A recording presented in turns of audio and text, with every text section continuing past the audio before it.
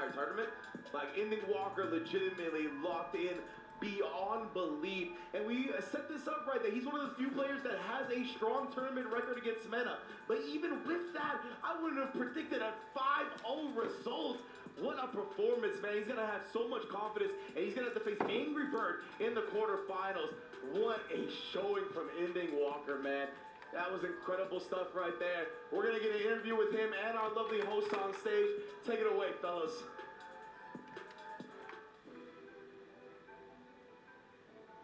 You guys kidding me?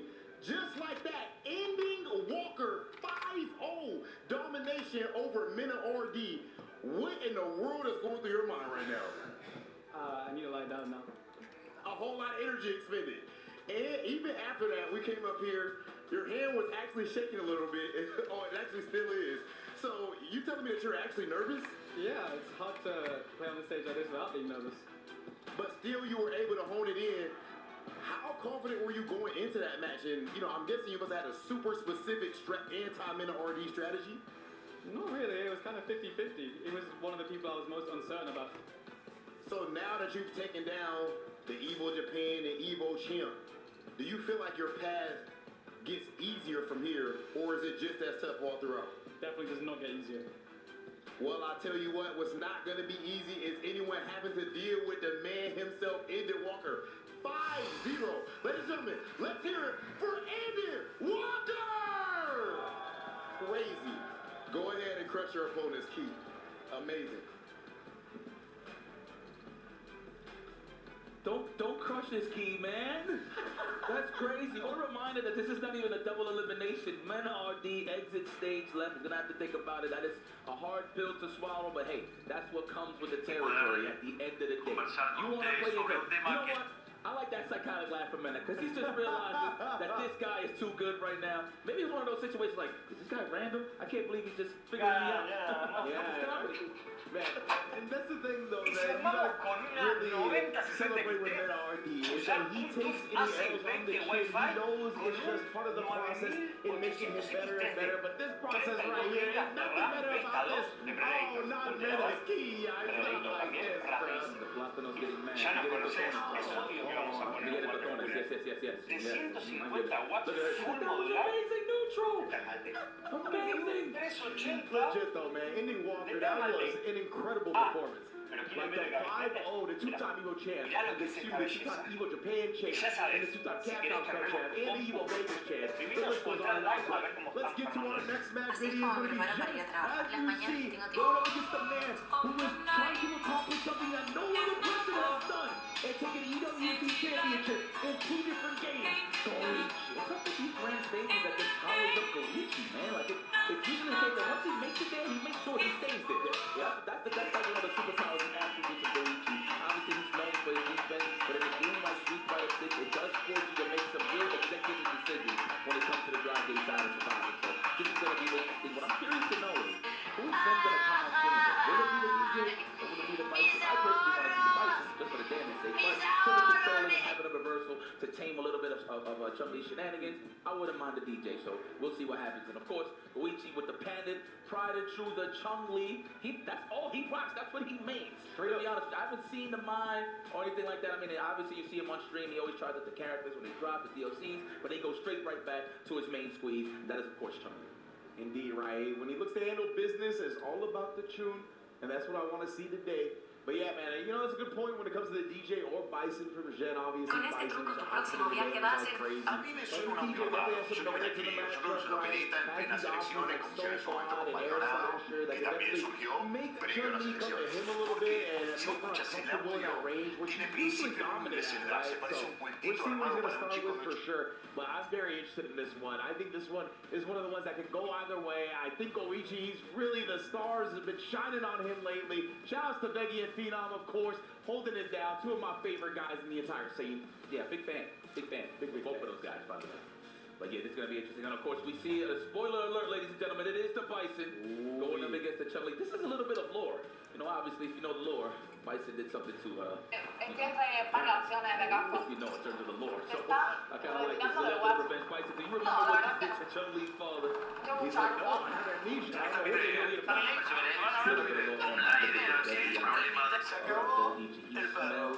Blood and Se acabó la hermana con el talón de la torta. Yeah, I really feel like Se we got acabó Luigi at full power su nowadays, right? Like Se acabó full-time Fátima gamer, Flores. no more 9 to 5, Se acabó business, Cristina attention, Kirchner y anything la like policía that. domiciliaria This y la is who he's pulsera. always been meant Se to be. acabó And now going up todo against Jet lo que right hacía here, el bro. One of the folclore rising stars. He is a staple of the All-Star mediático community now. Milei Of course, bursted onto that se scene with acabó. that incredible LCQ Ahora run era hora de in Street empezar a Fighter abonar por 5, los and then, números of course, de has carried his success into Street creo Fighter 6 que as well. la And gente he's ya coming se to está mind, empezando a rascar la Goichi, cabeza y a he's still preguntar up for the ¿a Jafonso dónde va? Award, bro. He could El actually verso win de que viene an las extra elecciones y arrancamos todo con $50,000 la because he campaña de qualified via the interno, LCQ. If he wins the main tampoco no event, that's cabe. another 50 Porque es un fans infierno on muy top cruel. Hoy of me what decía he's una already chica, gonna win. me vinieron Goichi, I know you for a 240 while. mil Let me get like mangoleas. 10, bro. You know what I'm saying? Entonces, Like, let me get para un some, kid. bolsillo I need to de pay la some gente. rent. You know Los what I mean? bolsillos no funcionan, la economía no da. Just so decorated. A veces no entendés, Javier, Even querido. if he doesn't win this, we need to still have that conversation. Lo Look que how hace far he made. dormir. Yeah, Se right. acabó So at the end of the day, obviously, Se acabó la just to cement it conferencia de even prensa. more for a Por lot of ejemplo, people, a lot los of the haters out periodistas, there. ustedes se dan cuenta de las cosas, las velas que se fueron apagando I en don't este want to largo rub salt in camino. the wound, right? But Me some of the acuerdo la greatest players we promesa consider de some que of the Elon best Street Fighter Musk players iba a in the poner plata en world did Argentina. not make it to this Ya se stage, venía no, instalando right? acá. And Goichi Es más, did. la On the gente back of empezó that a tirar los trophy, on autos the porque back of querían qué pasó. identifying his opponent's weaknesses as well, La right? gente My empezó man, D.I. a tirar los Tokido autos back to the porque ya venían retirement los home. autos That eléctricos, was Tesla, ridiculous entraba yesterday. por el puerto However, con shout out to our 250 stats people, shout out to Lazarus and everybody else in the back. We saw in the start of this match that Jet actually hasn't missed one DI counter. He's been ready with every single DI with his own.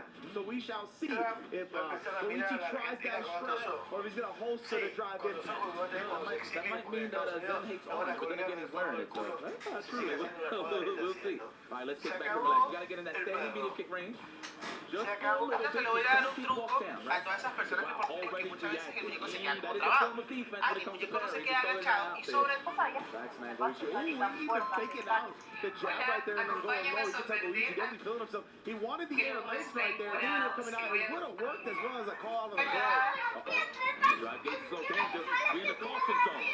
Ooh, that's back roundhouse if I've ever seen it. No, not even. He's trying to see the drive reversal is going to be on the side of Goichi. The wall jump behind it. Gets the cross up. That was so low altitude. Goichi, rolling speed, man. Using the Kikocho to actually blow up the mine right before he was about to blow him up. And then using the wall jump to escape in the corner, throwing out Jet's anti-air timing. Immaculate stuff already. Goichi for just go one. That's what the EC stand for in his name, for sure. Oh, and then yes, indeed, the heavy kick starter right Todo there. bien, no We vamos a talk escuchar about sobre that. la The publicidad de primary Es insólito big igual. damage Mientras ATS estoy in the diciendo game. esto, ver la actitud de la bancada oficialista, cómo se hace la distraída. Señores, tienen que hacerse cargo y responder por estas acusaciones.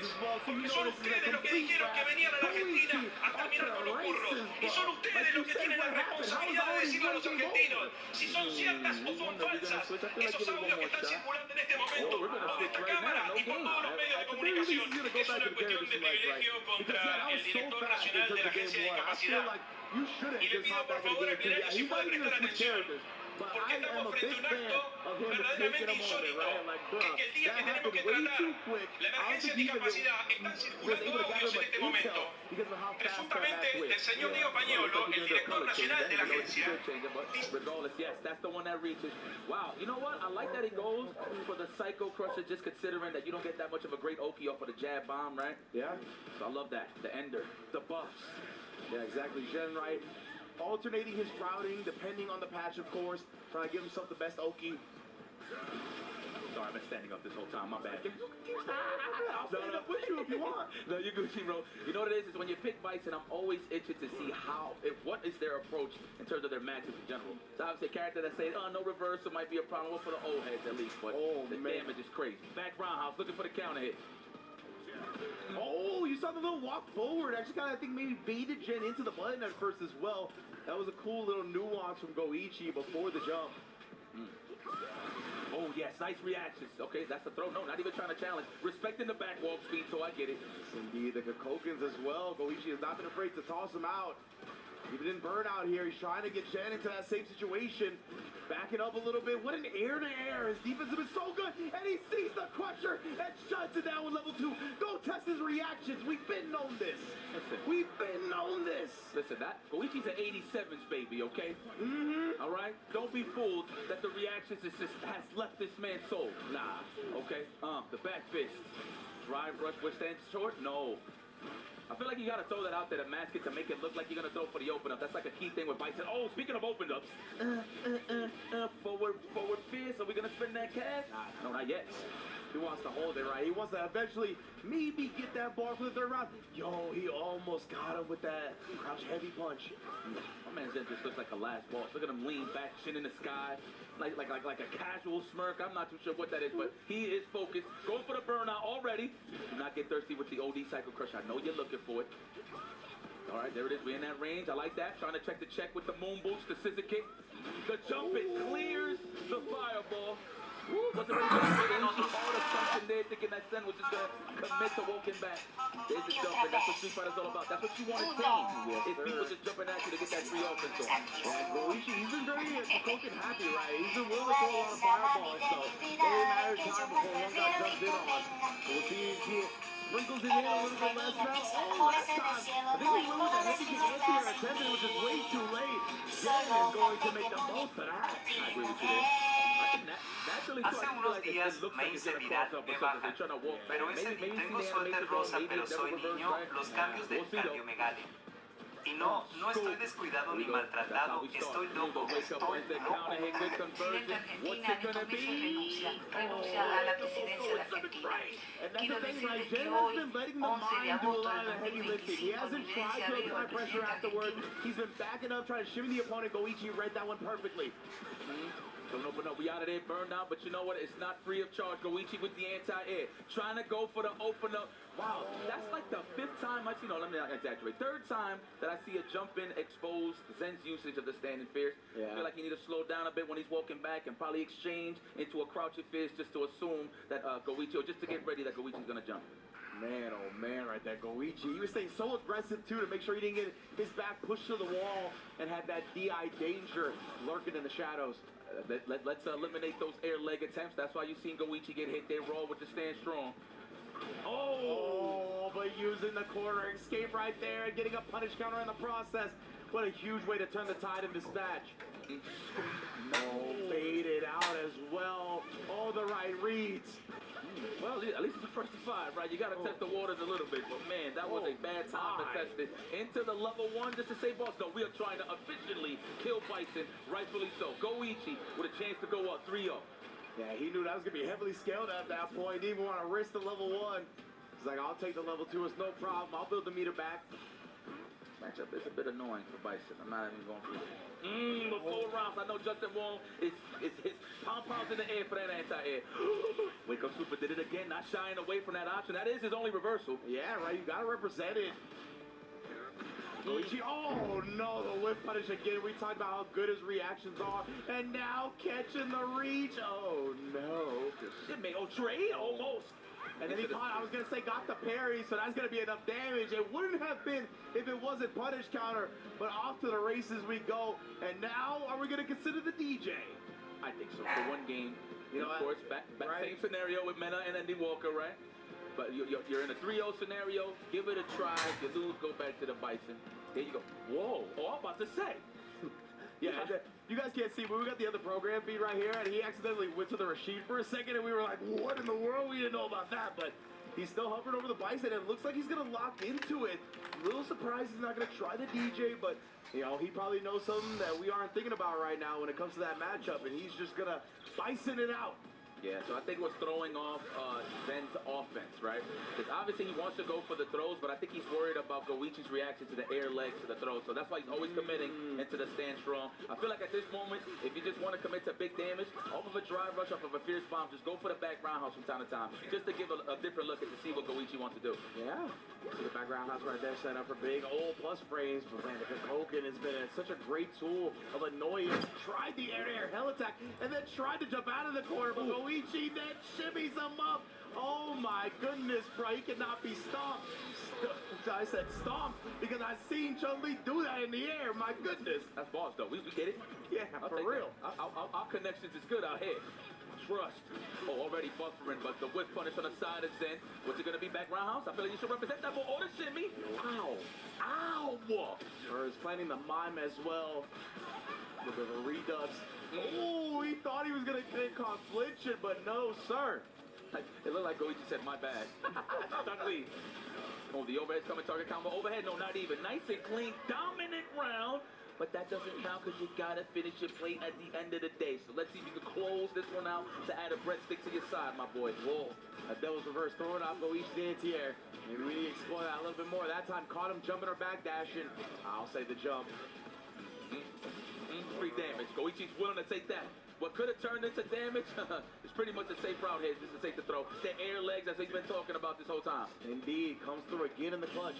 Jump, but the perfect parry is there. He went with the light too as well to make sure he got the punish. Just wants to plant the bomb. And then caught Goichi inching forward. Beat him to the button here. That should be enough damage. Jen is on the board. He could have killed it at level 2, but that's the level 3. I need to drink some water scenario there. You're right. There you go. Yeah. Drink your water. Get that waters in. Remember, this is not a chit chat. This is a conversation. What a way to show signs of life. And now Goichi is. My man. We got some characters in the crowd, huh? Yo, y'all gotta warn us, man. Oh my goodness. You know, I'm cool. My man was waiting. He was out waiting for my crowd shot moment. I'm all about goofy faces, man. Okay, let's run. All right, back into it. Professional time. 3-1 here. I'm gonna see that one in my nightmares tonight. Yeah, for real. Oh, nice backdash. Calling out the throw attempt. Goichi was looking to establish. Uh-oh. Getting a little bit of momentum. Zen's looking good. Already trying to whip stuff. I like that. That's one of my favorites with fights. Drive, rush, stand short, just wait. You always hit that range for the whip punish or the snipe out with a hell attack. Throw. Oh, there it is. Finally connects a proper stand fierce. Goichi has been getting the better of him, which is just the random cross-up to punish it. Ooh, I love that. Using the overhead to just throw him off his rhythm a little bit before the DI. Goichi's got the grease stuff back, and again the crotch medium kick has been his main staple in this round. Those are the 2 hits that he's gotten. Oh, and then again the air lays calling out the throw. Big reads from Goichi. Wow, man, what a way to turn this around. Because that definitely felt like it was going to go Jen's way. And, you know, obviously part of the blueprint with Bison is the throws. You want to condition them to gather some information. But how are you going to gather information when there's a gal just going in the air and kicking you straight up in the face? This is kind of tough. No, that's a parry and a half. Let me get a little bit of cash there. Oh, my goodness. What a starter that is. The damage from Chun-Li on this one. My goodness. Come on, get him mauled. Get out of there. My goodness, try and make these deals. Don't make deals with Chun-Li, bro. Air to air. Shut your life down. 4-1 for Goichi. It's like that? It's like that. You want to tell your kids something down the pipeline, huh? That's what it is. Yeah, you know I just kicked everyone's ass in their favorite games.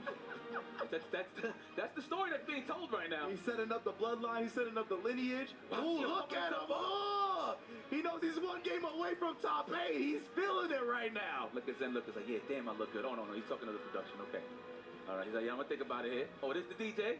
Okay, yeah. So I think they're going to go back to the character select to set up our screen real quick. Oh, no, we're going to go into it. Right here, it's going to be DJ. Okay, yeah, we are going to go back real quick just to make sure, you know what I mean? We chill out a little bit, get our graphic going. But you're right, man. It is going to be the DJ. He waited till it was 4-1 to do so, though. It's a little scary. I would have liked to see it at the 3-0 like we saw before, the 3-1, something like that. Now you're locked in. You got to make the full 4-game comeback with the DJ. And I know in the back of Goichi's mind, he's like, you know what? I'm with this instead of the Bison. Yeah, right? I'm with this. Because remember, the plan don't change. You're still going to have to try to throw. So now it's all about how you want to delay your punch to clip them from holding up. There it is. Already. Yeah, what a drive rush check from Goichi. Didn't try that time, right? It was a little bit closer, a little bit more difficult to. Oh, wow, that throw attempt. He actually walked forward enough to dodge the air legs. Interesting. Dude, are we going to see the prophecy? You know, obviously it's a little too early, but if anybody don't know, it is Shanghai versus Torameshi next. But hold on, let's not even talk about that. Focus on this. Oh, block stun. Yeah, I love the air slashes as well to counter Goichi. Maybe doing a reversal level 1. The stunner step right there, my goodness. Wrist breakers, as the IFC Yipes likes to say. Yes, 100%. I love the Jamaican prison pressure in the corner. I'm loving it. The air legs again, though, man. Goichi, he's like, if I'm going to hard call out the throw, I'm doing it this way every single time. back and relax. Espacio, yes, 7 frames for you. We got all the time in the world to punish the stand roundhouse, let me tell you. Okay, no empty jump throw. I feel like next time that is going to be Goichi's option when he does get that scenario. And again, bro, shutting down the raw drive rush. He's not letting him do nothing. Oh, looks like he might have tried or trying to respect the reversal.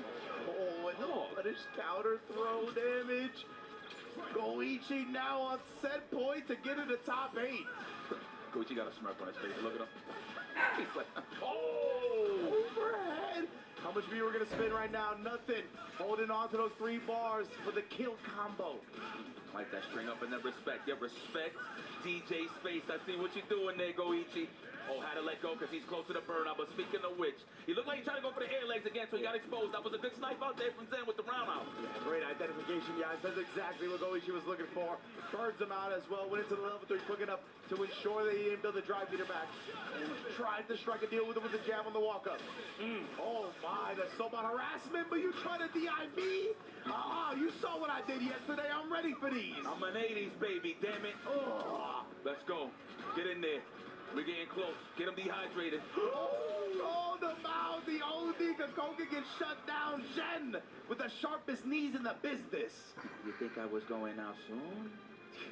Nah, Zen be talking. Man, cool. He a qualm killer. He is, bro. Let's go. Wow, all right. Goichi's like, all right, listen, I just lost the game. He's up. He got another one. Stay calm, stay cool. I got this. I still got time to make adjustments. 4-2 for the obvious. Goichi is still in a commanding lead. However, though, Zen is trying to find his footing in the match. Hey, man. Jen here on the DJ. This is where he thrives, being down like that, right? He got the sad boy tatted on his chest. He's used to this. Oh, but you ain't used to that. No, the beginning of the match jump in. Oh, he plays Street Fighter. Yes, he is. The bust out with the jackknife. Go. Let's get time. Wow, double. He just threw double? Yeah, he double perfect parried that one. Man. Ridiculous stuff from Goichi, as per usual. Again, trying to call out the throw attempt. That beats close, too, as well. Yeah, Sí. Oh, my goodness. Goichi. ¿Quieres que venga? Already off to the races here. One round away. Sí, están vinieron, ¿viste? Están haciendo algo, no sé si es los familiares o algo. No, son 2 hombres y una mujer canosa es. Están, ya no van a poder entrar. Now back against the wall, how are you going to respond? Actually just cancels Serenity stands low. Kachin tried to take his turn early. You called it earlier. He's going to look for the empty jump throw. One more, you're a strike throw away from death now. And Goichi with a perfect exclamation point makes it in the top 8. Goichi. Are you kidding me? Like, your resume, listen, you could get hired anywhere in the world, but your resume is getting better and better. Welcome to the top 8 AWC Street Fighter 6.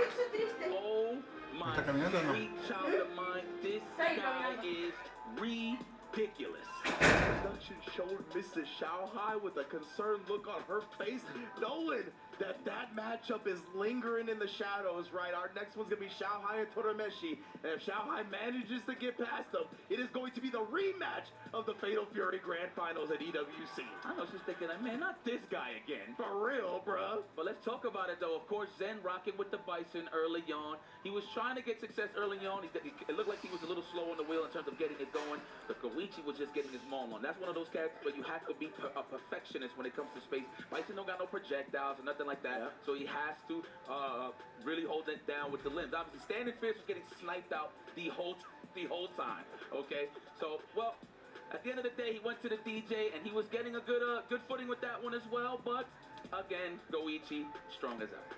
Yeah, man, I really would have liked to see the DJ a little bit earlier, put a W on the board. I think it's got some merits in the matchup that Bison doesn't, but of course, Jen's main squeeze is the Bison, right? It's the character he's most comfortable playing, but right there, Goichi just looped him down with the throws, confident that Jen was going to hold that.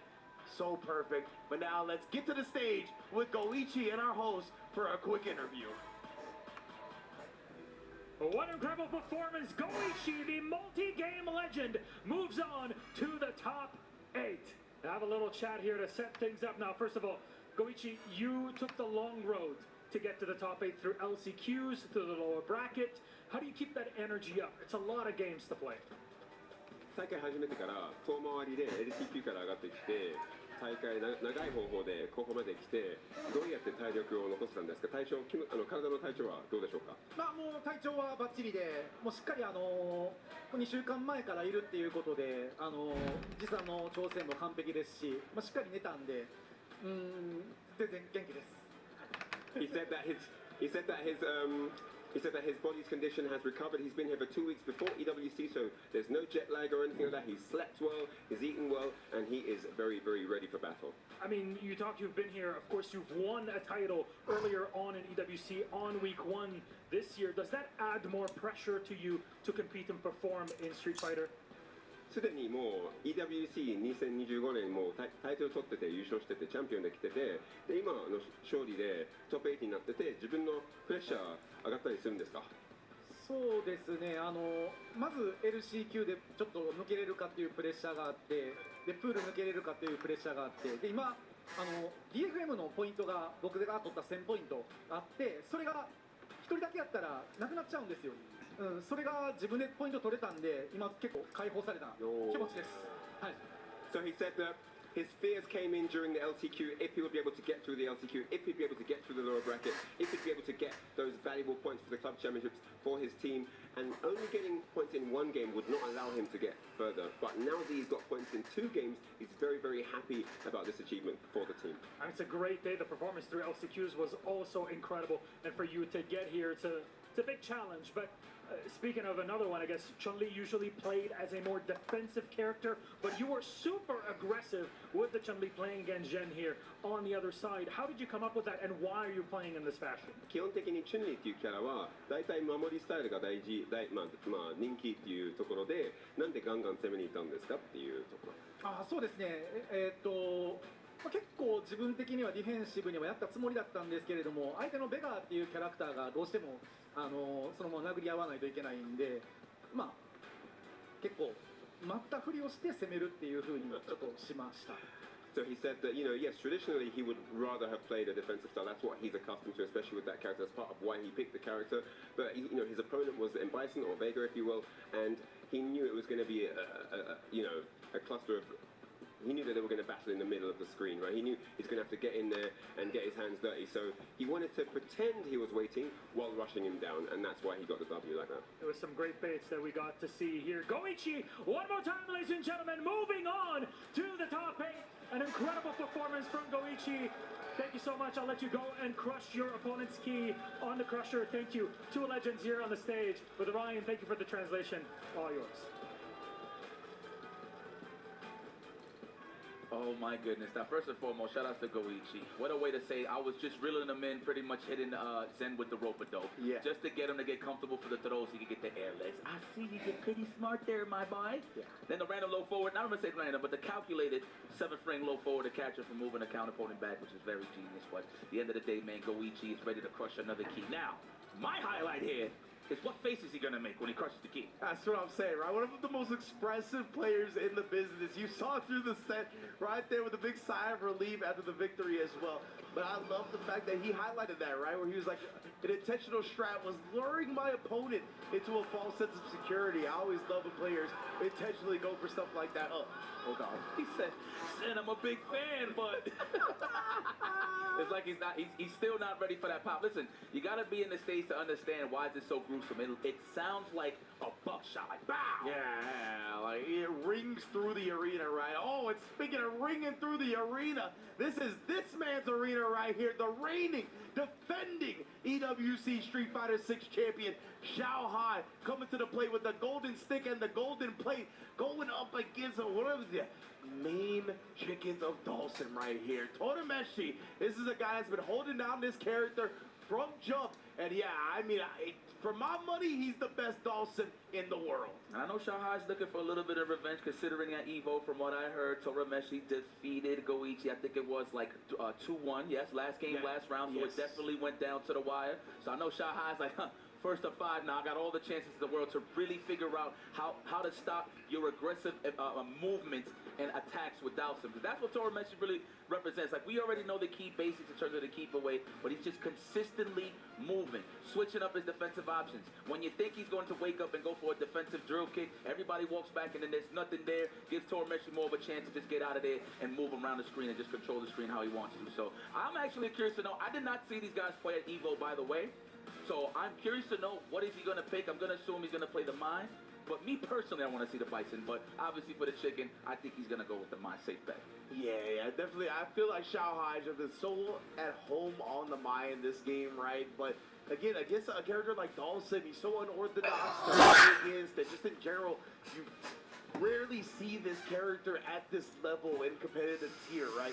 Torimeshi is one of the few that has been making this character work since jump, and Dawson's only gotten love over the course of the various patches of this game, right? Getting love to the level 1, being able to press buttons out of Yoga Stasis quicker, and he's done such a good job of utilizing all that. Some of my favorite parts about watching Torimeshi is his ability to kind of bait people in using that Yoga Stasis. He kind of like, well, again, going back to what Goichi said, he'll lure you into stuff, right? He'll float forward for just a little bit and then float back. It's one of the ways Dawson can kind of do that because his walk speed is so slow, right? It's very hard to do that on the ground, but with Yoga Stasis, you can bait people into going for those anti-airs and then fall back, get the big jump, heavy punch, whip punish, and start your game. And then on top of that, it's a 50-50 to know whether he's going to stay in the air to float or he's going to teleport, right? Yeah. He's going to throw off your anti-air or he's going to throw off your air grab attempt depending on the character that you have. He just makes you second guess himself. Oh my God, he's doing it. I need to see this. If you don't see it, guys, we got the screen on the other side. Maybe this is just a button check character highlight, but we see the Bison getting picked on the side of Xiao Hai. Yeah, he is hovering over the Bison right now. We'll see if that's what he ends up locking in here. Please pick the character. Please, I want to learn the character. Yeah, I want to see what this matchup is like, right? We're so, like, we do not get exposed to a lot of high-level Dawson matchups, so getting to see this, very interested, and that is what he's going to go with. Ooh-wee! So to start this one again, guys, it's going to be first to 5 for Street Fighter 6. This is going to be so cool, man. Now, this is a tough matchup, man. Look, Sim has that perfect range to just fly around at every point that Bison wants to be at, right? Whether it be a random slide, scissor kick, daredevil reverse. You're going to get smacked with an air stand, jump strong, right? So I want to see what's going to be the approach. Obviously, you want to find and dictate the timing on when he stops flying. That way you could drive rush, probably crouch fist into a back fist, or probably hit the brakes, charge, wait for a Psycho Crusher to just clap him as an air-to-air. So I'm curious to know, because I had massive trouble with this matchup. I'm going to be honest with you. As Problem X said, this is an annoying 5-5. It would make sense, right? Because considering neutral jumping is such a popular strat up against Bison in general, to thwart stuff like the scissor kick, the Psycho Crusher, the stand heavy punch, Yoga Stasis can do that in tenfold and then also punish much easier as well. So it would make sense to me why this would be annoying for Bison. And we'll see if Xiao Hai has some answers to that. Maybe he's going to look for Hell Attack air a bit more than usual in the matchup, right? Trying to snipe him out. But again, that sets up for stuff like you said, where Torimeshi, if he starts seeing that, he's going to teleport away, right? And then just start his game from long distance. Joe got a twin? The hell? What's up, Joe? I see you, Brody. Juicy Joe? Juicy Joe? That looked like his dad, honestly, right? I felt like that was the lineage right there. I heard he had a brother, but I didn't know they looked like each other like that, Okay. Twins, huh? No, I see why you fight Sim so good. Okay. Yeah. There we go, into the Bison. I want to see what he does, dude. This looks so annoying. I mean, I've seen success from guys like Problem X for sure. He just knows how to, like, really walk you down. Once he gets into that mid-range, he makes sure he stays in the mid-range. So, pretty sure Xiao Hai is going to be doing the same thing here. Okay, here we go. Opening gambit time. The returning champion, the defending champion. The reigning champion. Let me just throw that out there. Reigning, defending champion. Already, look, walking them down, not doing anything. He's respecting the float. He's collecting data to see when exactly he wants to unfly, if you will. Yes, indeed, man. Yoga Stasis, you said. That's what it's called when he flies? I believe so, yeah. That's fine. Well, I'm learning. You know, there's a lot of people complaining about commentary nowadays. You know? We got to make sure we know all the names. A, B, C, D, E, F, G, guys. I hope you're happy. All right, the throw. Scoop. Oh, I hit my cough button on that one. Woo! So good, you know. Complain for no reason. Love it. All right. Yeah, you all right. The throw. Flip the tables. No. He tried to take him by the ankles. And again, Torimeshi, look at this man. The teleport. He's trying to chase him down with the air. This is exactly exactly what we set up. That level 1 is one of the best level 1s in the game as well. The jump strong. That covers double reverse jump and then perfectly on a pixel situation. It's safe to say if Xiaohai gets washed right here, he's going to switch immediately. Let's not put it on that. Right? Like, yeah. But then again, right, like, I think Dawson's going to nullify a lot of what Mai wants to do with the fans as well, but we'll get to that when we get to that. Obviously, the Bison is still here and still trying to do work. There we go. Now we got a chance to make a thing. Trying to snipe out the tech, no dice. Torment says you will throw me. That's how I know I'll survive. Yeah? Oh, trying to find that pocket. Okay, Crouch Strong is getting sniped out. Nice, found the pocket. Yeah, he respected the fireball, though. He saw that it was OD, so he knew he was going to keep bouncing. Tormeshi was able to sneak in a throw and at least escape, but that time, the jungle point as well off the drive for a straight recognition from Xiaohai. That was ridiculous, Xiaohai. Oh, and we burnt that. Yeah, now it's time. It's time. And he waited. Saw he didn't flail the buttons. Yeah. Everything with a purpose. Because if he would have whipped on that sequence, probably got a dive kick or whatever the case is, or a back throw to throw him off, right? Ooh. Jump strong. Annoying. Tormeshi at that space. He's in that range. Oh, the jump, and just the regular back jump into the jump medium punch as well. Just, yeah, annoying Xiaohai trying to approach him. Oh, that could have been a cross fist right there, but that is what Tormenti's trying to avoid, right? Yeah. That's how you see the teleport. And he's got great offense on this character as well, right? Oh my goodness, just jumping straight out of it. He had no more drive rush to chase down after the jungle point. I think that kind of messed Xiaohai up a little bit. Scope. Whoa. You gotta be careful of chip out as well at this point. Oh, he actually just gets the teleport mix-up. No chip necessary. Already 1-0 for Tormeshi. We're gonna go down. We're gonna go to the south side to select characters, or we're gonna try it again. It is a first to 5, so I wouldn't blame Xiaohai to try it again. Don't get discouraged yet. Okay, there it is. All right, yeah. Okay. Oh man. All right, but you know what? I like the little pick-offs right there. You saw that he just improvised with the drive rush stand jab, got the combo, just because he's trying to anticipate the unfloat right from Dowson. So he's trying to, he's getting the momentum. He's trying to get the read on Tormeshi once again. I gotta use that. Oh man, hey, just waking up with the button though. Tormeshi's done such a good job of switching up between stasis, regular jump, and now applying pressure in the corner here, pulling down the drive gauge. Oh my, the button tagged them up with a little two-piece. Tormeshi! Look at that, man. Every time Xiaohai's trying to chase him down, he's just been able to thwart it. This time, finally, we find an open up. Man, that dirty noodle right here from Tormeshi, the background. Oh, I don't know if it's that, but it's gonna hurt. Okay, into the shadow rise. Right back to the bomb setup. He's gonna chip him out. Throw him. We're gonna wait. Nice even job. Yes, indeed. What a way to get that done. Xiaohai. Let's go. Oh my God, you're making me nervous, girl. For real. Good job, Xiaohai. Stay in crouch right there, right? He stands up and blocks that. He gets chipped down. Yep. Super smart. And had the bomb on him, too, so there was options. I feel like the bomb wasn't going to do much, so Super was definitely the answer. I didn't even know he had a ball. Yeah, and then going with the level 1 right there as well. Knowing that the cinematic was going to dodge the fall of the bomb itself. Walk him down. Do not let him go to the air. That's the whole point. Audrey maybe there on a yoga flame or whatever. They could maybe a big buy on that jump in. He's just trying to keep him steady. Xiaohai is on the prowl. Space traps. Nice, found the pocket. Oh my! That would have been godlike. Bro, perfect parrying the fireball from the rafters. Not easy whatsoever. He's checking every single teleport, by the way. Oh my God. Yup, punishment. Yes, he's indeed. Xiaohai, he put his apron on in this match. Cooked up some Dawson real fast. 1 up. Just like that. Man, they synchronized with the H2O. I see y'all. Yeah, I know. It's getting serious out here. I'll take a sip myself. My goodness. Yeah, me too. Actually, yeah, me too. Hold on. Pardon the pause, guys. Hold on. Pause for the cause, as I believe you like to say. Yeah. Yeah, man, we gotta stay hydrated out here. These are intense matches for everybody, the viewers, the players, us on the commentary, and what a whip punish on the long limb. Man, thank you, Capcom, for actually giving them a sweep. Wow, right? He actually got one. Yeah, not just a slide anymore. Nope. Nice anti-air. Okay, wow, what a bait. I wonder if he was just trying to read a drive rush. That's why you seen the jab from that range, possibly. Oh. And then the Bomaye, the knee to the dome piece. Oh my goodness, frame kills while it goes off. Oh, scoop, try to parry, no. At least he avoids the bomb, but he gets scooped again. Try to test his luck with a double parry. Yes, he did. No. The champ is here. Oh, he already taking the lead here, but it's still 1-1 nonetheless. Nice. Every time. No, bro, yeah.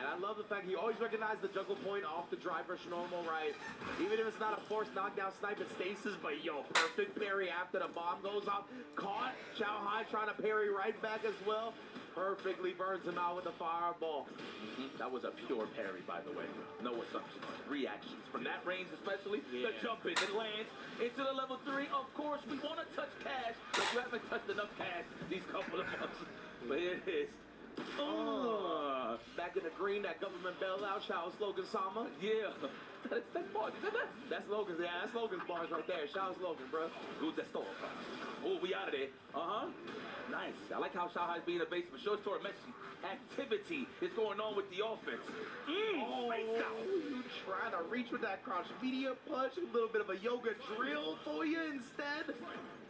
Man, we're going back and forth here. That's what we love to see. Oh, and again, trying to anticipate Tormessi falling a little bit earlier, right? There's the air instead. Look at that beat out the strong, too. Okay. That was just set on Tormessi, got the space again. Wow, what's the punish from that long? Yep, the cross strong. Not even gonna say it's surprised that it reached, but it wasn't looking good from my angle. Oh. Carter trying to do stuff after, maybe throw second. Either way, it's gonna be tough for Tormessi. The bomb is on him again. We'll just take the throws. Oh man, one more time. Okay, Tormessi, I know you can't be a life bar, but you don't want to see it too much. That could have been another throw there. But I know Xiao Hai is... Wow, my goodness, jumping and avoiding the drive reversal. Xiao Hai with a bounce back, bruh, 2-1 lead. Yo, you know what I like from Tormessi? Okay, Xiao Hai won that, but he's starting to figure out Xiao Hai's counter poke pattern. He hit him with the three in the key, right? The three jabs, and then, you know, a lot of people like to counter poke from that range, and then he reacted and then counter poked that with a drill kick. So that's something you can start off with in terms of trying to open up. Wow, speaking of open up. And Xiao Hai, yeah, he baited him into a little bit, right? He didn't immediately jump at round start. He walked forward first to invite Tormessi to press the button, and then jumped in on it. Very smart stuff, and yeah, you are bleeding up against this Bison. One nurse. Ooh, good recognition, Tormessi, and teleports out the corner. Very nice. Now, okay, shimmy. Them got those? Let me see. Get your mauler. What a call out. You thought I was gonna reach with a throw? No. Crouch fierce to shut down the float stuff. Well, again, guys, these dudes did play at Evo, so I'm pretty sure Xiao Hai had a lot of time to think about this. Yeah, man. Oh, and the jump again on the long limbs. Xiao Hai right now, he might be the one that's honing in on the rhythm of Tormessi. Lucky for Tormessi. Oh, no, my. You see the timing awareness from Xiao Hai as well. Quick little crouch media punch. Bomb explosion, setting up the victory. We got a 3-1 lead. And on top of that, we are closer and closer to the prophecy match. Yes, if Xiao Hai wins this, he will be going up against, well, I would say his rival on this stage right now. That is, of course, Goichi. For people that don't know, he did beat Xiao Hai for the chip of Fatal Fury. So this is only going to get even more epic. That is, of course, if he closes out this set. You jump scared me for a second right there. You were lulling me. It's like a ghost story in there. Bow. I was like, all right then, Xiao Hai. Definitely, you know, he'd be seeing ghosts of Goichi at night. He wants that revenge, and he's inching closer to being able to get it. And right now, he is dancing on this Dawson. Xiao Hai is ridiculous. Are you kidding me? When I thought you dropped this character to commit to mine, but look at this, the tree! Yo, that's all for the stand strong. Did Tormessi teleport at the perfect time to dodge the explosion? That was ridiculous. Even though it didn't do anything, that was still really cool. And then again, Xiao Hai shutting down the attempt at avoiding the punish counter throw with the drive rush out of the parry. Tormessi, yeah, go airborne a little bit. But see, here's the thing, right? He is avoiding the ground. The floor is lava from time to time fighting Bison, but that's the thing. You're putting yourself closer and closer to the corner, and Xiao Hai has no doubt in his mind that he's going to get there regardless. Forward fist, with short throw, no? Okay, nice technical. That's dangerous. Are you kidding me? Tell me you got something from this. No freaking way. Okay, that was a little tough to convert, man. He was up there with Sting in the Raptors. Yeah. He had the level 1, that's all you see in the stand face. He could have went for the Psycho Crusher, but he's going for the kill. The jump in, he wasn't expecting Dawson to be airborne right there. I'm pretty sure he wanted. Actually, maybe he did it, he just went by him a little bit too quickly. But did you see how he's trying to improvise? He whipped the Ram, thinking it was gonna connect regardless. But here we go, Tormessi. There we go. This is where you start, my boy. Big wow. What damage that was. Yeah, that was him. That was him. That was a real him combo for sure. For real. Like, wow. I ain't seen that one before. Walk into that. to the back of the thigh. Douse him. Trying to find a way to just keep this momentum alive. There we go. Flow back. Be annoying. I like the early press there on the flow fizz. Uh-oh. Now we got the bomb planted. The bomb has been planted. Are we going to defuse it? Absolutely, says Tora Messi. And we almost close to the level 3. No, excuse me. He's going to spend it for the... I really like him using the level 1. He gets so good damage as well, but oh no, bro, Xiaohai looking to smother with that ruthless aggression, just barely made it out with the teleport. He was so close to getting hell attack, and who knows what would have happened from there, bro. Love. I like that. Keep it going. I don't want to see washes. Yeah. I don't want to see washes. I want to see more of this. I'm learning. Exactly, getting the drive reversal on. This is the kick that time. No perfect parry on the jump in. Ooh, almost. Like, what can he get there, huh? Like a drill? But he's too high. Maybe can't get a conversion. Yeah. Ooh. Oh, he's sniping him with the hell attack. Ooh, we out of there. Yeah, boy, he's trying to shut down any and all approach from the sky. See the regular jump shot, throw him off. I like this from Xiaohai, though. When he sees the regular jump back, ooh, if he's not close enough, he just jumps in on him right, stuff it. He tried to plant the mine on him. Probably didn't want to use that drive meter because he was so low. 100%. 100%, Rick. Good call. That's a punish. He's close. Wow. You just knew he was going to press a crouch strong afterwards? I mean, that was perfect spacing, right? There wasn't anything that Doc could reach with for real for a punish. Ooh, and then again, he went with a a fast yoga stasis down, right? Baited out that crouch heavy punch and got the whip punish off of it. But again, the snipes from Xiaohai. He plants the bomb. This is where it can start turning it around. Ooh, especially if the yoga drill gets a little misspaced. I don't know what happened to him. Actually, he tried to take to the sky, got right hit by the bomb. It's either he tried to teleport or he just figured he was hit anyway, so he was just holding up naturally. Yeah. Oh man. Oh, okay. We got cash to spend to get out of there. Tora Messi's trying to land some blocks in for the teleport. Oh! Xiaohai, the perfect timing on the Psycho Puncher. Close to you wouldn't expect it from right there, right? Yeah, exactly. Surprise, surprise. Xiaohai's looking good. Oh, we in there. Oh, evasive tactics. Retreat like Starscream and Megatron. Please. Oh, wow. It's the rusty elbow. Legit, most electrifying move in Street Fighter Entertainment. I love that. That definitely looked like it. All right. Wow! If he would have done crouch fizz into the bomb, that would have been so sick. I don't know if it works off a punish counter, but nice hell attack. Simple air to air. Finally, right? Xiaohai's been fiending after that hell attack. Finds it this time. Oh, he maybe thought Tora Meshi was going to cancel that drive rush, or excuse me, drive parry into drive rush. Good slap, okay? Looking for the parry. He got it. That's big damage. Big chance for the burnout. There it is. He had no choice but to take that. Good checkmate there from Tora Meshi. Indeed, man. So smart, right? Especially using the projectile. So if Xiaohai woke up with that level 1, he would have covered that bases as well. Very smart stuff. Wow. My man's hitting ghost slams. Forward fist. Yes. That's a throw. No, not even. He's trying to snipe it from holding up and teleporting, right? Or dive kick. No way. Again, no way. And he let the bomb handle it. Xiaohai here into the level 2 as well. Not enough, though. I lied. The perfect to put himself one match away from getting into top 8 and that faded revenge match with Goichi. Sorry about that. I thought it wasn't gonna kill. The way he shook his head, Xiaohai, and wow! What a way to put the nail in the coffin with that one. Hold on. Wow, what a way to start the match. I mean, he didn't start the match at all with a drive rush, right? So that's how you know he smells blood. It's in the water. I was gonna say, bro, the battlefield is littered with it right now. You can smell the iron in the air. Oh my goodness. Caught him just outside that throw ring. Was about to put the exclamation point on him. The trade's all he needed. 1 round away. Yo, this is right. Oh no, I'm sorry. It's looking like it right now, right? Xiaohai has figured him out, it feels like. That music, oh, wonder if that's the power-up that we need. Now, it's definitely the wife in the arena for sure. Absolutely, bro. I love to see the way she supports Xiaohai. Put that in your back pocket. Build that meter slowly but surely. You close with the level 2 now. I don't know if you're that gangster, Xiaohai. Are you going to wait for the fireball level 2? I'm not too sure. Ooh, nice. What? If you would have converted that, bro. I like that. He used the drive rush just to push the dishes to put Tora Meshi into the corner. Uh-oh, getting messy for Tora Meshi. How the hell you gonna get out of here? We tried. He wanted to wiggle out. You cannot escape, my friend. Level 3 here is gonna put this man on life support. And you know Xiaohai looking to pull the plug ASAP. What's going to be the kill here? The kill shot. Looking for the shimmy. Oh, this is where we can start. What you got? The throw. Okay, what you got? You got a couple of hits and the CA, so you got a chance here. Torameshi, what the hell is that?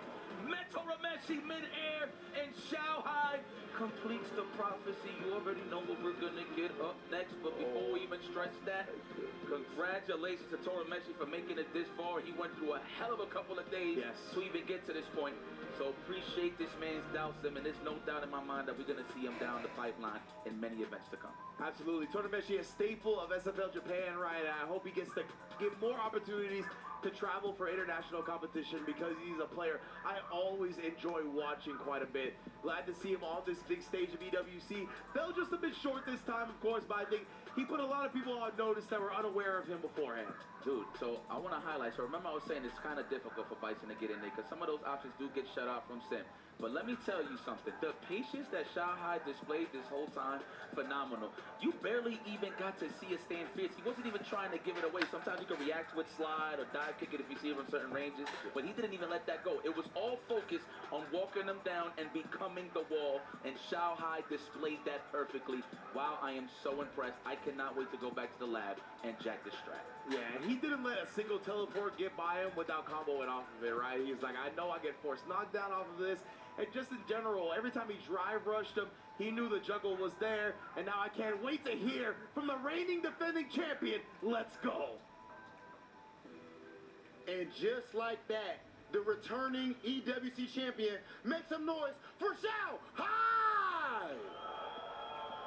Hey, man, that was absolutely insane. So, coming into this event, of course, you already won it last year, and then you ended up getting the hardest pull out of everyone. You had the bracket of death. What did you think when you saw that bracket, and how did you make it out?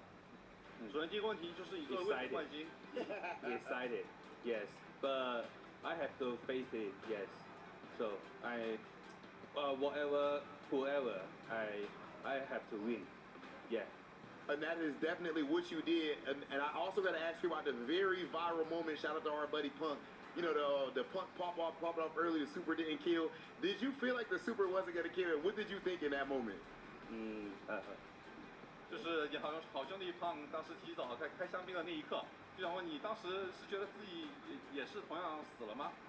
然后包括你后面的感受是怎么样的？我想说一句是，这里的耳机很好。就这么多观众啊，他们的欢呼声我都听不到。当我听到胖叫得太大声，就这样都能听得到，他也太吵了。这样，但是然后这样去赢真的太爽了。One thing I gotta say is the earphones that we're wearing on stage, the noise cancelling effect is way too good. When you guys are cheering, I can't hear a thing over there. But when Punk yelled on stage, I could hear him. That was how loud he was. And guess what? And in that moment, when I managed to win off that, it was the best feeling in the world. Okay, instant classic moment. Last thing I got to ask you about, this next match is officially you versus Goichi. He took your last EWC title away just a few weeks ago. So is this Goichi matchup a little bit different, a little personal? 那下一场你即将再次对战勾一起。那几周前他刚刚就是成功的从你手下拿走了一个冠军，就想问你，那这次你再次面对勾一起这个复仇赛，是否有一定的恩怨在里面呢？我好想复仇，因为我差点就成为历史第一个就是2个项目在 EWC 夺冠的人。他夺走了我的冠军，所以我要好好复仇一下。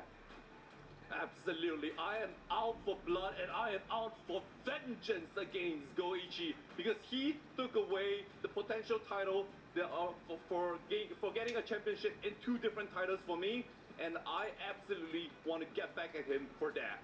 Wow, my man Xiaohai talking spicy and backing it up. Xiaohai, please go ahead and crush Torameshi's key. Congratulations. Nothing scarier than a man with a vendetta to go into this high-end competition. Welcome back, everybody. We're about to experience Xiaohai crushing Torameshi's key after a pretty damn convincing play against Dawson. Yeah, Torameshi started off very, very strong, but At some point, it just looked like Shanghai started to get the rhythm, found his way in all the time, and was able to win the last few games almost kind of systematically. It felt that way, right? That Bison player was pretty much picking apart everything that Torimesi was trying to do. Wasn't really phased by the amount of resources that Torimesi was holding on to. I really liked the offensive pressure that Shanghai was implementing the entire time. So very much so well-deserved moving on into the quarterfinals, where he has to face off against Goichi. That's going to be insane. Oh, man. I mean, we cannot write it any better to have this happen, to have Shanghai try to get revenge, because now it's Goichi who has a chance to be able to win 2 different games. But we're going to be moving on to the next match over here and check out another Dalsum player. It's YHC Mochi coming in here for the Dalsum Army. Yeah, the 2 lone soldiers of that army, but for good reason, right? These guys have been representing the character for a very, very long time throughout the entirety of Street Fighter 6 thus far, and actually doing an excellent job both in and out of sanctioned tournaments, right? Street Fighter League Japan is definitely one of those tournaments in which they represent extremely well for their teams. However, going up against Matsu, this is a different kind of territory, right? Like, how often do we get to see Matsu play outside of, like, CFNs? I definitely don't get to see it too often. So this is going to be pretty wild. Can YFC Mochi contain the aggression from Matsu's Kimberly? Yeah, I mean, you were talking how YHC Mochi and Torimesi have been playing Dalsum the whole time. Matsu, 56, been playing Kimberly for quite some time as well. Has been one of the players that the Kimberly players would go to try to figure out how to navigate this character. And Matsu and he has taken out so many strong players in this tournament already. And of course, this is just going to be one of those matchups where when Kimberly gets in on Dalsum, it feels kind of hopeless. But that's definitely not the case. That's the thing. It's like you would just put it on paper and kind of feel that way. It's not even close to it. I think Dalsum does have some excellent choices, excellent ways to kind of navigate around the different offensive options that she possesses. Granted, he won't be able to do much without like super if he's trying to rely on a reversal. But I think the movement options just to kind of get out of the way, or at least a side switch, is pretty important to note. Just to get Kimberly off of you. But we'll see whether or not that comes into play. I do like things that Dalsum have to play that keep away game. Obviously, the normal is going to be such problems for a good majority of the cast. I think. Do you think Kimberly's one of them? Because she gets to change her jump arc. She gets to jump over limbs as well. Having like the elbow drop and also slide as well. The nice thing about Kimberly is that she does have a lot of these movement options. She can teleport in, she can try to run, slide, and sneak in. She can just teleport in, that's right. There's a lot of ways to try to sneak in there, but again, how we've all been talking about this whole entire tournament, how Dalsum players after a few years start getting stronger. One of those reasons I feel like is that, the more you have to kind of wait for other people to get good at their characters, so now you can learn to counter them. And as long as he has the experience against Kimberly, he should be able to navigate all of those, quote, neutral skips, unquote, from Kimberly. We'll see if that's the case. Again, YXC Mochi locking in with the Dalsum. Mats with a very, very impressive run with that Kimberly. Absolutely insane the amount of bodies he's taken down with him on the way over to the top 16.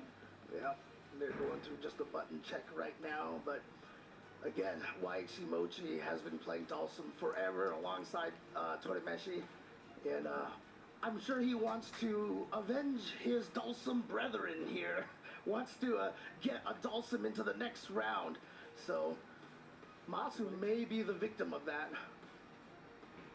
That guy earlier looked mad cool. This guy had like a little ascot to him. I forgot what shirt he was wearing, but that guy was styling. But looking at it right now, Matsu, we were talking about like his performance thus far. Man, he essentially came out of nowhere. At least to me on my radar, right? We're taking a look at what he's been doing in CFN and whatnot. Oh yeah. I mean, I used to check out a lot of what he was doing on CFN, and it also just comes down to the decision making. He's really, really good at keeping the mix up very, very strong. So let's see if he can continue this going here. It's gonna be pretty important to get into the quarterfinals. Now spacing himself out rather well. YHC Mochi, a couple of those limbs to prevent Matsu from going on in there. Ooh, the crouching heavy punch catching the air attack. Getting the knockdown out of that too, but wake up drill to beat the throw. Oh. I like that. Getting the knockdown, excuse me. Air-to-air knockdown. Yeah, and just avoiding the Eason kick like that with the teleport. Gonna wake up with the super, but YHC Mochi has not committed to anything yet. Ooh, ooh. Going over the level 1. Pretty good start for YHC Mochi. Dawson doing so much damage these days. Has a lot of very, very strong combos. If he gets the right starter, and you can see this right now. Matsu, oh, actually I was about to say, Matsu having a little bit of trouble getting in, but then just counter pokes the stand medium punch. Excellent block against the overhead. That second can, not going to be causing too much damage. Yes, sir, we do get the perfect parry for the side switch. Mochi going for the float. Ooh, yeah, the patience, just baiting out the crouching heavy punch, getting the whiff punish. And now checking the run stop as well. The fake meaty gets the throw and the burnout, and here we go. Oh, more than enough damage. YHC Mochi is playing Matsu like a fiddle. In this corner, he's had nothing but control. Giving Matsu a lot of false senses of security, right? There was multiple times where he tried to anti-air the yoga float, got punished severely for it, started to slowly lose some of that drive gauge too, which caused that situation in the first place. Yeah, I mean, one of the hardest things about that crouching heavy punch for Kimberly is very, very little horizontal range. So unless Dawson is literally right above your head or sticks a limb above your head, it's really hard to hit him. We'll see if that's going to be the case. Floating on in there. I like that too. Just staying airborne mostly, just in case like something wild comes out. Jesus. Drive rush right into the roundhouse. Again, yeah, trying to sneak in with the run slide. But the scary thing about Dawson is he can just stay in the air by floating a long time. All right, again, see that crouching heavy punch, not having the horizontal range to snipe Dawson out of the air, and YHC Mochi doing a great job again with this zoning. I'm loving the activity coming in from YHC Mochi, the amount of control too. Just understanding when and what limbs to place.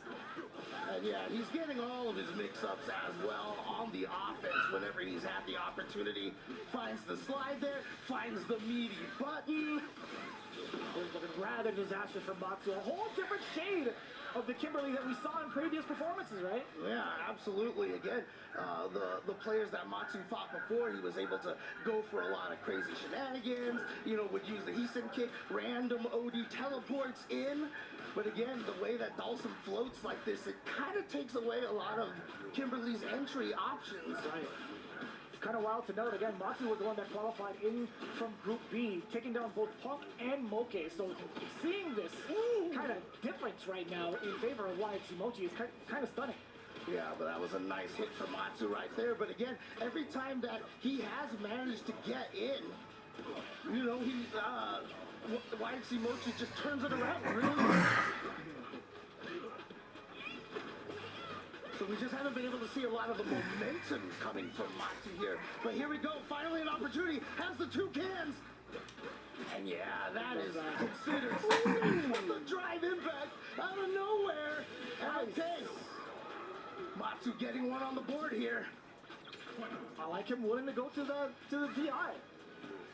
Builds up the double cans as well. Wants to make sure that if he does get the knockdown in the corner, he could make the most of it with the double can setup. Oh my god, caught him in air. Vagabond into level 3. This is an excellent start for Matsu. Game number 3 definitely in his favor. He does have a round on the board as well. This buff, can he make the most of it? Delay on the crouching heavy punch, so unorthodox. Yeah, good timing on that. And here we go, there's the double can setup. Oh, but YHC Mochi gets the throw. Yeah, that's everything too. We talk about how much defense you have to have as a Dawson player, being able to get out of certain situations either via movement or predicting what your opponent's going to do. YHC Mochi, though, on a sliver of life, he can't DI back. Hence why Mott's choosing for that strategy, working out tenfold. All right, so this is a good sign for Matsu here. Taking the game and stopping the bleeding here. I mean, frighteningly enough, with as strong as all these players have been, we haven't seen anything like go down to 5-4. You know, it's been I wouldn't say like completely lopsided, but it's always been like 5-3, 5-2, and even a 5-0 exactly. Yeah, dude, the ending Walker minute RP, I could not believe that actually happened. Oh, here we go. Yep. Plus frames on that heavy kick. Just using that and stealing turns, but a nice teleport for YHC Mochi to get out of there. Ooh. Not even an attempt to go in with an air normal from the second match, by the way. Those are like, what, 2 back-to-back empty jumps? 3, possibly? Don't recall. Yeah, you see they're trying to avoid the anti-airs with that elbow. Oh my god! Does find the torso cleaver. That's huge. Oh, but drills out of there. And gets out of the corner with the teleport again. Oh. All right, burned out right now. Matsu has to find a way in, and now we're back to classic Street Fighter. Oh my god! I don't know anything classic about that one, I'll tell you what. My man ran straight at Dawson mid-air. Got him with a flip kick. Oh, nice parry to not get drive impact right there, but he's just gonna do it again. Why not? Why not, right? Exactly. So far, you've gone for it, and you haven't been counter DI, right? It's just been like a parry right there, so might as well go for it again. Yes, sir. I like that. Maximum unk check. Oh, man. Oh my god, he's just whipping. You know what the crazy thing is? Mats just stood there and watched. Yeah. That's some psycho behavior. No pun intended as a Kimberly player. Oh, man. Yeah, he just stood there and watched. That's 2 throw whiffs in a row, and he's like, yep. This dude's a freak of nature, man. Now. My man was literally just watching these 2 cans, watching these throws whiffs. He's like, yeah, whiff another one. Right in front of me. So there we go. Tying it up 2-2 now. What a beast. Oh, trade, but that actually was a trade combo for YHC Mochi because he had the extra hits them from the drive rush. As you can see here now, YHC Mochi trying to be maybe a little bit more aggressive is feeling like the zoning hasn't been working as well. Macho's been finding his way in, so he's going for the throw loop. Jesus. All from the initial Yoga Noogie as a punish counter to set him up for the down forward throws multiple times over. I like that. I like that a lot. Roundhouse punish counter. Yeah, pretty important start. Faded out that crouching heavy punch again with that distance. Right. Yes, and see right there, the DRCs from YHC Mochi trying to stay closer to Kimberly. Oh. Yeah, I mean, who could blame him for doing it again? Who could honestly blame him for doing it again? YHC Mochi standing on staying on guard this time. Oh, yeah. Trying to snipe with the Bushinkak right there. Not gonna find the hit, and now the tables have turned. YHC Mochi reclaims the lead 3-2 over Matsu. It's so scary every time I see Matsu go airborne and YHC Mochi not really respond with any sort of anti-air. I think he's maybe focusing on the elbow, perhaps, and maybe just reluctant to do an anti-air. Well, the Tatsu's gonna find its mark over here. He's gonna get the hit with the stand heavy kick. So finally gonna lead to a big combo. Does he go for the double can setup? Yes! Oh no, he just caught him in the middle timing right there, in between the bombs. Can definitely happen if you're not throwing him the instant they get up. Oh my god, spend the rest of it. Whether it's via normals, via super, as long as it kills. Matsu being able to build up a second bar, bringing it with him into the rest of the set. Oh yeah, wow, what a tech. What a tech right there from Matsu. Couldn't get in through the drive rush, so immediately tried through the air and then through the slide, and YHC Mochi read all 3 of those. Back to back to back. Now, what do you do as YHC Mochi, right? Like, he's been trying to close out this game, close out this round, I should say. You just kind of keep on the pedal? Yeah, I mean, so far, it looks like he's doing exactly what he needs to do with this round here. Oh, nice, a perfect parry in between the lights. Gonna punish that and is gonna allow Matsu to get in here again. The drive impact. And I love that just because he countered it one time doesn't mean you have to take that out of your offensive arsenal. arsenal, and he's gonna get the burnout as well. And that was so expensive because YHC Mochi responded with crouching media punch, drive rush cancel, and got smoked with the DI. Yeah. Oh, he got the hit. And now back to this zoning over here. So Matsu does have to find a way in, but just runs right in to the standing medium punch. What a good call out right there from YHC Mochi. I couldn't tell if that was a KO screen or not. I just saw purple. Oh. Already down pretty significantly in regards to the drive gauge. Matsu. I was going to say, like, what was he going to use to kind of get on in there, right? The drive rush, definitely the answer. And that heavy kick does have that diagonal reach that her crouching heavy punch doesn't have. Obviously, just a lot longer startup. Too far away for the run slide. Oh, no. Oh. And avoids the torso cleaver just barely. And now Matsu has to find a way back in, but at least has the drive gauge back. Oh, my God. What a way to stop. But down back fierce. Yeah, big stop sign, not being able to teleport. Yeah, YHC Mochi read that perfect parry. And now he's gonna get a big hit here. Got the level 3. And this should be able to do it here for YHC Mochi, which will give him a 4-2 lead. Damn. A substantial lead going into the rest of this set. He's gonna need as many W's as possible because honestly, quite frankly, it's hard to see a Dawson do it. I would love to see YHC Mochi progress, being able to represent himself as a player the way that he does from every single version of Street Fighter where he's picked Dawson. Yeah, and again, it's just great to see because we are seeing character experts all over the place. I know I mentioned that before, but we're watching a Kimberly versus Dawson here in the top 16 of Esports World Cup. You're damn right. We did have a handful of different Kimberlys though, compared to True. Alright, but look at this. YHC Mochi, that zoning is just working out great. But there we go. And that was a punish counter, so got the run slide in time to catch the recovery of the fireball. Oh no! It was the air reset hit. The dreaded air reset hit. Now that I think about it, were there more Dawson players than Luke players? I think so, weird? Yeah. Kind of funny. Match point for YHC Mochi, a little bit of silence in it. We were talking about how this might have be a match that we're going to go closer, but this now it's starting to look like this could just be another 5-2 that we're going to experience. Wow, a trade? The standing heavy kick. Catching Kimberly out of that. Very odd. It's like the very last few frames while she was starting to stand up. Look at the activity coming in from YHC Mochi, and Matsu actually able to thread past it. He's been very active with the floats, very active with the roundhouses to cover that ground, also active with the Yoga Comets. Matsu now trying to dash up in there again, but YHC Mochi helped, was ready with the jump fierce. And like I said, we've seen Matsu willing to try to go for those teleports, but it hasn't worked yet. But here we go. Doesn't want to go up for the air throw. That would have burned Matsu out, so he's just going to go into the level 3. The Bushin Ninja Star Cypher. Here we go. Oh.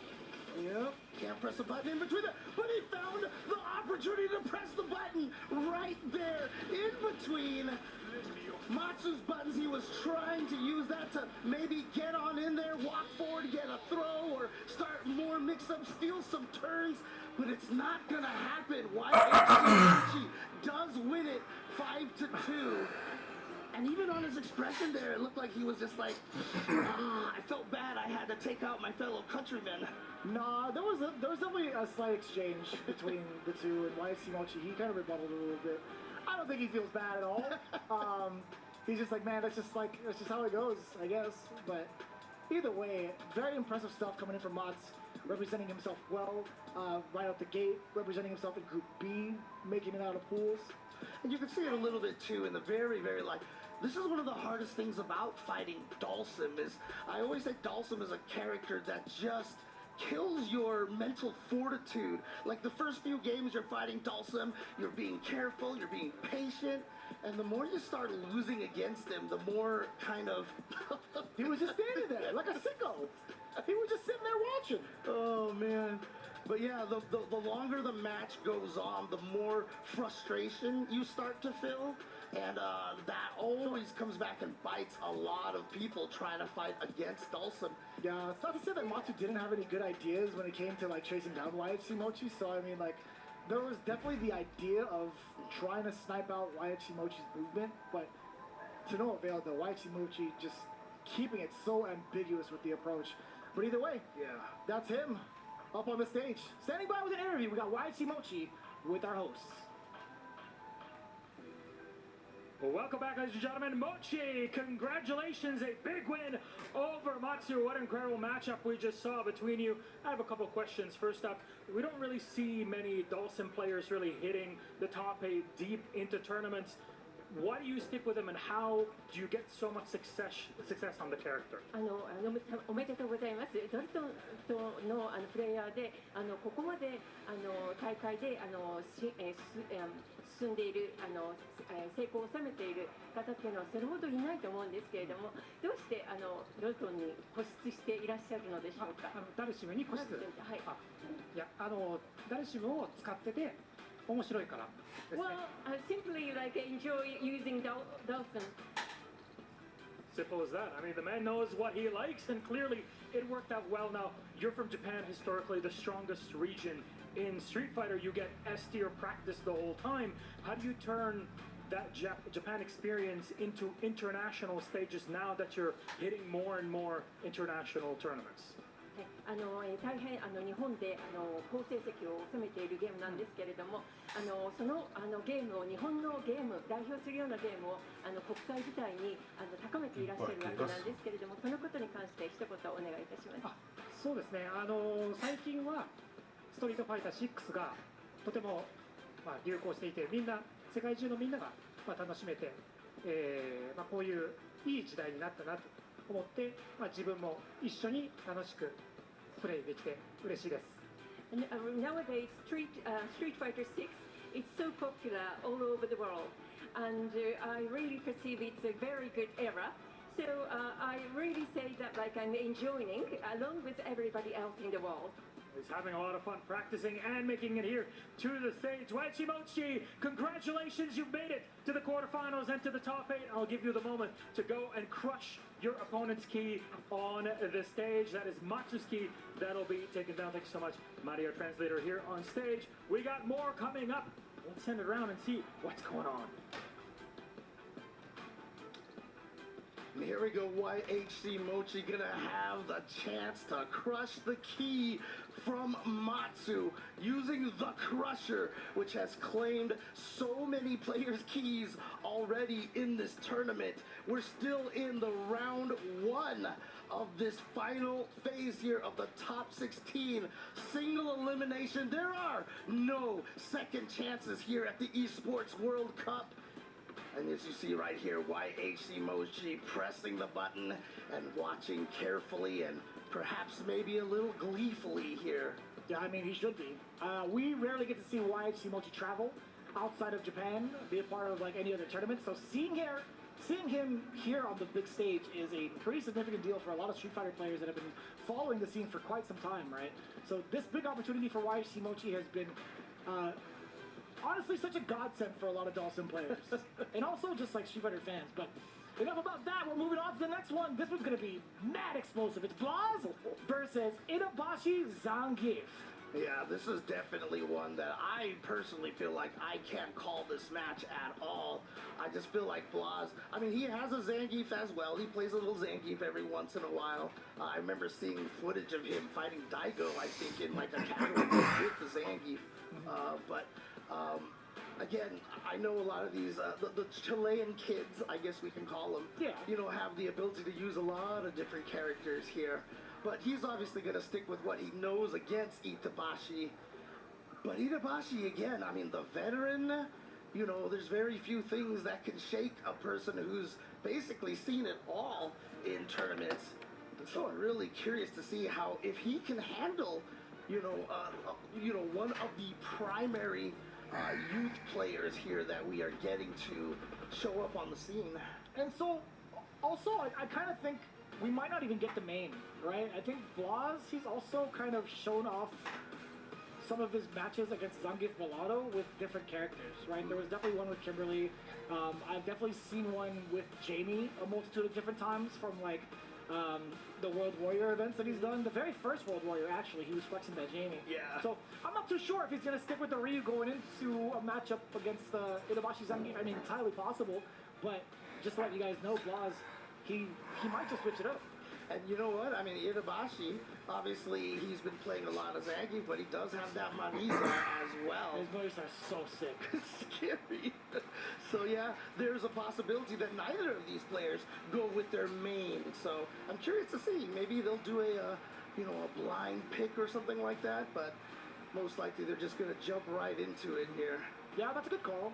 Because Itabashi Zangief, if you saw him during phase number 1, he dismantled NL, and NL was looking mad clean too, like from every event going leading into EWC. As soon as Itabashi Zangief picked that Marisa, it was lights out. So we haven't seen Itabashi play since then. Yeah, exactly. All the players who qualified on the first day just got to rest and do a lot of research and play and practice. Tricky because they don't know who they're going to go up against for quite some time. But, being able to play against all of the other players here, especially some of the guys who have stuck around after the LCQ from last week, sticking it out over here, helping some of their friends practice certain matchups as well. Yeah. You always love to see the kind of, hyperbolic time chamber situation when you have a lot of the players in the same area like this. I wonder who Itabashi Zangief was able to practice up against while here for the Ryu matchup specifically. I mean, there's a ton of Japanese players here just hanging out, just in general to support their fellow players. But I remember seeing a couple of tweets where they all had like that suite level room, just all grinding out games. I don't recall if there was a Ryu player in there. Yeah, but having something like that is just, it's so key. I mean, even Street Fighter League feels that way too, when all the players get together and just play for a couple of weeks and then they come out so much stronger. And he does decide to go with the Marisa. Good. Going to be a very explosive run. Blas getting himself rather close to the corner. Notice he's not really flailing around. He's not really throwing out any sort of normal just yet. He's looking for an opportunity for Itabashi to whiff, and he's going to wait forever. Yeah, he's looking for that Gladius too. That could have been a big whiff punish from the side of Blas. But Itabashi, he's onto him now. That is a delay and a half. Jesus, what a read. Yeah, just delaying that a little bit to catch the delay tech or delay button press right there. So Blas finds that hit now with the Odi Hadoken catching. And look at this. All the way to the corner. Itabashi with a throw tech, but the perfect parry from Blas. He's got the level 1. Should be able to finish it off. Damn. This kid is mad young, but he's got the patience of an old man. I'll tell you what. I mean, he was grinding out this match. Oh, nice. Okay, and there you go. Thanks to the buff. Beats the throws now, but word? Ooh. So we have seen Blas obviously perfect parry the phalanx, the charge heavy punch, and he tried against the charge Gladius as well. Just was off on the timing, but this is clearly what Blas's game plan here is to just perfect parry all of these long startup moves. Yeah, and there's not really much that Itabashi can do against the offensive pressure coming in from like a normal drive rush cancel, right? You can't option select to stop you. And then the shimmy now from Blas, taken to the corner, but a back throw for Itabashi. And I have seen many a round 1 by just a back throw like this into the corner. Oh, that's a start. Oh. Gonna get that drive gauge back. Itabashi now on the prowl. Does have more than enough damage to secure the round and gets to keep the meter. The dump out, the smile, the smirk on his face. Oh man, this guy is never not having fun. Itabashi enjoying himself. Oh. Trying to come all the way, charge, jump, roundhouse. Swinging for the knees. Blas was already ready for it. Okay. Can't test the young man's reactions like that. Gonna have the drive impact counter and gets the burnout against Itabashi, but good anti-air from Itabashi, and he still has the corner situation over here. Holy. Not anymore. It was just, a little temporary. But Itabashi, Could let something rip with the critical art, and he does have drive gauge back. A single hit for both ends, actually. Yeah, exactly. Oh, and a nice overhead right there from Blas, catching Itabashi off guard. And so he does take the first game. And, you know, with the first of 5, you can experiment with different characters. Like, you know what? No, I was close. I'm pretty sure I got this with the Marisa. And so that's what Itabashi is sticking with. Yeah, it was only your first game, right? So plenty of time to experiment with, plenty of time to figure out Blas's timing. Okay, that's a pretty significant whiff punish against the crouching medium punch. Blas, I felt like he knew he was mad far, but he went for it anyway. Yeah, there you go. What? Heavy punch hit, do nothing into another heavy punch for a counter hit, and then chasing down the fireball. You can't neutral jump. This kid is sick. Blas is actually insanely sick. And it's so funny that he's always scratching his head afterwards like he's confused, but there should be no confusion here because he is looking so strong right now. Oh, that was sick. Being able to whip that roundhouse in that fashion. Itabashi Zangief getting thrown out of there with an OD uppercut in response from Blas. Getting the side switch as well, checking the walk back just in case. We get the forward throw now. What's the pressure like? All right. Woo. There's the standing heavy punch, but wasn't charged, so Blas didn't have the perfect parry to try to stop it there. Oh. Yeah. You can see Itabashi's trying not to go for as many charged up moves, but the Odie Gladius right there gonna find its mark and has to spend the level 3 here. Pretty expensive, but it's also willing to do it. Not too bad. Coming in from Itabashi Zangief, just hanging in there at this point.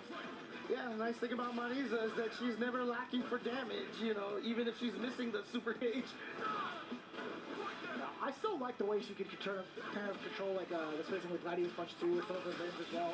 You tried to armor through? Not in this case. Blas blowing it up sky high, especially with that level 3 ender. What's wrong? Get up!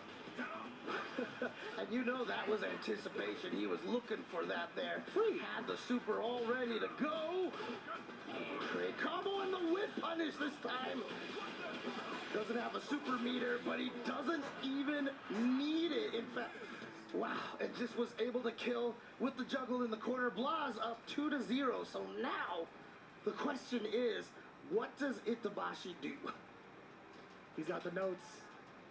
Normally he looks at his phone for this, but I guess you can't really bring your phone to the stage. But Itabashi, not going to switch out to the Zangief just yet. You still have a couple more games to play with it. And just to start off right away, they just both walk forward, and then Blas finding the crouching medium kick. A great whip punish there. So, again, Itabashi has stopped using the charge moves, and so Blas has just been kind of walking out of the range of the non-charge versions and getting whip punishes. That's what it felt like the entire time, right? I mean, like, these last couple of rounds. Blas is doing a great job of not only outpacing and outspacing Itabashi Zangief, but also throwing in these random intervals of dropping the combo intentionally and reacting to what Itabashi's doing. That is so sneaky, man.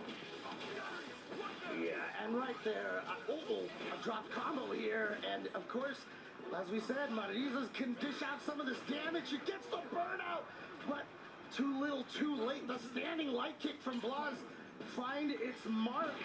This kid is cold, man. He had the same expression every single time. He gets a hit, he starts licking his lips, he's like, yeah, I'm in there. Scratches his head again. Yeah, bro. Oh, again, there's that whip punish with the sweep. He's been finding so much pay dirt off of that whip punish sweep. Look at this, oh my god, that was counter hit timing against Itabashi. It just instantly confirms here into the Shin Show. And just needs to drain a tiny little chunk here to go up 3-0. Oh, no way. Oh, and he perfect parries it? Even if he didn't perfect parry it, he would have been able to kill faster, but he's just gonna do it just to do it. He's actually sick. What? He perfect parried the super just so that he could do the scaled combo. Oh, wow, look at this. I don't know who he's rooting for, man. I'm not gonna lie to you. No, it has to be his teammate, right? Obviously. Goichi getting hype. But again, detonation player. It's like we said, can't say it's just another day in the office for Blas, but just another day in the classroom. Possibly. I want to say playground, but he's a little bit older than that. Give him the respect. Oh, yeah. See, trying the perfect parry again. Honestly, with the way this kid's playing, I don't think he's never going to need to see an office. I'll tell you what. It's a good point. All right, so look at all the damage that Itabashi has been able to do with the drive gauge. Yeah, but how do you maximize this, right? Like, how do you emphasize your point a little bit more with control? Like, how many times can you keep Blas from pressing buttons with block strings, and how much damage can you really chip out from doing strings into Gladius, strings into Phalanx, etc.? And again, the whiff punish right now from Blas. His neutral has just been absolutely impenetrable for Itabashi. Itabashi has not been able to sneak through there. He can get those occasional hits like that, but they don't lead to big sequences, although this one certainly is. He's got the level 2. Damn, that's hella damage. Jesus. Yeah, now that I think about it, it's like, what else can Marisa do to be a threat while you're in burnout, right? Like, outside of just DIing you in the corner. What is she going to do to hurt you? She can't hurt you. But Blas can definitely hurt Itabashi, as he's been doing for 3 games in a row here. Oh. Just a little late. Oh, but again, the frame trap right there with a back heavy kick. Not going to let Itabashi get out of the corner for free. But at least Itabashi is out of there. Oof. Damn, they're slugging too. Blas came in out with a jump short. Itabashi wasn't going to take that line still. We get the Gladius trade-off. Oh, wow, sneaks in with the drive impact, and this is gonna be her. Oh, what? Where's the level 3? Oh, you're dead! Couldn't you have killed with the critical art? I feel like, yeah, I was just expecting it right there. No way, dude. He even hit us with it. Go in. I put his hand up. I wonder if that was an execution. Oh, well, you know what? He's gonna start the round here early, and this is key because look at Blas's drive gauge. Very scary situation for Blas, but the perfect parry. Once again, using the heavy Tatsu to switch sides. It's so wild because you risk putting yourself into burnout if you don't get the perfect parry. Yeah. But when you're perfect pairing level 3 supers just so you could do longer combos. Yeah, I don't know. This kid's a beast. There's no way. Another round, another game on the side of Blas. Picking the right spots with crouching medium punch, actually just counter hits in general, have been so clean. You just look at Blas as soon as that level 3 hit, just kind of put his elbow on the armrest, put up the fist, and just kind of rested his head on his fist, like it's almost like he's not being challenged enough. No. He just wants to get it over with. I know the analysts were talking about, you know, they didn't think they would see a 5-0 today, or some of them were saying maybe just one. Yeah, Blas might be able to add a second one here after the ending Walker Mena RD match. Oh. Genuinely, I would hope not. I mean, Itabashi Zenki, he's locked into Marisa for the rest of the set now. But maybe we could see signs of life. It's just a matter of whether or not Blas starts to slip up, because he's been playing perfectly thus far. And here we go. Here comes Blas. Oh, are you serious? You hit that button early to bait out the parry? Who thinks about that? I know, right? And this is what I love, you know, when you have young players like this approaching a game without all this, like, history of other Street Fighter games kind of clogging their mind. They just approach this game in such cool ways. And look at this. Now Blas is just going to go for a throws here in the corner. Oh, yeah, okay, there you go. He did go for the throw there again. Itabashi gets out with that level 1. Gets the hit on the knee. Catching the timing of Blas just a little bit now. Blas is at a really interesting space to get some of these crouching medium punches in against Itabashi Zenki. It's been so awkward for Itabashi, and it might just be pretty close to death. Yeah, just very soon. One hit right now against Itabashi, and you can see Blas just kind of swinging away. Knows that Itabashi has to play so careful. Oh, the miss on the DP. That's going to give Itabashi this round. He's still alive as Goichi is cheering for his teammate. The fiery passion of cheering on teammates. That's pretty sick. I've never seen Goichi in that kind of position before. It's just, again, one of the cool things when you're cheering for your teammates. trying to give them all the support as you can, but Blas right here with a life lead against Itabashi. Good defense and patience right there from Itabashi, and in fact, it's Blas who has less drive gauge right now, and he just decides to burn himself out on this offensive sequence. I think he's totally fine with that, right? As long as you have this offensive sequence, you can build back the drive gauge if need be. So long as Itabashi doesn't escape the corner. However, taking a look at your screen right now, we got the end fold. Oh, try to fade a wake up.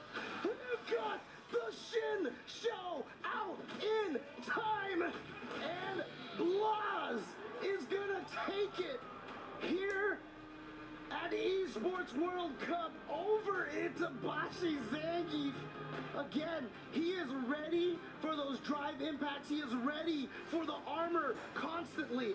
As soon as he goes into one of those sequences, you know he's inputting quarter circle 4x2 and just waiting to see if there's any armor, and if he sees it, just press the button and take the win. That was so well played. It felt like Blas was in control the entirety of the set. It's like no disrespect to Itabashi Zangief, but if you just look at the way that Blas was hovering around the normals that Marisa wanted to poke with, or at least within ranges where Itabashi wanted to press buttons, Blas was there a step ahead every single time.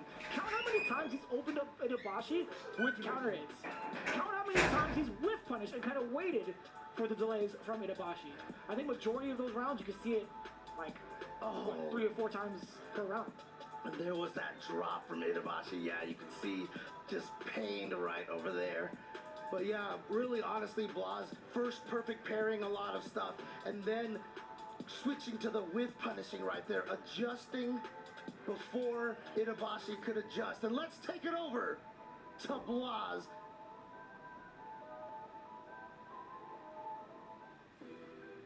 Blas, the young phenom, gets it done 5-0 over the legend Itabashi Zangief. Amazing stuff there. Blas, what I want to ask you is, single elimination tournaments are more of a thing that was even before my time. Is this your first time playing in such in a big event in a single elimination format? And if so, how did you like it? Básicamente te pregunta sobre el formato de Single Elimination, si es tu primera vez jugando y cómo te sentiste jugando de esta manera. ¿Todo español? Sí. No, es mi tercera vez. No, es como la quinta. Lo siento. Estoy muy feliz, es como un sueño, como siempre digo, estar con la gente más fuerte del mundo. Es una locura. It's not his first time, it's his 4th or 5th time, and it's a dream for him to be in this stage. It feels like a dream for him to be at this level. Okay, and when it comes to you on big stages, of course, we saw you at Capcom Cup last year. You get 2nd place at Capcom Cup at such a young age. How has life changed for you from then until now? Básicamente te pregunta cómo cambió tu vida desde entonces, desde ese segundo puesto en el torneo de Capcom Japón. Puedo hacer clases online, puedo viajar todo el año. Antes iba al colegio. Puedo ver a mi familia. Eso. Estoy muy feliz, obviamente. Okay, he feels super happy, but at the same time, his life changed dramatically. Basically, he had to kind of drop college or prioritize his professional career to train and to get even better each time. So his life is flipped since then, so amazing. Extremely well-deserved, and at this point, Blas, you are officially in top 8 of EWC. One more time for Blas! Blas, you could go ahead and crush your opponent's key. Oh, no, you could, bro. Blas! Oh, yeah, left me hanging there. Oh, God dang. He was about to leave Rob hanging. He's like, you know what? You did it to me first. This guy is a class act, though. Seeing the fact that he's able to continue on pursuing his passion in Street Fighter. Honestly, it's a smart call because you see how well he performed over at Capcom Cup? Like, why not keep going with it?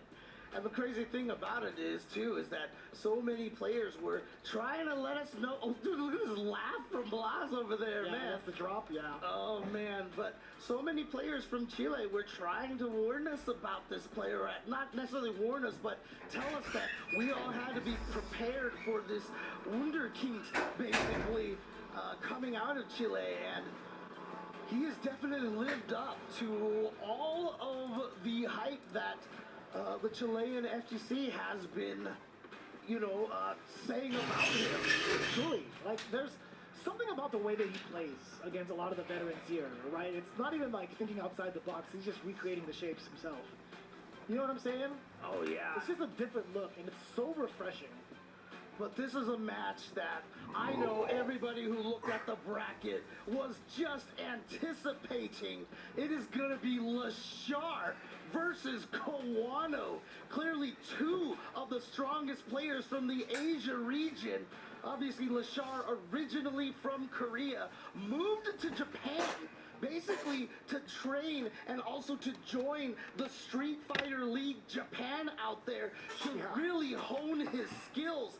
But remember, Kawano, he's just been winning so many tournaments. He was, he's definitely one of the strongest of the young generation of the Japanese players, and at this point, probably the strongest. He took out the entirety of like Team FlyQuest and Street Fighter League. Remember, he won Evo in Street Fighter 5, stopping that crazy run from IDOM. Yeah. Kawano is just, I mean, he is here to stay. He's definitely playing like a wall. I didn't mean to cut you off on that one. But yeah, no, he's been very active in where he places himself in the neutral, where he places himself against his opponents. And it's rather annoying in regards to like how we've seen the other players react. Like I enjoy it, obviously, but I'd imagine in the hot seat of the other player, it's like, man, how do I get past the activity that Kawano's been throwing out, right? It's like, it's been very difficult to track. Akuma's walk speed is mad impressive, standing light kick to kind of outpoke his opponents, and also crouching medium punch, the Shoto special. It's such an excellent counterpoking tool. However, this kind of flips the script when you have someone like Ed, who has the normals to kind of contest, and he's also going to check walkbacks pretty significantly, and also has a fireball to him. This might just be a little something that would challenge Kawano the most thus far at EWC, because every other game that Kawano's played, in my opinion, has felt like a wash. Yeah, he has been playing out of his mind in this tournament so far, but again, Lashar is a different breed. A lot of players, after playing him a bunch, talked about him like, this guy has like the craziest reads. He is like absolutely insane, and this year it is starting to come to fruition. He won Combo Breaker, he won CEO. Back to back, dude. Back to back, and that is not something that I can think many players have done ever. Not in a while, I would imagine. There's got to be something in the history books where it's like, yeah, this has happened before, but it's been quite a long while. This has been a very explosive year for Lashar. I mean, last year also was pretty explosive for him. He was at one point the most feared man in Japan, as you were talking about. Tokido had said that plenty of times over, even before Street Fighter League. As soon as Lashar touched down, it was just a whole different wave of competition, just him by himself. Yeah, and Tokido was like, all right, you're on my team. Cool, thanks. Yeah, free. As it should be. And it is going to be the Ed. I mean, one of the tricky things about Lashar is he can clearly choose a bunch of different characters. In the grand finals of CEO and Combo Breaker, he won those with Mai and Terry. Right. Even though he played other, like Ed, for most of the tournament. But he has a lot of stuff in his pocket, so if this doesn't work out, he can definitely go to a lot of different characters. Yeah. If you look at it too, the way he won CEO, it was definitely against NL, right? He did face off against the Akuma, although that was with Mai before and also Terry. So a lot to consider here, the fact that he's going in first against the Akuma. Yeah, and here we go. Kawano has the corner. He's down in life, but again, the corner position oftentimes supersedes that life lead here. Lashar trying to find his way. Gets the perfect parry immediately with the standing medium kick to snipe the drive rush. Right? It's exactly what he was supposed to do. Exactly within his toolkit to stop that aggression, or at least stop the shenanigans with the fireball. Put standing light kick again with the conversion from Kawano. One of the key normals that he's so used to doing to dismantle an opponent's defense. And again, Lashar trying to fight out of the corner, but that's where he was at the end of that last round to find the kill. You see Kawano being so patient, just using Akuma's walk speed, but there it is again, just being sniped right there from the forward movement. First real offensive sequence that we're going to get from Kawano, at least in this round. Back-to-back throws. Lashar, what do you do to counter that? A little hesitancy. Kawano hiding in the timing of that crouching short. Does get the counter hit, does get the round. Yeah, again, excellent button timing. Oh no! Didn't think he was gonna get hit. And so here we go, 1 or 2 bounces, the 2 bounces right here, but he's still gonna be able to get very good damage here.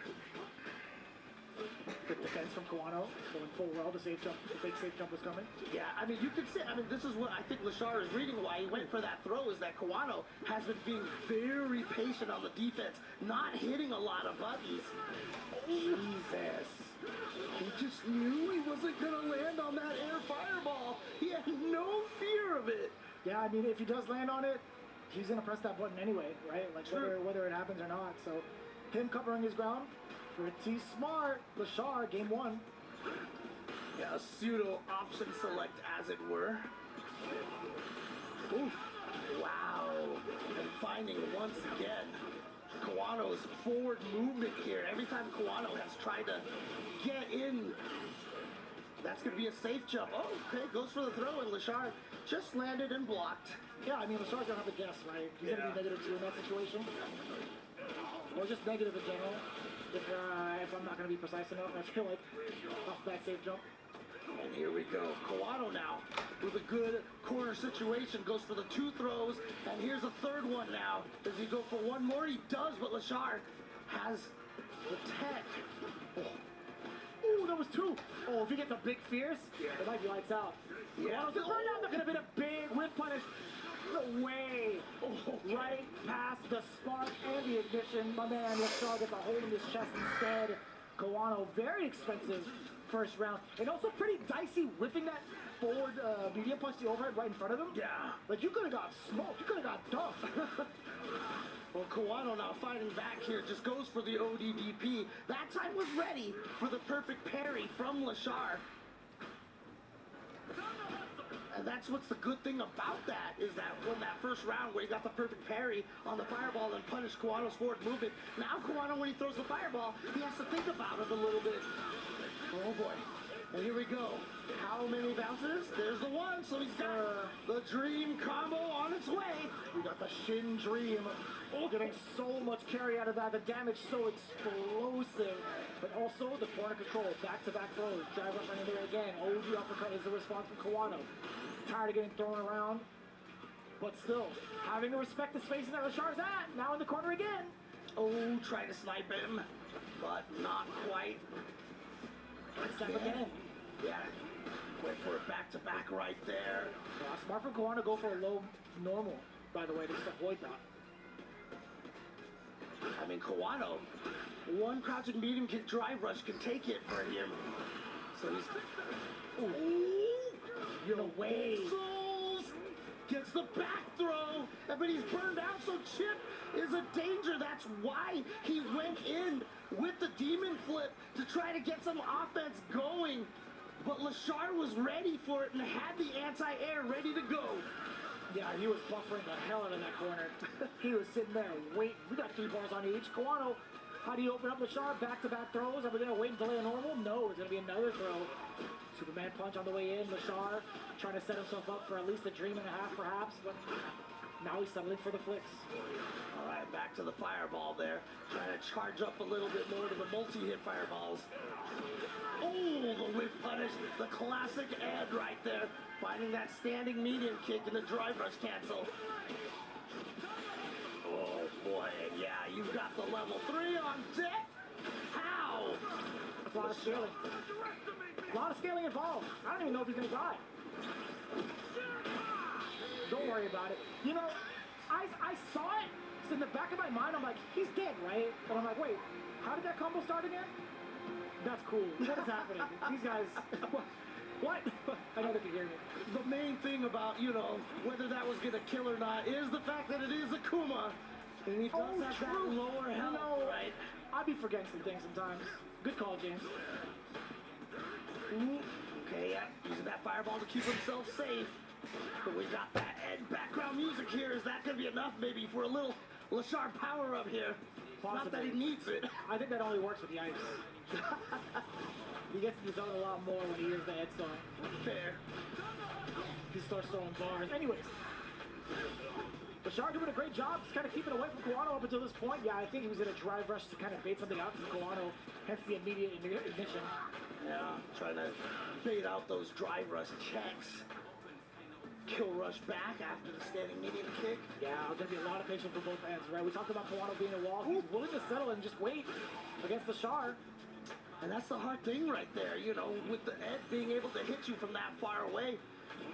You know, it's hard to take advantage of a lot of the, the nice normals that Kuma has, just like that. He just walked into it, by the way. Yeah. I don't know what that was. He just blatantly walked into a normal. Because obviously with the Kuma, you know, forward medium kick, forward heavy punch are good moves to fish with, but Ed just outranges all of those, and you do have to walk into a danger zone to try to land those normals with the Kuma. 13 seconds on the clock. Single hit from both ends. Bashar now has the lead. He could let a level 2 rip. It's going to be OD Fireball. And the flick again. He's playing Kawano's game against him. He is running down the clock and forcing some big airs. It's like I said, every big attempt from Kawano to move forward has gotten checked so badly.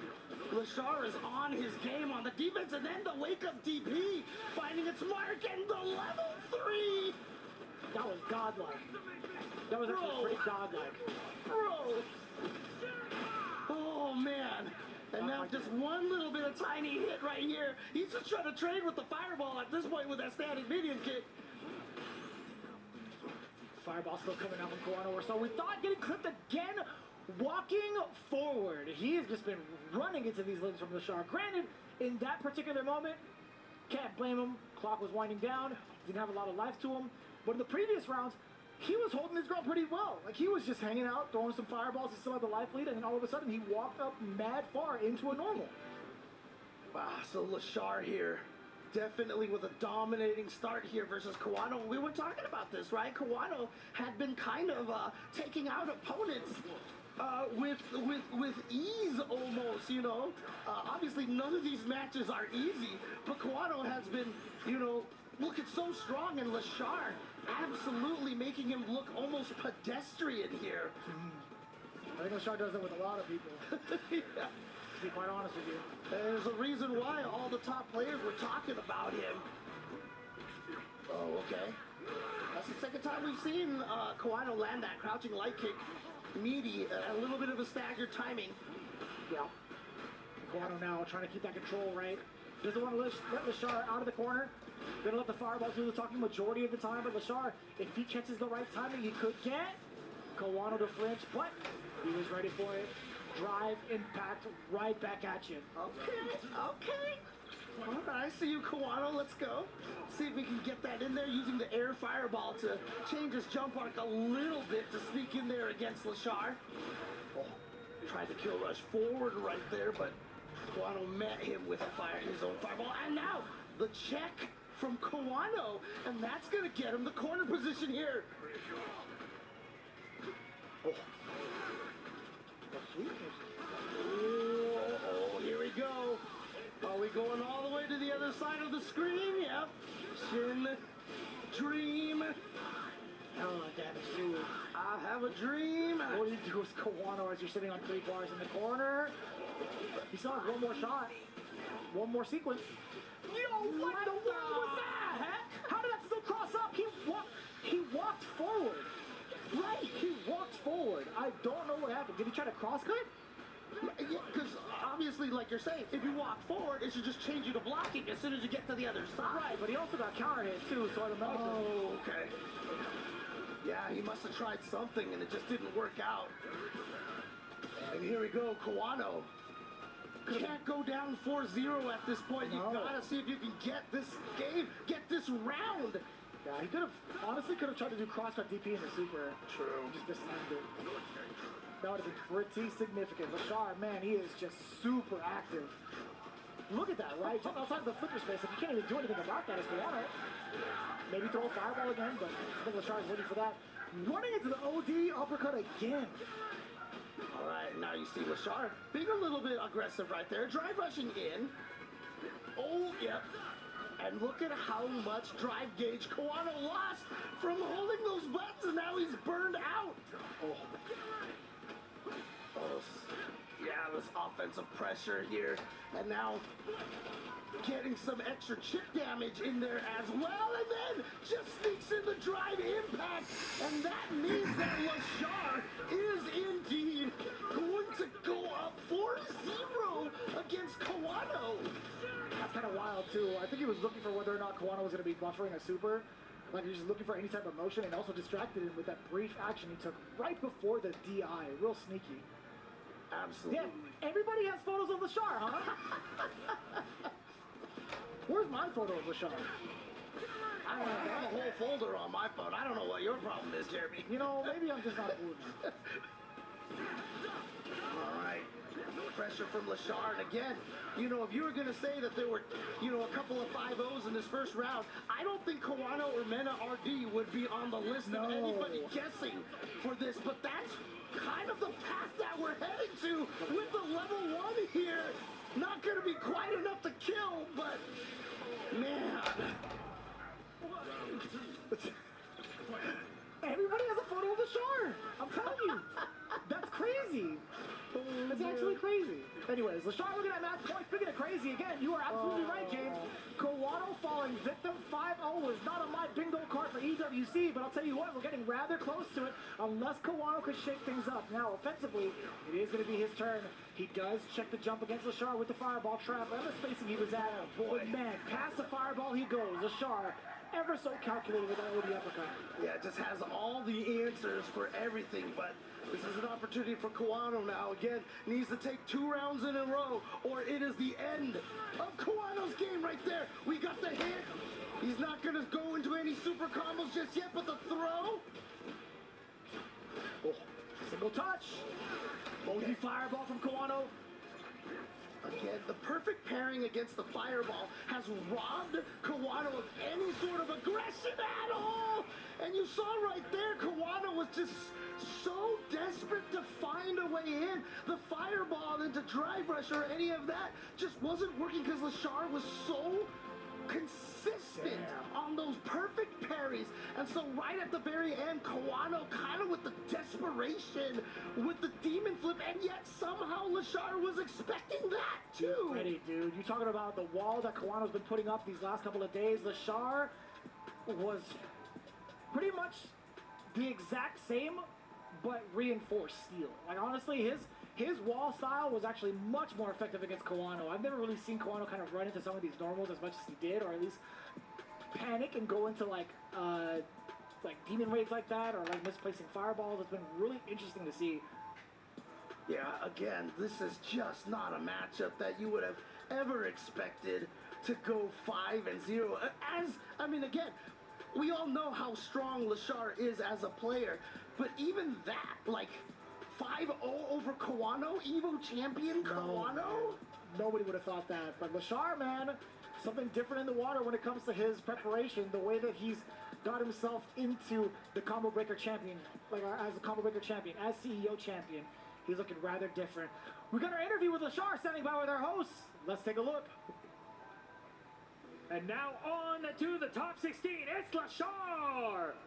Congratulations and thank you for coming in with us on the interview and doing it in Japanese also. Bit of your normal, usual Korean. Now, question, you've won CEO, Combo Breaker back-to-back, top 8 at EVO, and now top 8 as well at EWC. How are you so consistent in 2025? おめでとうございます。本日は韓国の代表する選手でいらっしゃいますけれども、日本語で通訳させていただきます。最も安定したストリートファイヤーのプレイヤー、そして CEO でもあり、そしてコンボブレーカー、連勝を収めていらっしゃる EBO ではトップ8、そして今この地 EW で戦っているわけですけれども、なぜ2025年はなぜこれほど安定しているんでしょうか。いややっぱその日本に住んで僕の日本のリゼクトチーム時戸さんとか梅原さんとか小戸さんのそのアドバイスとか本当にいろんな日本の選手のおかげでそういう結果が出たと思いますね。ありがとうございます。I would say that I'm only thankful to my Japanese teammates. Since I've lived in Japan, all my teammates in Japan have been so supportive, such as Tokido-san.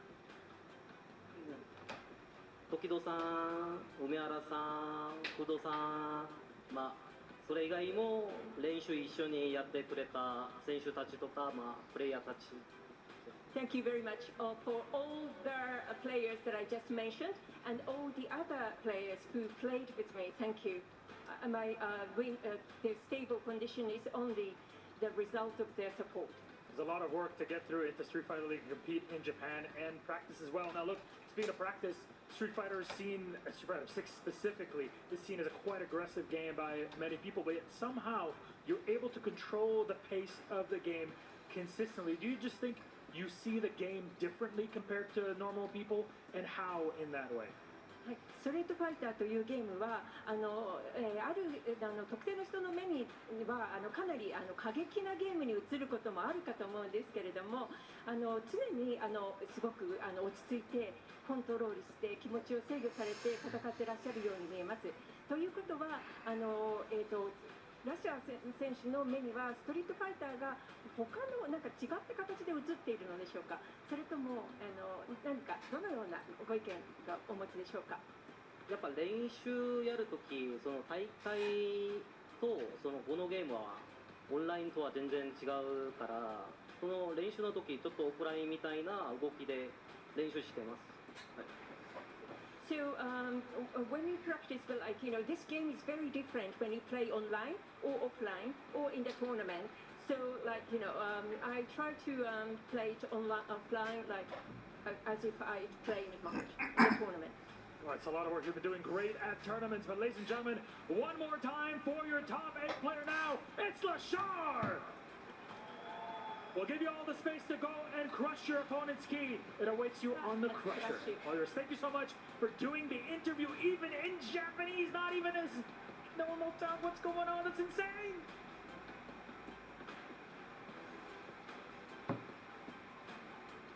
I definitely saw Jeremy downloading a bunch of Lashar pics during that interview. That is correct. I got the picture of him standing by with both of his trophies from CEO and Combo Breaker. Now I feel like I'm part of the club. I mean, look at this. You see what I'm saying? Yeah, Everybody's got a photo, man. Insane. Oh, man. And here he is, going to be crushing the key of Kawano. And again, you know, obviously we're going to be losing a lot of strong players, but going down in an 0-5 fashion is definitely not what we are going to expect. But that means that we are down to one last match here in the first round of this top 6. I love how he has to inspect it. He's like, did I crush it all the way? Is that all right? Yeah, he's still going for it.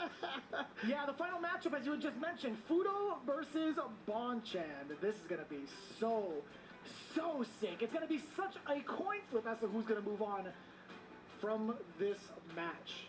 And I mean, like, seriously, if you take the number of times these guys have fought each other during their entire FGC career, I mean, that is just going to span, you know, dozens and dozens of matches, both of them really kind of entering the Street Fighter world during the Street Fighter 4 days. Yeah. You know, Fudo coming over from Virtua Fighter, Bonchan coming over from Mahjong. That's correct, yeah. I mean, like, Bonchan definitely got recruited by Daigo. I think that story's been told a bunch of times over, where Daigo was like, you know what, you make very impressive, like, intellectual reads against your opponents. Why don't you try fighting games?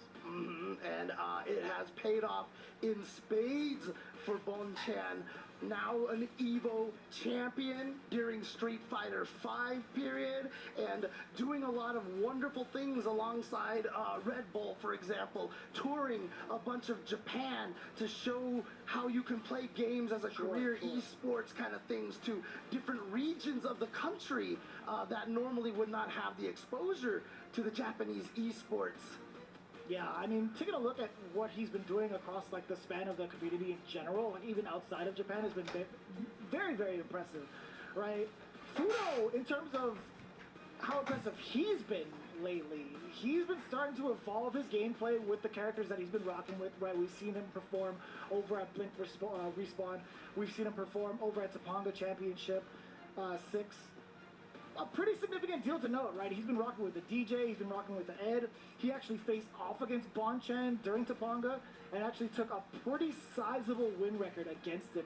Prior to that, though, I'd imagine he was kind of looking forward to the run back against Bonchan because Bonchan was the one that bested him over at Combo Breaker this year. So a lot of back and forth, as you had mentioned, throughout the entire course of their career, but definitely within this year as well. They've played a good amount of sets.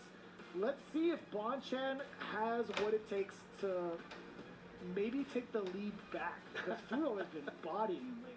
Oh man, but you love these kind of rivalries. You love seeing it when these players have faced each other so much. They probably know so much about each other and what they tend to want to do. And so, when you know you're going up against somebody that you've played this much, you really gotta try to throw out like different looks at him and try to, use slightly different strategies and such. So, again, you cannot find two of the Japanese players with more accolades than these two combined together right now. So here it is. It's going to be Fudo versus Bonchan. Let's go! A little bit of a switch up in the names, but do not be confused. It is Bonchan piloting that Akuma, and it's going to be Fudo piloting that Ed as expected, at least within this round. We don't know if that switch is going to be happening from the side of Fudo, unless it's solicited, right? This Ed is already doing great damage, but pretty much tit for tat thus far. What's interesting is that this is the exact same match we just came from, right? So, I wonder if Fudo was watching that going, maybe this is how I beat up on Akuma. It would make a lot of sense. I mean, Lashar, he was attributing his success towards his teammates as well, right? Fudo being one of them. So I would imagine Fudo would be more than prepared specifically for this matchup going into it. Yes, sir. Not quite at level 2 just yet off of the OD Blitz. It's going to be just fine. He actually went for it anyway. I don't think Bonchan had a choice, to be quite honest with you, because of the burnout. Right. So it makes a lot of sense. Fudo would have done OD Blitz. Level 2, he would have held Flicker also to stay plus.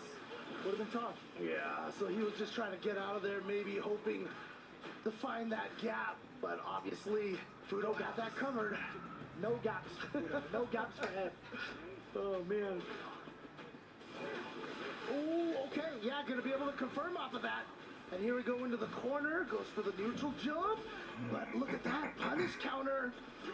Fudo. I had blinked. Was that against the fireball? Yes, in the corner, yeah. Oh. And trades like that definitely are not going to go in Akuma's favor.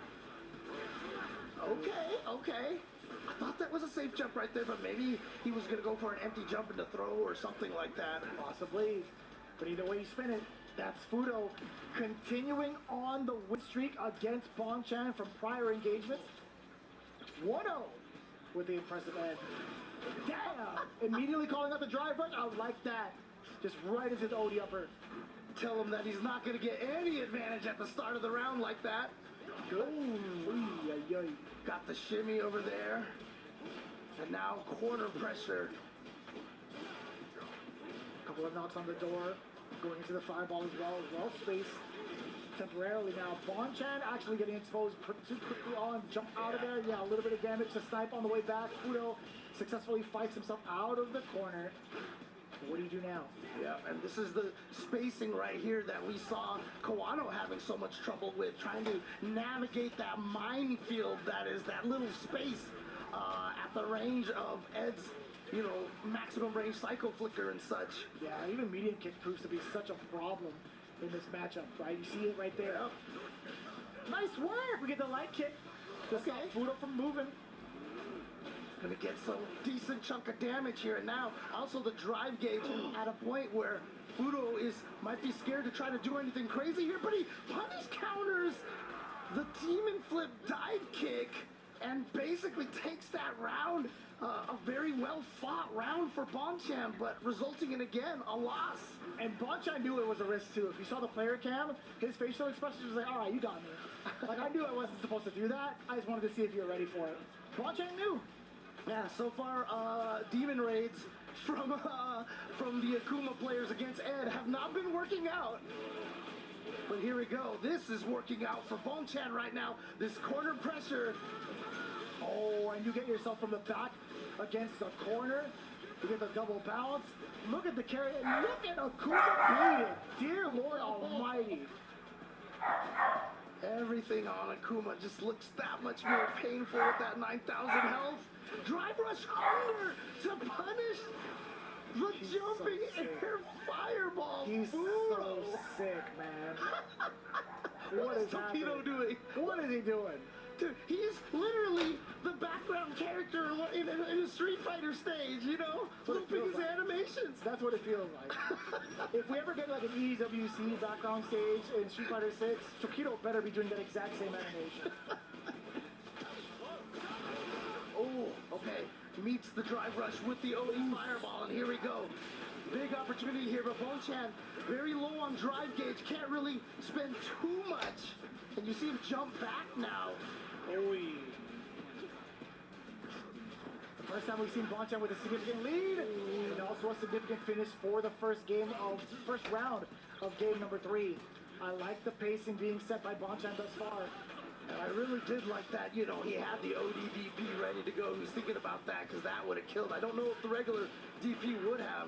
Right. Oh no, trying to steal the turn.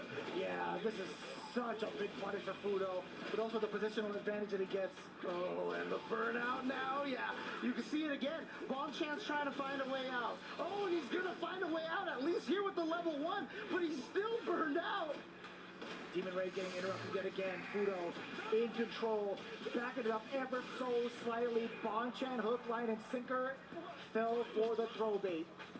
I mean, going into Evo, everybody was talking about Fudo and Lashar as the two hottest streaks going in there. And so far, we're seeing both of these players perform so well here on this EWC stage. Oh, he drive rushed the active frames. Couldn't slip past that stand medium kick. Oh, no way. Fudo. Single touch needed. Baits it out again. Doesn't even need to spend the level 3. That's got to be 3 games straight for Fudo-san. Please don't tell us we're going to get another 5-0 here. I hope not. I personally just want to see this matchup develop. Honestly, I enjoy watching this matchup in particular because of how strong they've been kind of showing up in the meta, like how often they've been showing up in the meta and how strong they've been in general. So I want to see a difference now between like the Lashar match versus Kawano. It's a Bonchan versus Fudo, right? I want to see it go down to the wire. Right. And obviously, you know, in Japan, I feel like Japan has a lot of the, I mean, if we count Lashar as Japan, because that's where he's living right now, definitely has some of the strongest Eds and Akumas. A lot of people counted Ed out after he was nerfed in that patch, but so weird for people to be dismissive like that. Damn, hella damage spending the rest of the drive gauge. I like that. Let's go. Bonchan finding some blood right here. Finds a life. Yeah. The OS gets the DP off of the drive rush cancel. Damn, you still went for the fireball? That was mad far from Fudo. And it's just like, I can't even attack with fireballs from that range? Ed's still just gonna get through that? Very tough to deal with. And just the raw drive rush and a light punch from Fudo's gonna get him out of the corner. Here we go. The double bounce. Still gonna get the full corner carry, along with hella damage. 1 bar to Fudo's name, and now even closer to that win. Yeah, oh, okay, gets the hit, and what's good is that it builds the space here, but look at these, now it's Fudo's turn to perfect parry these projectiles all day, and then the Psycho Flicker.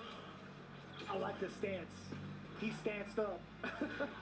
Let's stance. Oh my, that was awkward.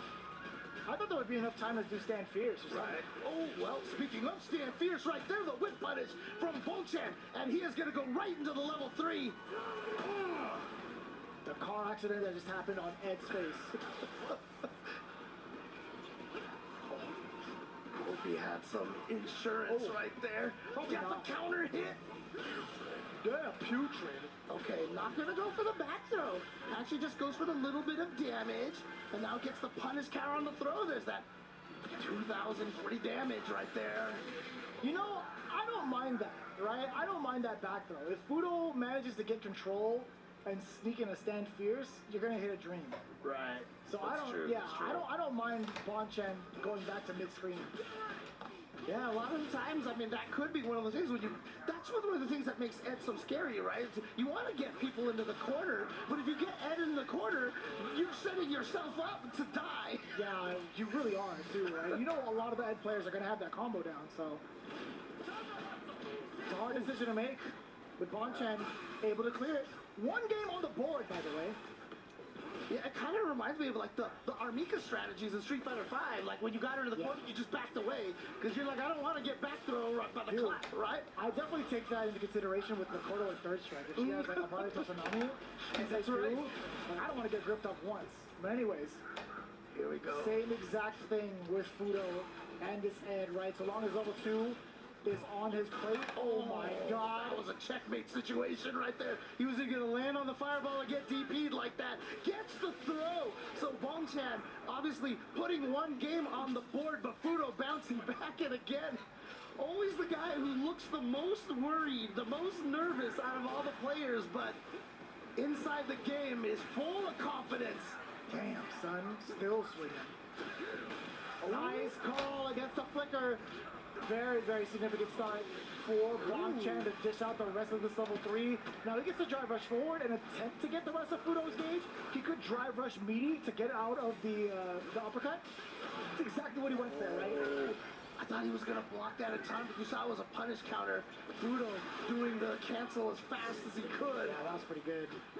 Into the drive reversal. A little smart from Fudo. Oh, the rush forward. He's hella dead. He's hella dead. You get that great jump read right there, and Fudo, if he'd kill rush back, he probably would have just he would have eaten that jump attack. That's right. But instead, forward on the other side, and I didn't see if it was a counter hit or if it was a punish counter. I'm not too sure. But that standing medium kick from Fudo was able to take it after that landing. Yeah. That was a little bit awkward too. I thought there was going to be time for Fudo to press the button. Yeah. Upon arrival of Bonchan with that demon raid. Ouch. Standing fierce to the face right there. And again, no demon flips for you. Now back to this neutral zone. Damn. I mean, between Fudo and Lashar right now. Damn. They are making this look like a terrible matchup for Akuma. It's starting to feel that way. I think a lot of players might be convinced. I love those plushes, by the way. I gotta pick some up in Japan. I mean, if Fudo can take this 4-1. And here, okay, tech right there from Bonchan. Always a scary thing because of those shimmies right there. Right. Oh, Fudo's been walking around too. One more hit actually does it for Fudo. Yeah. He could build it up off of the drive gauge cancels. Good drive rush cancels, excuse me. Good patience right there. A nice empty jump from Bonchan, so he couldn't get landing buttons, but he tried to do something in between there, and it is not going to work out, and Fudo takes it 5-1, which means between Lashar and Fudo, Ed has defeated Akuma 10-1. That's crazy. 10-1? That's wild. His wife, bawling. I don't know, like, I was just reading the sign. But damn, man! What an impressive bout from both of the Ed players. What is that? Somebody out there has got to be able to turn that into an animated GIF, green screen kind of thing, dude. Because he's definitely copying like one of the NPCs that exists in the game. I just can't remember which one. But man, what a bout between these two. Unfortunately, we say goodbye to Bonchan. Maybe that'll kind of rekindle his passion towards the king going forward. Maybe he'll have a lot of time to kind of think about his character choices going forward. But with Fudo, he's got to consider what character he wants to use going up against Lashar now. So that is going to be something we could all really look forward to within the next matchup in the quarterfinals. And there's also this kind of like weird meta, because if you start picking the king right now, and if, you know, maybe he gets buffed a little bit, right? So maybe you're anticipating that. It's a weird way to look at it, but it might be a thing for him. But we're going to go over to Fudo with Rob TV. And just like that, the legend himself, Fudo, is able to get it done with a 5-1 victory. Before we get into the interview, ladies and gentlemen, make some noise for Fudo! Fudo, I have been watching you for a very long time. Street Fighter 4, we're watching your Fei Long. Street Fighter 5, we're seeing the Armika, and now Ed. Your characters are nothing alike. What goes into picking your main character? はい、おめでとうございます。フード選手のことは私はもうずーっと注目させていただいておりました。ストリートファイター4ではフェイロング、ストリートファイター5ではアールミカ、そして6では6ではエドを使用していらっしゃるわけですけれども、なぜこのようにキャラ変更をよくされるのでしょうか。全然違うキャラクターですよね。そうですね。キャラ変更したくないんですけど、キャラクターが弱くなっちゃうんで、キャラ変更しちゃってる感じです。Well, I don't wish to change characters, however, the characters get weaker and weaker, so I have no choice but to change characters, actually. Oh, okay, my man is a tier enthusiast. That's the word we're going to use for this one, chat. We got to make sure we keep it a little bit PG. Now, outside of that, I also wanted to ask you about, let me make sure I'm not mistaken, because I don't know, I'll give you a specific question. It was, what was it, somebody? I want to make sure I don't switch because of translation. Yes, okay, recently, my apologies, guys. So recently, we've seen a huge level up for you as far as skill-wise. We've seen you in Topanga League, you win. Blink Respawn, you win. What changed? Was it your training regimen, or your approach to the game? Why have you gotten so much stronger this season? 最近大変フーガ選手の活躍が目覚ましいものがあるんですけれども、トパンガでもそしてブリンクでも優勝を収めて勝利を収めてらっしゃるんですけれども、何か練習の方法を変えたとか戦略を変えたとか、何か対策を変えてらっしゃるのでしょうか。そうですね。リジェクトに入って、リジェクトのメンバーとかと対戦をすごいするようになったんですよ。次やったベシャーとかと本当によく対戦してて、そういうのが結果に出たのかなと思うんですけど、次がよく対戦してる相手なんで、すごい怖いなと思います。So since I joined Reject, I have been playing lots of practice matches, and last year as well, that who played earlier. And yes, I think that my good result is the result of practicing and playing with lots of teammates. And but I will be competing against who I'm really, really familiar with. So I'm frightened, to be honest with you. Sometimes things come straight back to the power of friendship. Fudo, congratulations. You are officially in top 8 of the Esports World Cup. Please go ahead and crush your opponent's key.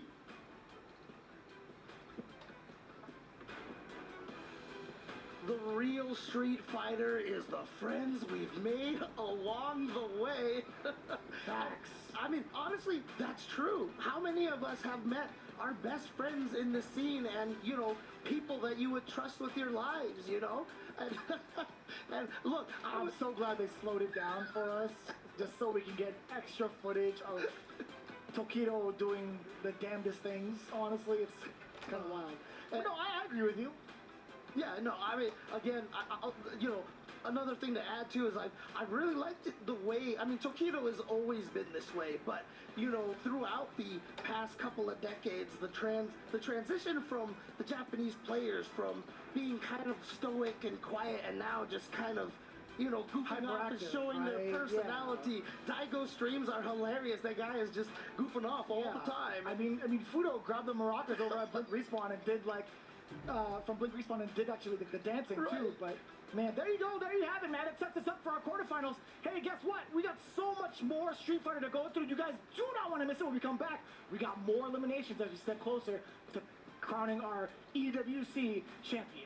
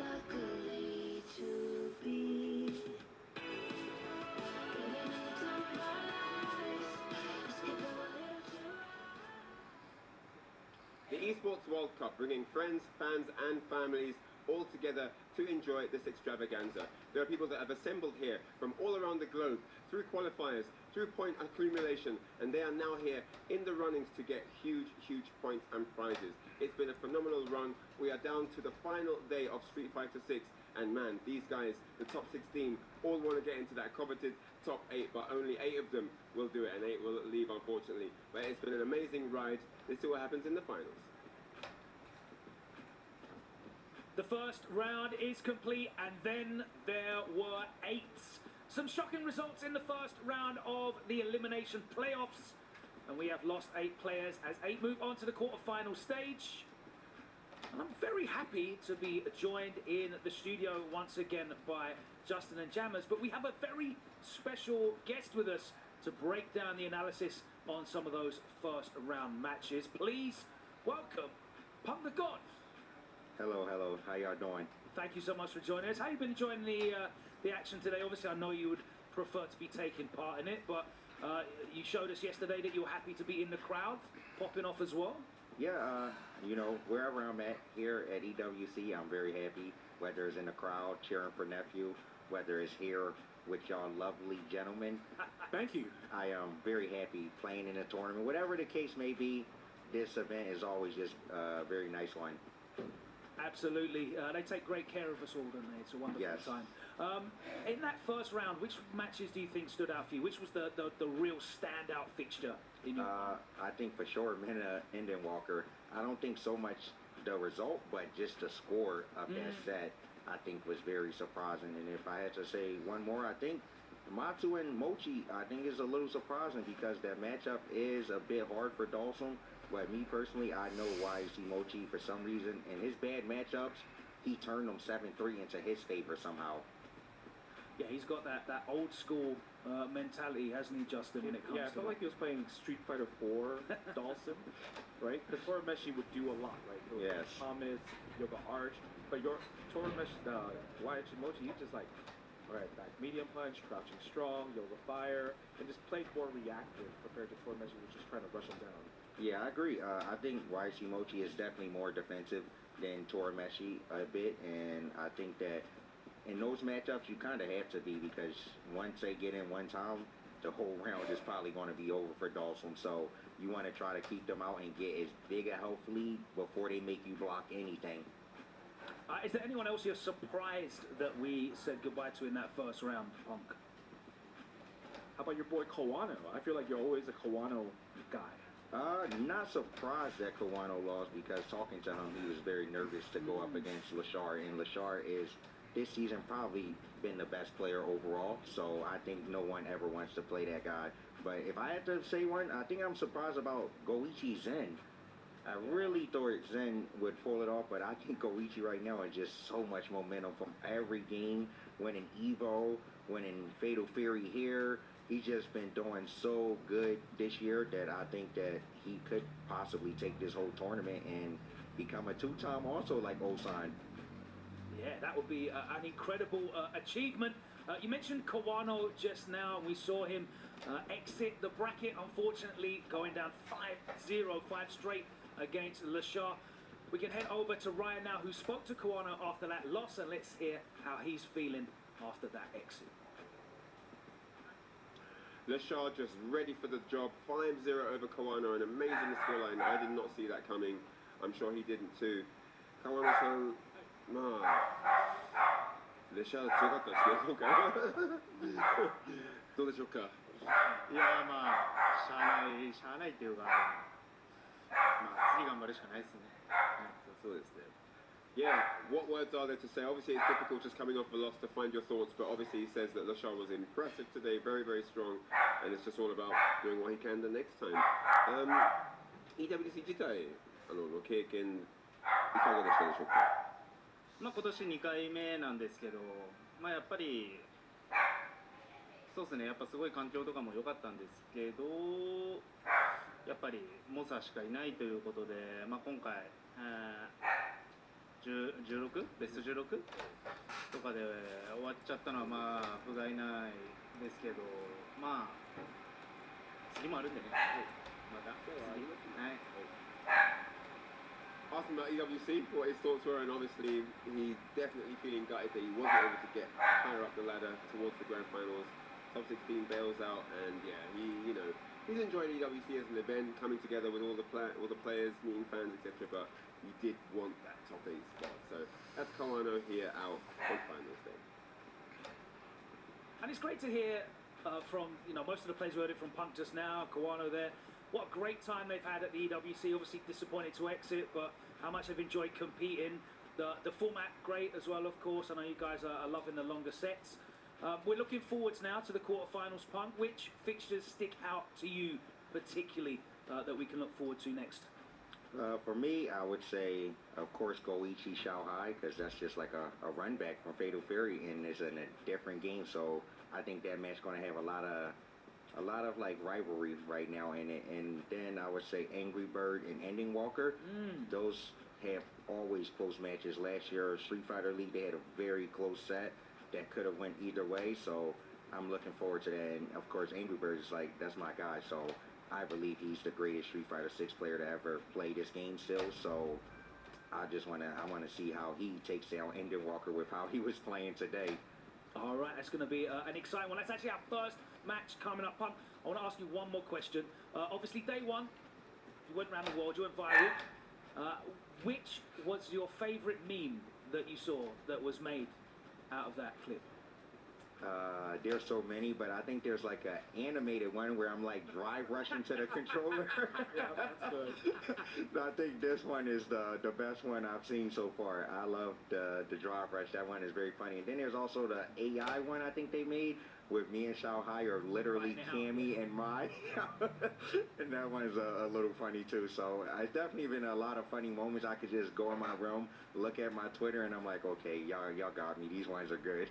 I've got to give you all the credit in the world. You've taken it in your stride. You've been a really good sport with it. And thank you so much for coming and speaking to us as well here in the studio. It's a pleasure to have your insight, always a pleasure to watch you play, and we're looking forward to see you competing at the next event. But obviously, we say goodbye for now as we look ahead at the brackets that are coming up here for the quarter-final stage.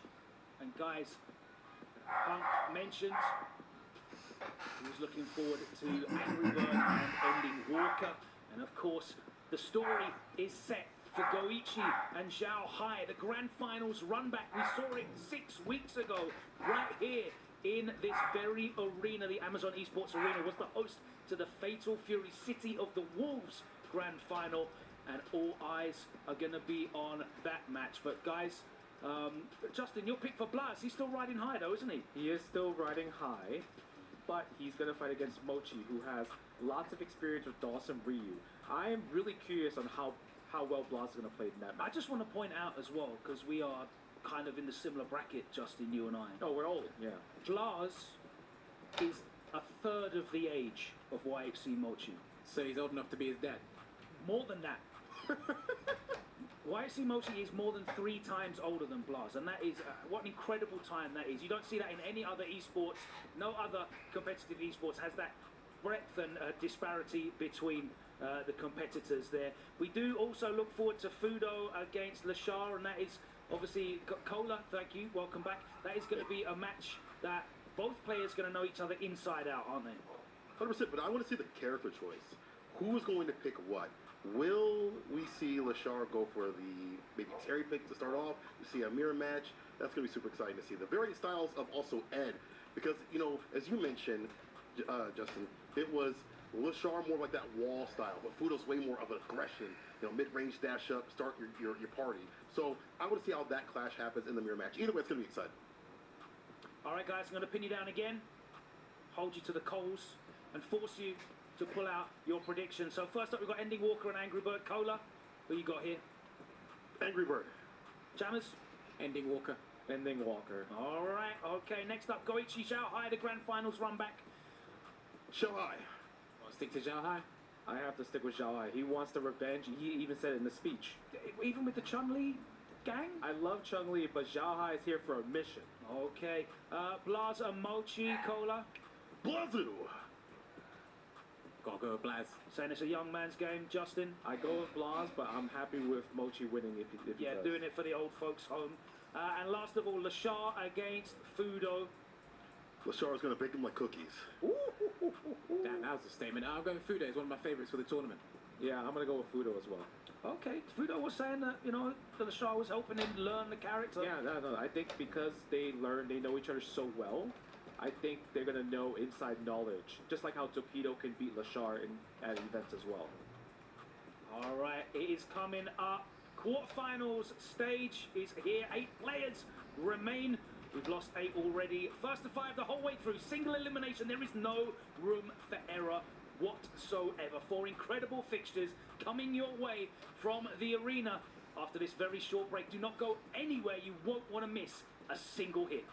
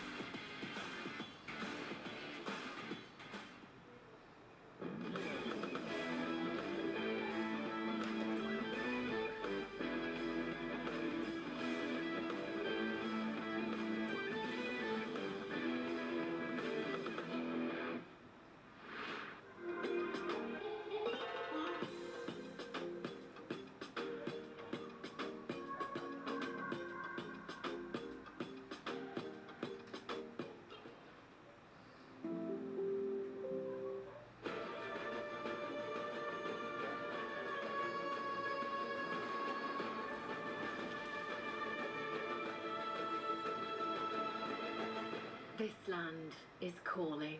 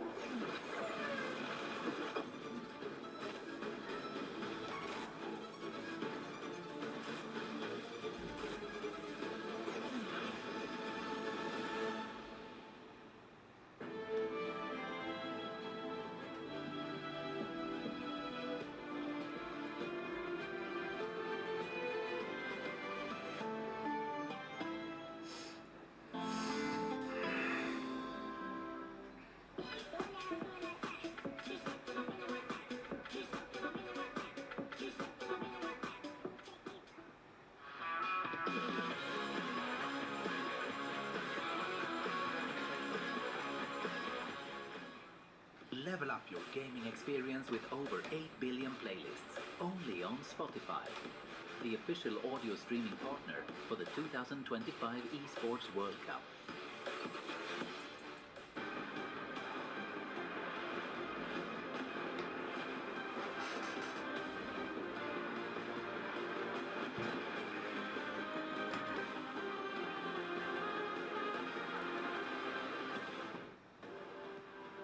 Welcome back, ladies and gentlemen, to the Amazon Esports Arena here at the Esports World Cup.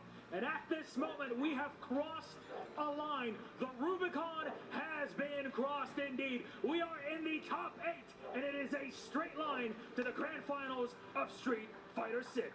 Do not be confused by the fact that we ran top 16 today. Yes, it's phenomenal that some of these players qualify for top 16, but y'all know what time it is, baby. This is the SGC. Top 8 is where the best of the best collide. This is where it's all on the line, and it is about that time. We have already lost so many phenomenal players. My boy Mina RD, one of the greats, Itabashi, Jin, Kawano, and the list goes on. Because in the end of the day, there can only, Milos, be one. And indeed, there can only be one, but you only need 2 to get our game started. So let's introduce our players. Our first quarterfinal, please. Join me in welcoming Street Fighter 6 SEMO champion, Angry Bird! One of the most accomplished Arab Habibis in Street Fighter. He's carried the region's torch alongside practice partner Big Bird. He took the EWC Street Fighter 6 stage by storm, topping Group A after defeating the one and only Noah the Prodigy. Well, they say practice makes perfect, but for him, a best of 9 is just another warm-up. Well, I'll tell you what. This matchup right here will be anything but a warm-up because this next player is at the definition of a prodigy. Put your hands together for Ending Walker! In 2022, this young man entered his first offline event and he got 3rd immediately at Versus Fighting. In his next event, he won Ultimate Fighting Arena. Since then, nothing has slowed down. Understand this, ladies and gentlemen. Some players are just born different, and this is a prime example. We are witnessing a genius. We are witnessing a prodigy at work. It's incredible.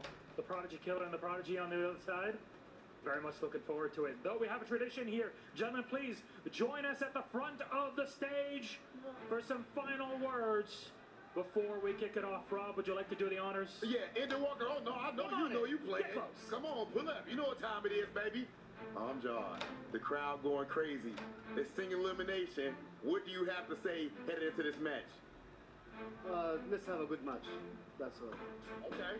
Some nice words on the other side. You know, you're on the big stages. You've been performing well. What do you got to say before the game? I hope we have a good set. Okay. Can we get the handshake? I like the respect. Listen, you guys can go ahead, get yourself situated for your match. Ladies and gentlemen, I hope that you are situated at home. We don't need trash talk when the gameplay is this immaculate. It is about that time. Angry Bird versus Ending Walker. Let's go. I already know these very respective and stoic individuals are going to get me going crazy, baby. It's Range and James Chen for the top 8 of EWC to kick us off. I can't wait to see these two battle it out. Yeah, and I gotta say, man, the respect that these two have for each other is very admirable. And also, I just love how nonchalant Ending Walker looks. You saw him walking out on the stage with hands in pockets, like he's just like he just walked over to his friend's house down the street. You know what I mean? Yeah, exactly, man. Ending Walker here. Always been like that. It feels like he's kind of grown up under the spotlight at this point because he was making waves at such a young age. And, you know, on the other side, Angry Bird, usually so stoic, so cool, so calm. It was cool to see that the crowd pop actually got him to smile a little bit, right? That was actually cool to just see some emotion, knowing that he's in the home region and he's trying to take home an EWC championship. Yeah, absolutely. That was such a one of those like. Oh, look at him affected by the crowd, you know, kind of moments right there for sure. And, you know, unfortunately, all that respect, all that good mood is going to go out the window as soon as we get round one fight, because these two are fighting for that Esports World Cup championship. And you know what? These players are in each other's way. Exactly, man. Considering that I think it's going to be the Ryu versus the Akuma, this is going to be a very explosive match, right? I don't think it's going to be Angry Bird playing the Ken where he's very defensive and slow-paced, right? If he brings the Akuma, I'm expecting a full slugfest. Like everything that you heard in the pre-match interview, it's not going to look like that in-game, right? It's going to be a lot of slugging it out. It's going to be a lot of swinging. I'm looking forward to watching people get hurt. Yeah, we've got the lore match potentially coming up here. Ryu versus Akuma. Yeah, that's true. That's facts right there. Yeah, the Shotokan battles are going to be in full effect here as well. Angry Bird and Ending Walker, man, is going to be a hell of a match. You heard Punk talk about on the couch. They had a really close set at SFL last year. Before that, they were competing at Capcom Cup 10, where Angry Bird defeated Ending Walker 2-1. But that was a very different time, right? That was still when Ending Walker was experimenting with his characters. I think he was playing the DJ at the time, Angry Bird on the Ken. So now we got the remix, right? It's most likely going to be Akuma versus Ryu. This is a whole different ball game. And of course, that was the first to 2. And we got first to 5 single elimination time. Yeah, I remember that match at Street Fighter League. It was so good. It was one of the highlights of SFL EU for sure. But here we go. It is going to be Ending Walker going up against Angry Bird. Ryu versus Akuma. Let's go. Oh man, our first top 8 match of EWC Street Fighter 6.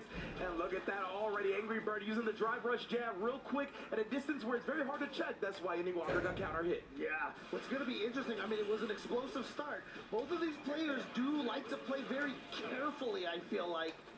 And now Angry Bird already in the corner here, going to set up the throws. Oh my goodness, that's twice. What are we going to do? Third time, Ending Walker, you will die to another one. Tried to bait it out, and that's definitely dead with the punish counter on the parry attempt. Yeah, he definitely figured that after the 3 throws, he was going to go for a meaty, went for the parry, but instead gets tossed. Oh, look at this. Angry Bird does not want to give Ending Walker the opportunity to get any momentum going. Indeed, here, Ending Walker trying to prevent Angry Bird from getting too high, but look at that, the solar plexus reaction and the perfect parry. Angry Bird is kind of locked in right now, but speaking of which, Ending Walker with the backdash and walked all the way up in his business, showing him he has no fear. Yeah, and after that drive rush cancel, they're just catching Angry Bird. You can see Angry Bird with very little health now. Yes, indeed, and nice. Oh, but he's going to try to slide with the level 1 and catches him. Well done from Ending Walker. He's so ready with that level 1 to counter fireballs. Absolutely. That someone called it, I saw a rail gun right there from Ryu. Always scared to deal with, but again, that DP from Angry Bird. You can see how much he's trying to maintain this quarter position. Yeah, I believe Angry Bird representing the DPOS on the drive rush cancels right. Ending Walker's trying to go for the overhead. He's not keeping it tight, a true string, so we'll get exposed. But oh my goodness, the Fierce got exposed that time by the solar plexus. That solar plexus finding its mark so much. Oh, Ending Walker shuts down the first demon flip, and just like that, it looked like it was going to get away from him, only to run 2 straight rounds very quickly to take the first game. I've been seeing rumblings from people saying that the demon flip is actually bad from the Akuma down players, but in the last few matches, all the demon flips have been getting blown up. Oh, and then it again, checking right there. And I like that after the fierce, the jab is one of the few things that can actually, prevent you from going forward like that. You can bait out the DPOS after the fierce, but not the jab. Yeah, and you saw the bait with the fireball right there, purposely making it whip to get somebody to try to drive parry it so you can throw them for the punish counter. And right there, Angry Bird already roaring back here. That was a quick round. Obviously, this crowd very much favoring him. Oh, he tried to get Eddie Walker to whip it. He did, but he was not prepared for a whip punish in his own right, so Eddie Walker striking first blood. Yeah, just checking that driver and DPing the demon flip again. The patience to wait to get to the other side on the DP. The jab whip punish and still in range for the crouch medium kick. The backdash right before the demon flip landed, ending Walker's spatial awareness. They said from the beginning, like rivaling meta, he has looked so locked in. Yeah, and again, Andy Walker's one of those players. I just love the way he approaches this game. Feels so different. Oh my goodness! God. Knowing Angry Bird is relying on the fireballs, right? Using the OD down, prioritized. This time, though, gets baited with the chop from the demon flip. Oh man, violent fierce to take it to the corner. Level 2 as well. Keep hitting Walker real low on the drive and the health. And he's going to be able to get the juggle over here as well. Sets up. And look at this. Wake up buttons from Ending Walker. Get the harassment right there. Try to bait out a throw attempt, but Ending Walker stays nice, calm, cool, collected. Wanted the overhead. He would have built the level 3 and won the game. Angry Bird read it perfectly. He knew he had the time to wake up jab. That's right, and again, we are in the quarterfinals right now. Angry Bird versus Ending Walker. None of the matches in the first round went more than 5-2. Ending Walker, he tried to DP that demon flip, but Angry Bird was far enough away with the OD fireball to actually defeat it. What great spacing. That time, though, beats him to the button with the drive rush jab. Right, and there we go. Gets the fireball through there. Tried to get some offense off that. Got the counter poke, and now the shimmy here. Wow, Angry Bird not confident, or maybe he just wants to save the meter. Either way, gets the throw at the end. Because I think he could have gone into another drive rush. Maybe he would have spin level 1. He's just thinking about the optimization for the meter in the long term. Ooh, and there you go. The confirm off of Ending Walker walking into the heavy punch. Completes the target combo.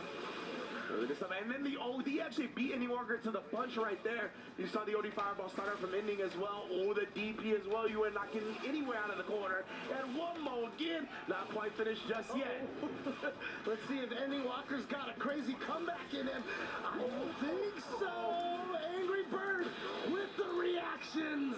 The level 2, man. We've seen Akuma shut down a lot of the projectile warfare coming out from the opposition with that level 2. Kusanagi likes what he sees. Absolutely. I love seeing all the players in the audience watching over here. Angry Bird taking the lead 2-1 over against Ending Walker. You know, yeah, again, nice job right there. Ending Walker trying to throw him in the back after the safe jump, perfect parry. But Angry Bird ready with the tech. Oh, and then after the trade, just going forward with the forwards. Bueno. Oh, and the back throw now. So Ending Walker has his corner position. Nice use of that OD air fireball to kind of build some space. Oh, and again, what a block from Angry Bird right there. Knowing Ending Walker wants it. Beats him to the button again. Gotta watch those toes. Not quite enough to kill just yet. Angry Bird needs to find one tiny hit, but again, Ending Walker with the anti-air ready to go. Oh my, assassinating the drive gauge, but Angry Bird just gotta chip him out. He tried to jump away. It wasn't gonna happen. What great recognition as he sees Tokido got the Angry Bird animation on the phone.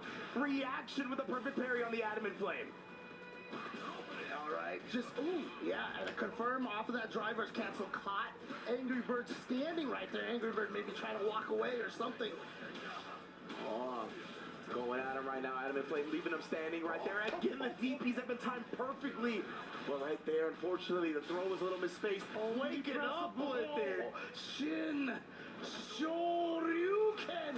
And against the Kuma, that is going to put him at just pixels. Indeed, here tried the parry attempt right there. Ending Walker recognizing the blue stuff, says you're in the wrong neighborhood. I got the red bandana on. And again, you know, whenever you bait out those parries like that, you know, they do extend their throw hurt box as well. So very easy to get those punish in there if you're ready for it.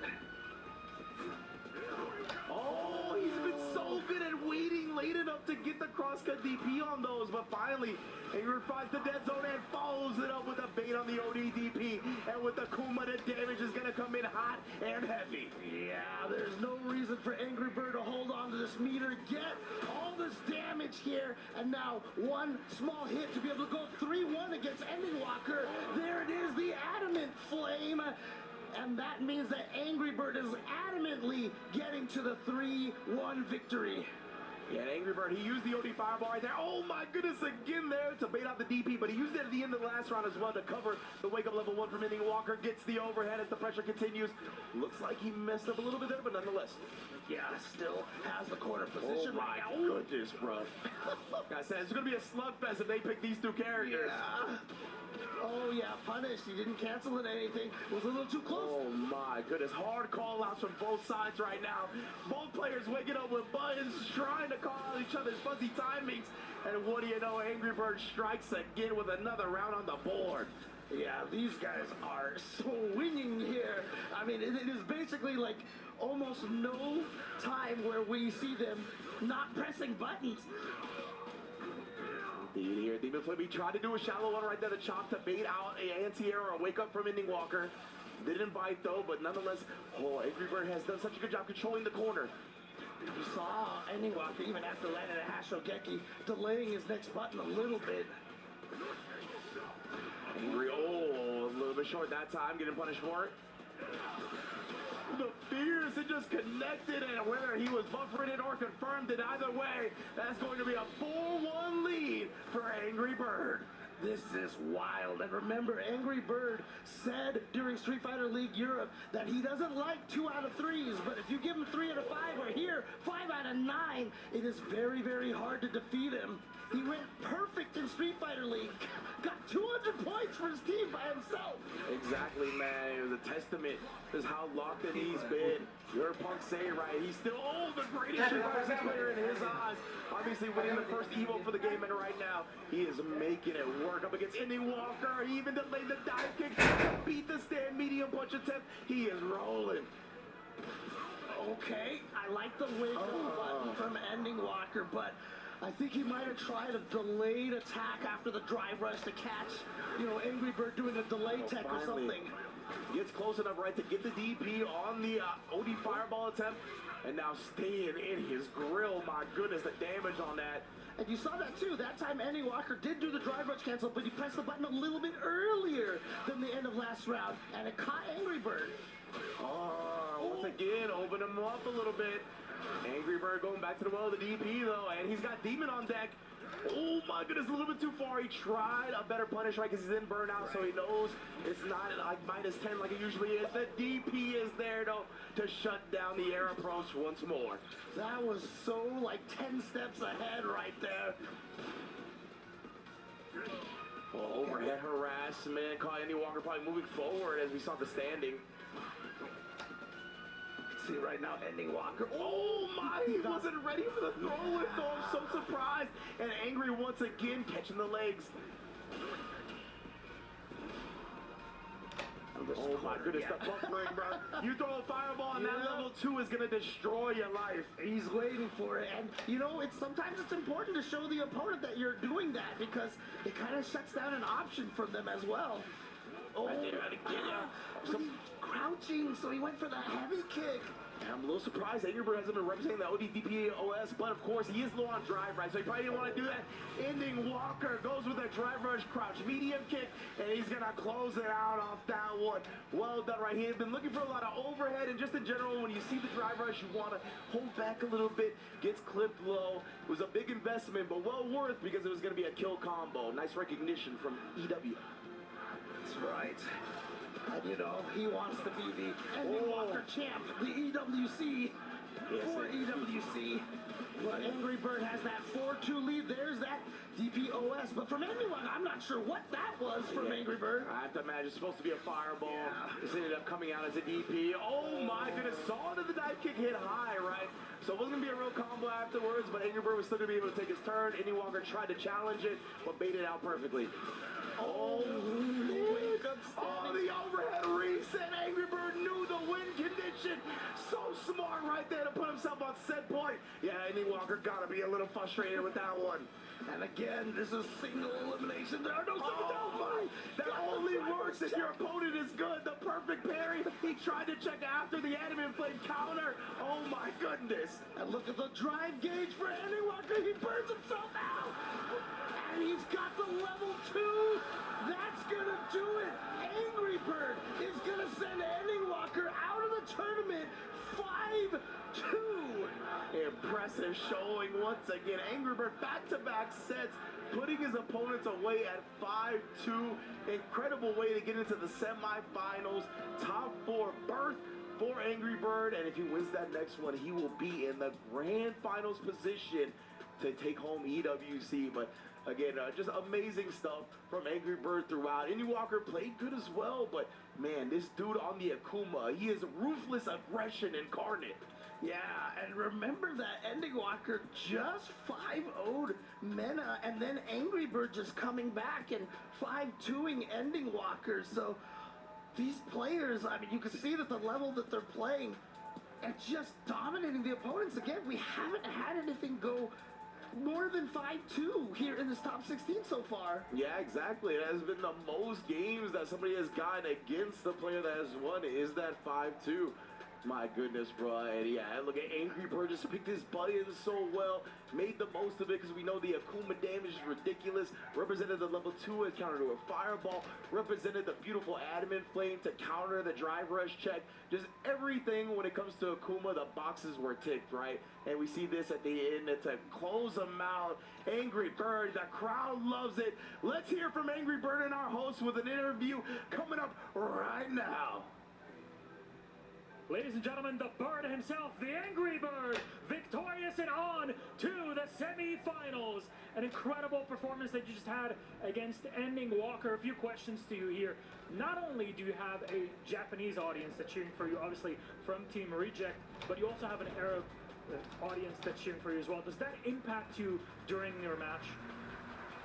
To be honest, it makes me want to do my best for everybody who's cheering for me.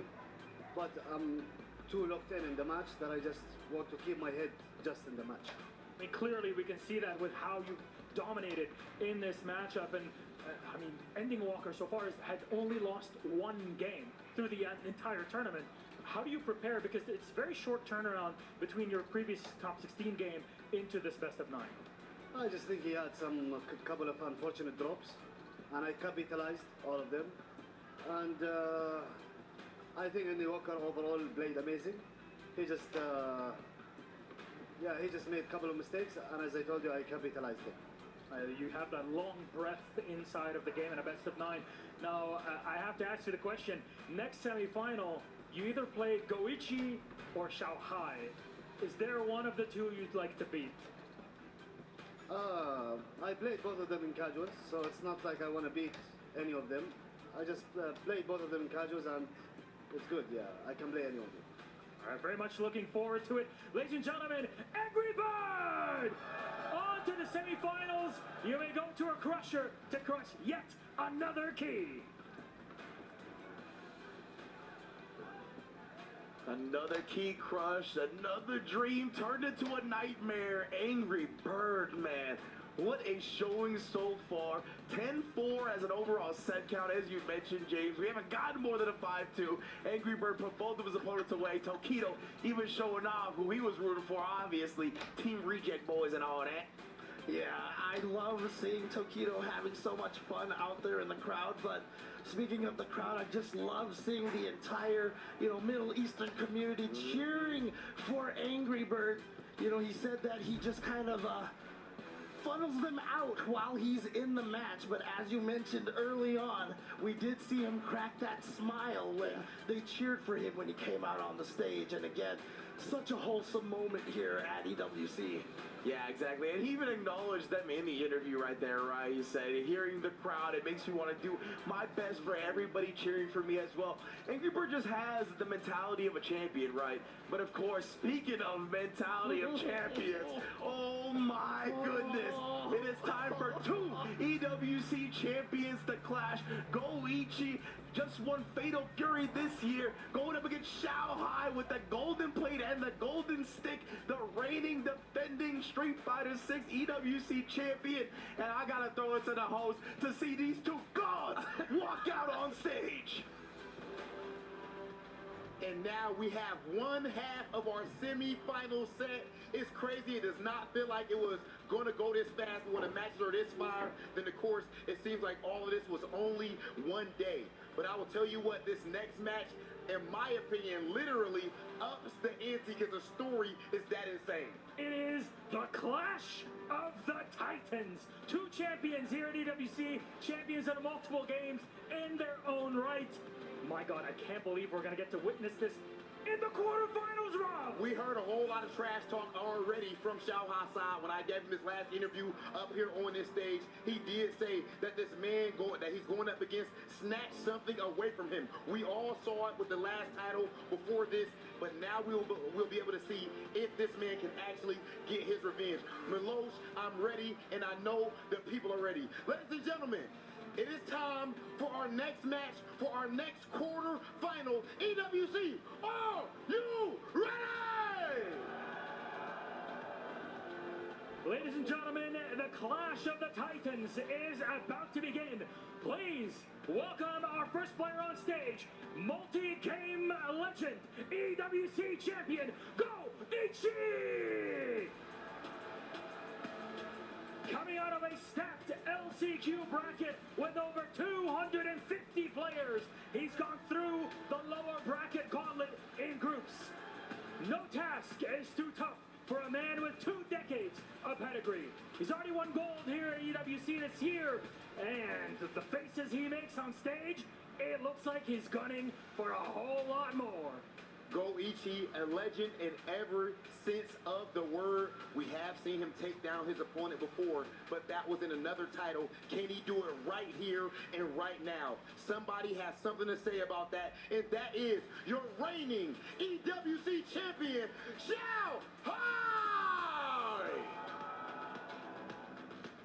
This man has defied the odds ever since he was a little boy back in China.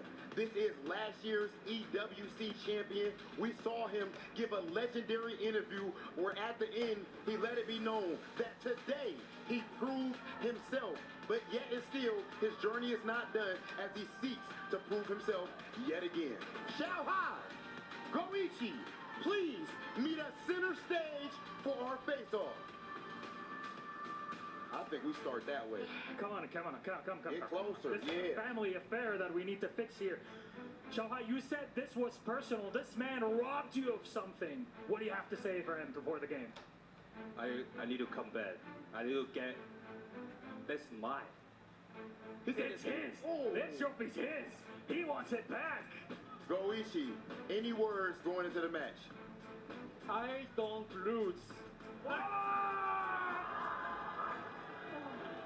He knows it. He faced it. He's felt that sting before. Do we got the handshake? Okay, enough said then. Gentlemen, please take your seats. This is absolutely insane. Shanghai letting it be known that it's his, and Goichi letting it be known that he does not lose. Crazy. Ladies and gentlemen, we are about to witness history in our quarterfinals. Our legends are ready. We are ready. I hope you are as well. Goichi versus Shanghai begins now. Goichi has already robbed Shanghai of the opportunity to become a winner of 2 different games at Esports World Cup. And now Shanghai has the opportunity to return that exact same favor. This has so much story going behind this match. I don't even know what to expect. Oh man, I can't wait. I'm expecting 2 of the greatest fighting game players of all time to put it all on the line here, right? Goichi, so much momentum. Shanghai as well. We are including the Fatal Fury sets in the last time they met, by the way. That was the 5-3 result where Goichi was able to take home the golden plate for himself. And as James mentioned, this is the revenge match. I'm so excited to see this one. What Goichi say after Evo? He said, I'm just too strong. And again, here he says, I don't lose.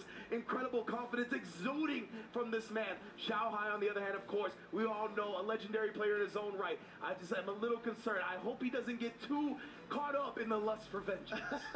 I mean, look, when we're walking through the halls here in this arena, there is a giant poster of Xiaohai and a quote from him from last year. So for sure he wants to see if he can maybe double up the posters in the hallways over here. But as you mentioned, Goichi, never one to back down from a challenge. Remember when Dragon Ball FighterZ first came out, he directly called out Sonic Fox, which initiated one of the greatest rivalries in the FGC. And I think we have another one of those great rivalries brewing here between Goichi and Xiaohai. He's always had the mentality of a warrior, right? He wants to face the strongest opponents. He knows that it's only going to make him better in the long run. Win or lose, it doesn't matter. I'm looking to play my best and grow from it. That is the mentality that Goichi possesses. Xiaohai as well, right? Since a young child has been an incredible fighting game player and has crafted a career of accolades, of championships that he's added to his trophy case. As we've talked about, the reigning defending champion here for Street Fighter 6, looking to go back to back. He's made an incredible run so far. Whose key's gonna get crushed, James? Oh, man. Oh, man. Oh, God, this one. Okay, all right. Here we go. And it's gonna be the Chun-Li versus Bison. This one is gonna be a barn burner for sure. And Goichi going in right away, and then that little stagger pressure from the Serenity Stream. Exactly, just peppering on the Kokokins nice and early. Xiaohai is going to Bison. We obviously know he has the Mai in the back pocket as well. We'll see if that ends up coming out. Oh, Goichi has been going for that a lot, right? He fakes the drive rush jab and then goes low, catches a lot of people, not actually blocking, crouching. But right now, Xiaohai's the one doing the catching. Yeah, but he has burned himself out. But as long as he stays on offense, it's not a problem here. Oh, beautiful stuff. Great cancel to the Psycho Crusher. Gave Goichi just a bit of time to realize that he couldn't go nowhere. And again, the little hezzy on the jab catches Goichi's timings perfectly. Yeah, I wonder if, obviously this is the character he used against Torameshi earlier and actually won pretty solidly. I wonder if he's just kind of feeling it with the M. Bison and riding that momentum into this match. Oh, again, yeah, this is one of the characters he won EWC with last year, right? Of course, mine not available at the time. But right now, we got the legs. That's another thing Goichi's been doing so successfully at EWC, calling out the throws with the air legs, and now a whip punish. You cannot whip on a man with this type of reaction. Oh, and just going for the lows right there. And he has all that meter. And you know what? Spend all of it. Yeah, showing respect to the defending champion, right? Even with a big life lead like that, if I'm in burnout, I'm not going to risk you playing again in this round. Man, yeah. These two going up against each other here, like I said, there's going to be a lot of, I feel like, almost kind of like trash talk ability between these two players, whoever gets to win this one. Goichi in the perfect timing. He's really been nailing a lot of this hesitation. Timing, but was too far to combo. The crouch medium kick opening the door wide open for Xiaohai. He's going to cash out the level 3 as well. Take the drive advantage as well as the life advantage. Yeah, it's very unfortunate. Chun-Li very rarely will miss that crouching medium kick, but if it hits a limb, obviously, that's what happens. Whoa. Try to look like shut down the air, but now Goichi's been burnt out in the process. Xiaohai is looking to bully him up, just taking the chip damage with the scissor kicks when he can get it. Tried to call something out with a jump, but oh no, reach it. And Xiaohai off to the races. That's right. Xiaohai means the kid, basically, in Chinese. He has jumped into the scene and started beating up on a lot of players much older than him early on, defying the odds, and he's going to try it again here. We saw Xiaohai, he tried to beat Goichi into a count on the drive rush with that drive rush scissor kick. Perfect. Like that idea. Oh, and again, the crouch medium kick whipping a little bit. And Xiaohai taking full advantage. And speaking of taking full advantage here, can he juggle properly with the mind bomb? Oh, almost all the way through, but still got good damage off of it. Yeah, missed that stomp, unfortunately, but the corner position at the damage, like you said, can't be mad about that. Ooh, the big heavy kick coming out, and Goichi confirmed that one, no problem. Xiaohai not getting caught off guard by the cross-up, and in fact establishing the throw himself. Now, trying to get back to this neutral. Bison, obviously, that standing medium kick, a great button. But what the heck? The crouch spears. Goichi likes throwing that out, right? Especially against great players, because sometimes you'll look to whip punish after the first hit and the second hit clips you. That was just fortunate timing right there. He ended up catching the whip from Xiaohai. All right, now, here we go. Trying to push Goichi to the corner. Oh, calls out? Well, I mean, he might have just been trying to check it and just caught Xiaohai standing. Indeed, Xiaohai was looking for the drive rush jab. He's a little bit too far away with Bison's drive rush range to take full advantage. Again, looking for the drive rush scissor kick to close the distance. Psycho Crusher, a little bit too slow that time. And again, sniping him out. Yeah, right now, Goichi finding a lot of success with that crouching medium kick. And now, Xiaohai a little too far for that throw attempt.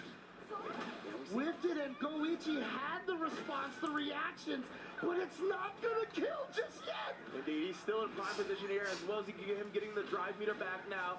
So the back throw is not as scary as it was, but Xiaohai goes into it regardless.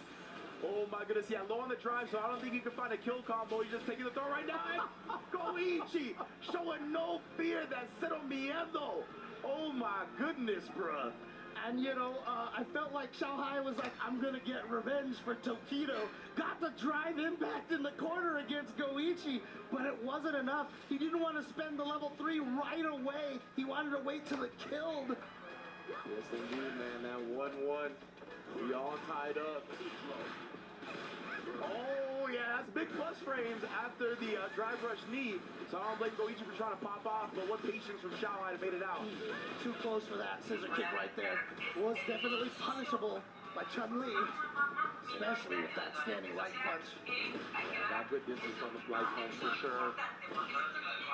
Press the right back shot. Didn't quite find the very timing, but nonetheless, both players very healthy on the drive gauge. Tries the overhead, but a sweet one. Yeah. As you can see, oh, what a jump, but actually, the Psycho Crusher went too far, so couldn't get the cross up against that Psycho Crusher.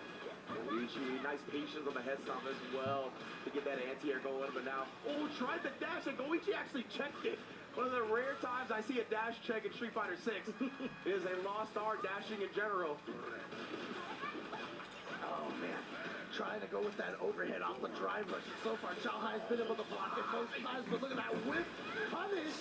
Yeah, still caught the scissor kicks. That had been close to the last recovery frames for the move. Everybody's at burnout, and yeah, looked like he went for a safe jump. Xiaohai ended up eating it. I'm not sure what happened. Either way. Xiaohai, yeah, I'm not sure why he got hit by that meaty right there, but that just means Goichi, he wins this one of the next 2 rounds. He's going to go up 2-1 against Xiaohai. You see him fishing for that cross heavy punch as well. We talked about a bit earlier. The dash that time, very unfortunate timing. Xiaohai was convinced of the drive rush, opened him up because of it.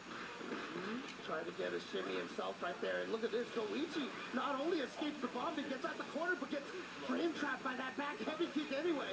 Hey, he tried to press after the bomb explosion. A little surprise. The legs, that was an unfortunate error for sure.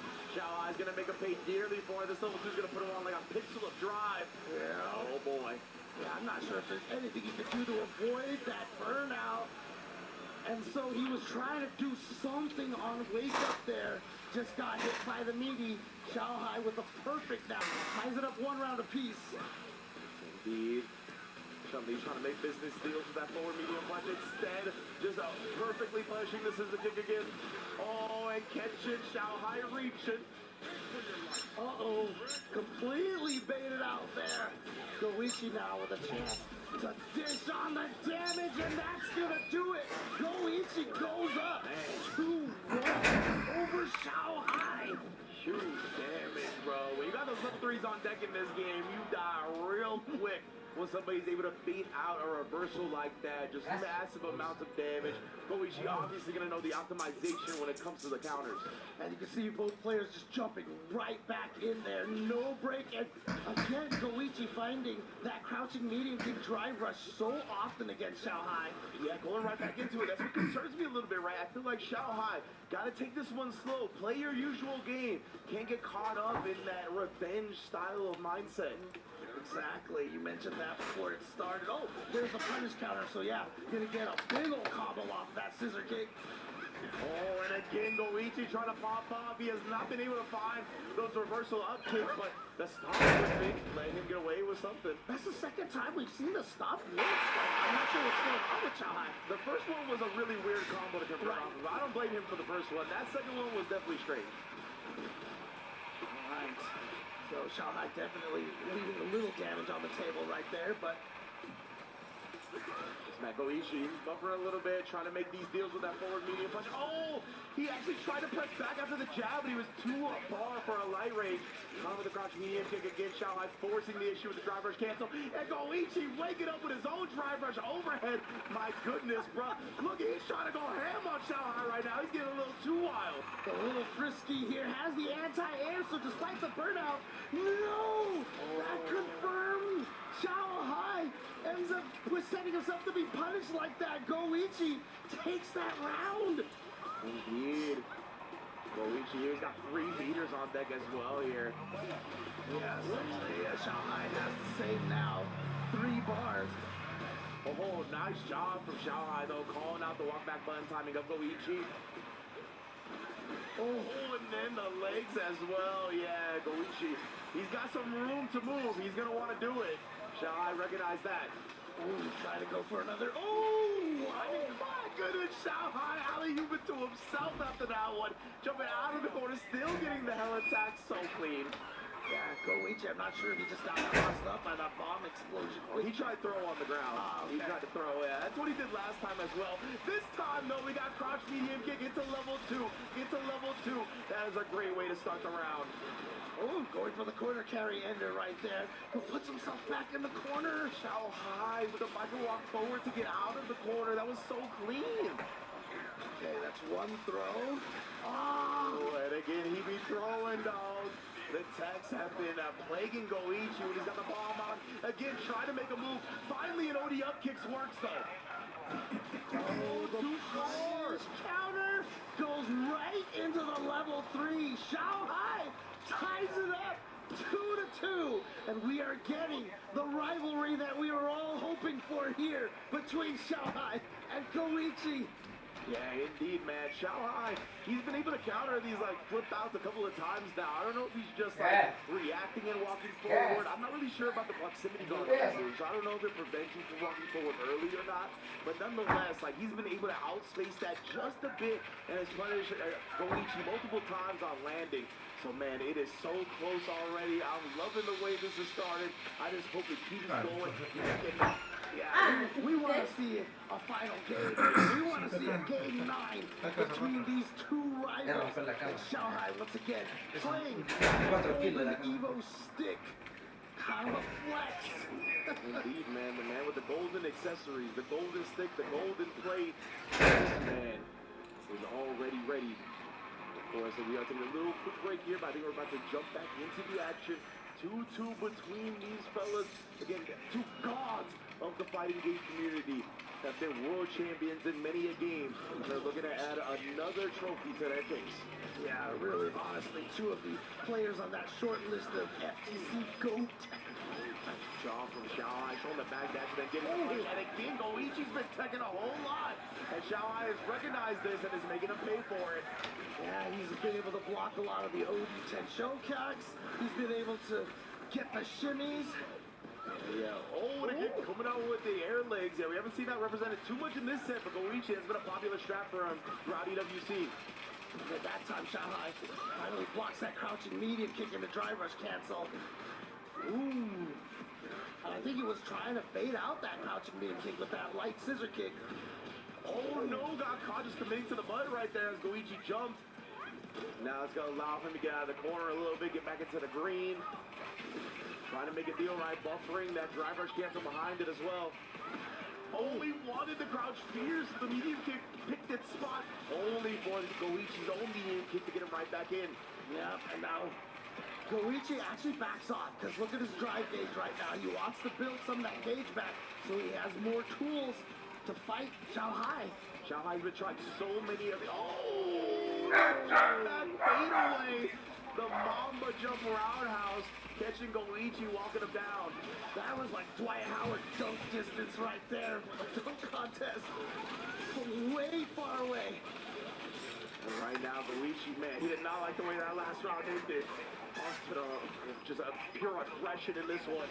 Oh, back throw, a little bit of a defensive throw. Oh, that's the classic. You drive rush in, you're planning to go for the kick throw right away. Unfortunately, the opponent gets hit, and so the hit stun is much longer, the throw whiffs. Oh, and then again now applying this pressure. Goichi had low on this drive, right? So he's backing up a little bit. You see even the back dash, and he tried to check the drive rush that time, but Xiaohai just beat him to the butt on the jab. And now again, just applied so much pressure. He was going to get burnt out either way, so Goichi recognizing that drive reverse swing him off, does check the drive rush this time. Yeah, went with his own. Oh no! He was going to commit to that towards medium punch. Xiaohai going to spend the meter here. Not only is this going to put Goichi at death's door, but also give him all that drive gauge back. Oh, he just goes into the DI immediately, showing no respect for the godlike reactions of Goichi. Even with CA on deck, that would have been a loss if he responded to it. The confidence from Xiaohai. That's crazy, because again, when you're fighting a player like Goichi, you know how solid his defense is. He is a player that made the devs have to question whether they have to make the offense stronger in a game, because Goichi was blocking everything. But Goichi did not have the drive impact counter this time. Very surprising, right? I think Goichi was expecting Xiaohai to mask the DI a little bit more, instead of just going outright with it. And again, outspacing a lot of those button presses back that Xiaohai is looking for, whether it's light or mediums, but no! That is not what he was looking for sure. And back to trying to get Goichi in the corner, and again, same thing, like you said.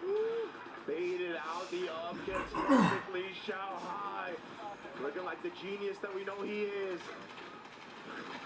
Oh, yeah, the plus frames into the stop to bait out the throw. And we know we've highlighted it, right? Goichi has been taking quite a bit. Ooh, the forward medium punch check this time. All right, Goichi now starting this round off. But look at this, the beautiful button timing from Xiaohai. Goichi trying to steal maybe a little bit extra forward distance. Oh, this time you see he's willing to press buttons after the mine explosion. Happened earlier as well. Got him counter hit, but oh my! Oh, Xiaohai whip punishing the forward medium punch. Not easy to do at all. Xiaohai showing his reactions now. Both of these players definitely known for their reactions. Oh, and Xiaohai's gonna spin the OD. Got the connection, and he's gonna cash out into level 3 here. Goichi. Oh, barely alive on both life and drive. Wakes up with a level 3, and Xiaohai played it cool, calm, collected. One game away from completing that revenge from Fatal Fury. That's right. These guys met up in grand finals earlier, even in this EWC for Fatal Fury City of the Wolves.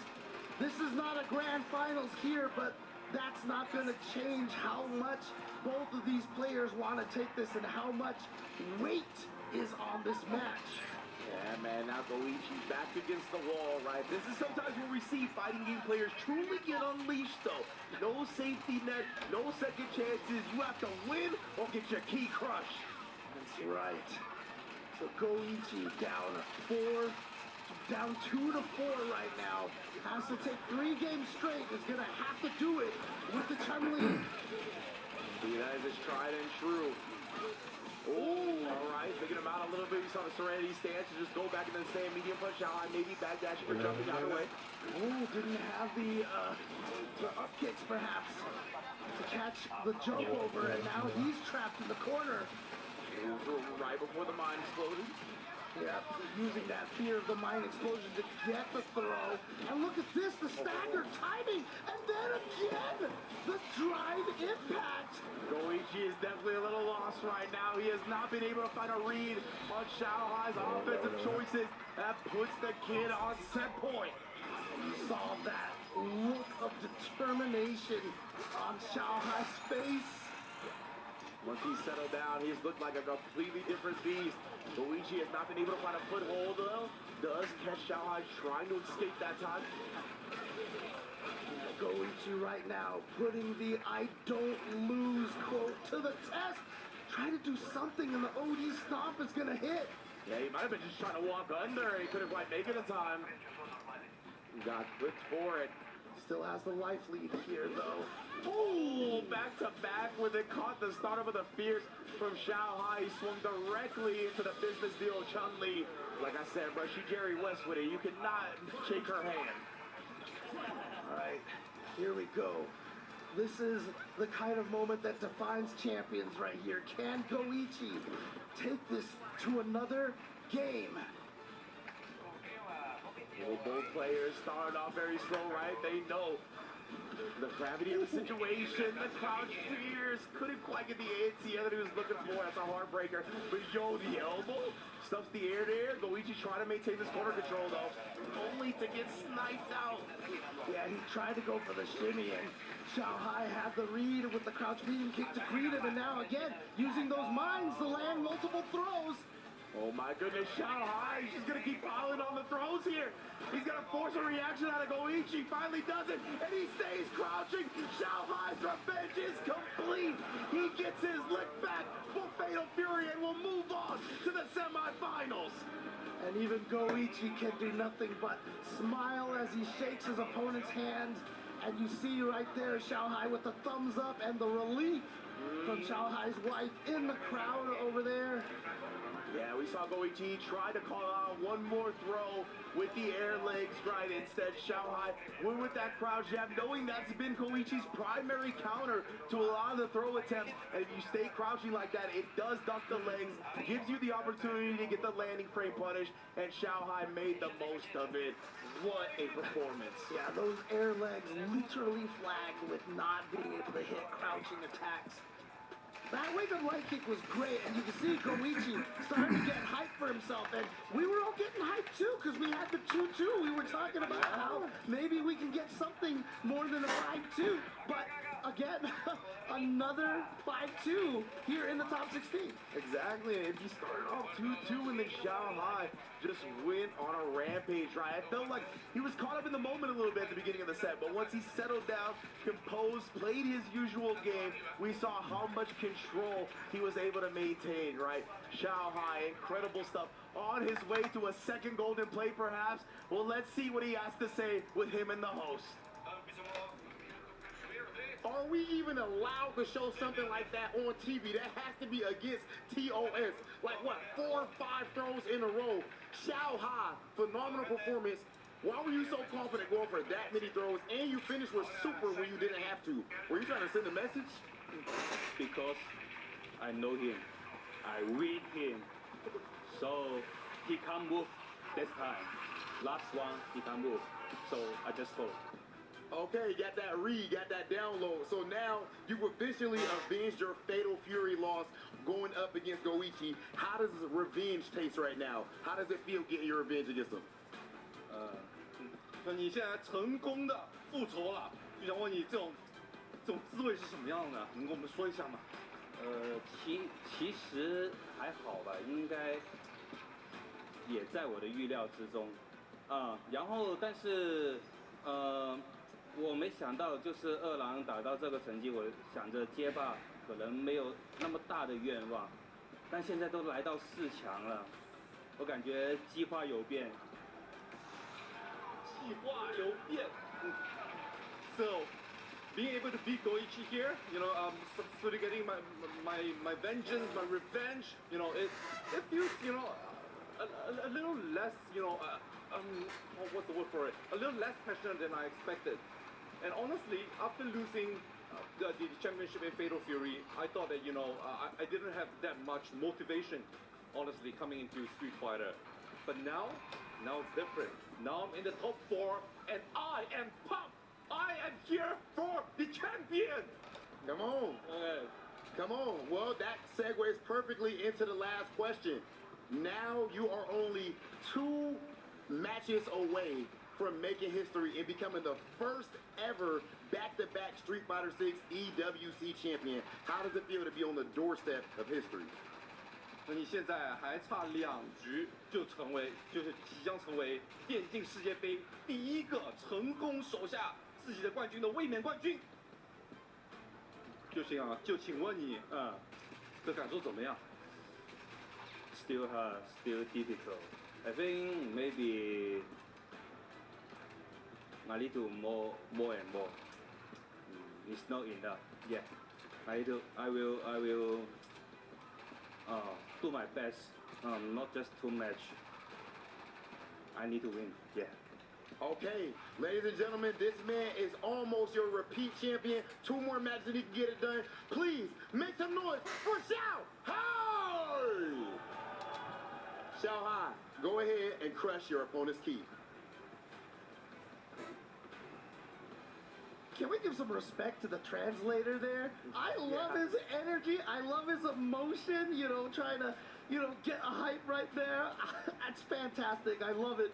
Yeah, absolutely. Definitely big ups to all of our translators throughout EWC so far. Obviously, this is a global affair. We need everybody to understand what these players are trying to get across. So big ups, and yeah, I love the emotion. He showed the energy that he brought. It really matched the aura of this set, right? There was so much energy and electricity in the crowd. It was a very fitting winner's interview right there. And I know this got to be the most satisfying key crush of Xiao Hai's EWC career so far. Yeah, and look, if Xiao Hai wins,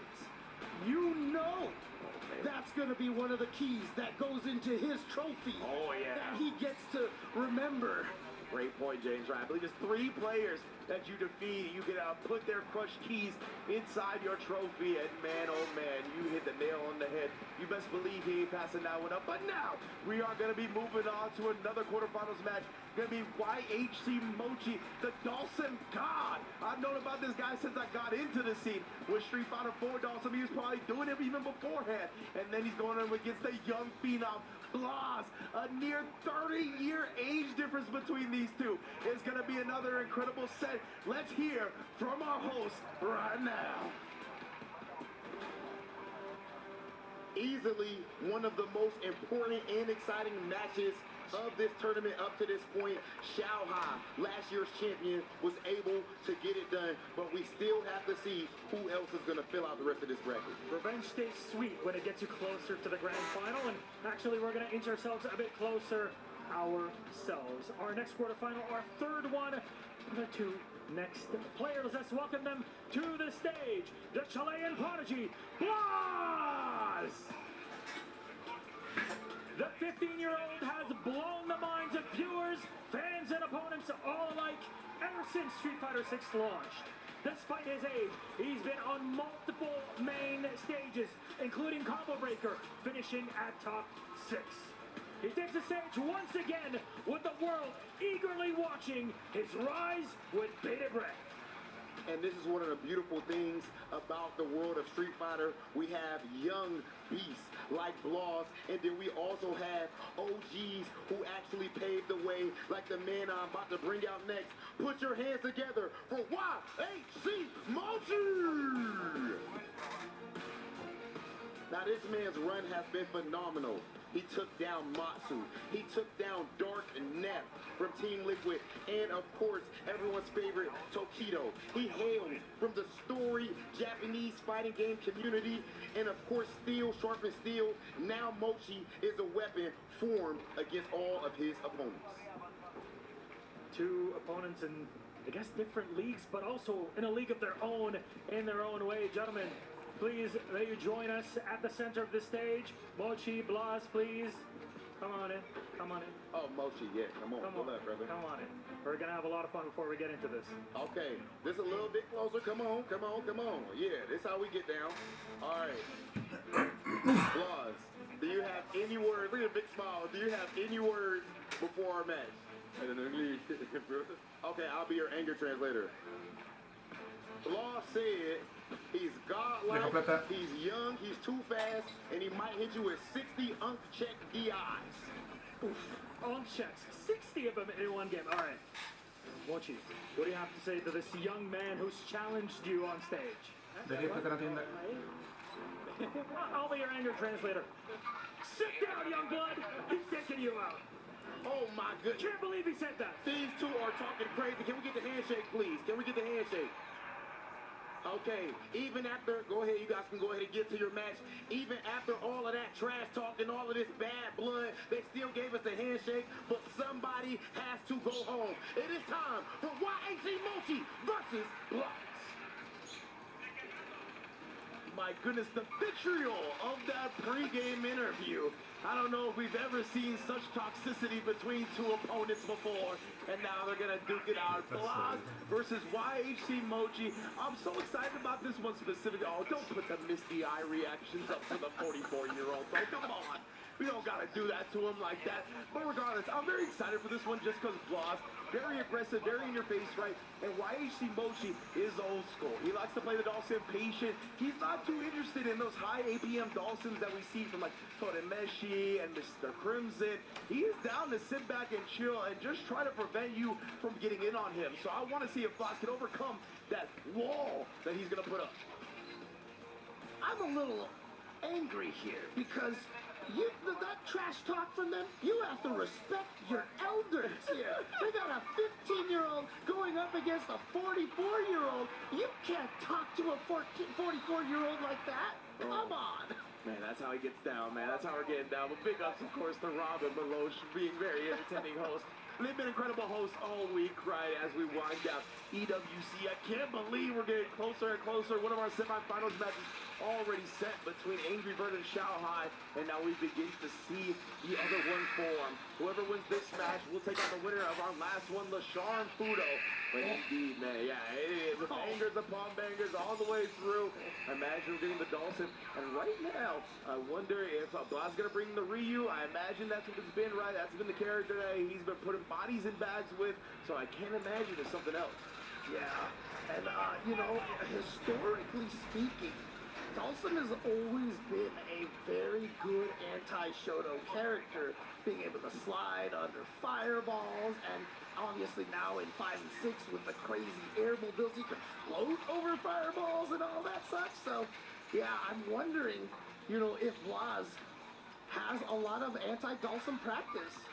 Yeah, that's definitely something I'm interested in as well, right? Obviously from Chile, more of the South American scene. I don't know what prominent Dawsons are out there. I'm sure they exist, but fortunately for me, I'm ignorant to that fact. So I wonder how many or how much practice and experience he has against a niche character like this, right? You just don't see Dawson represented at competitive level too often. We, of course, got two here with YHC Mochi and Todemeshi. Shouts to Mr. Crimson. Shouts to the various Dawsons around the world. But nonetheless, it's not a character you run into that is at the competitive level very often.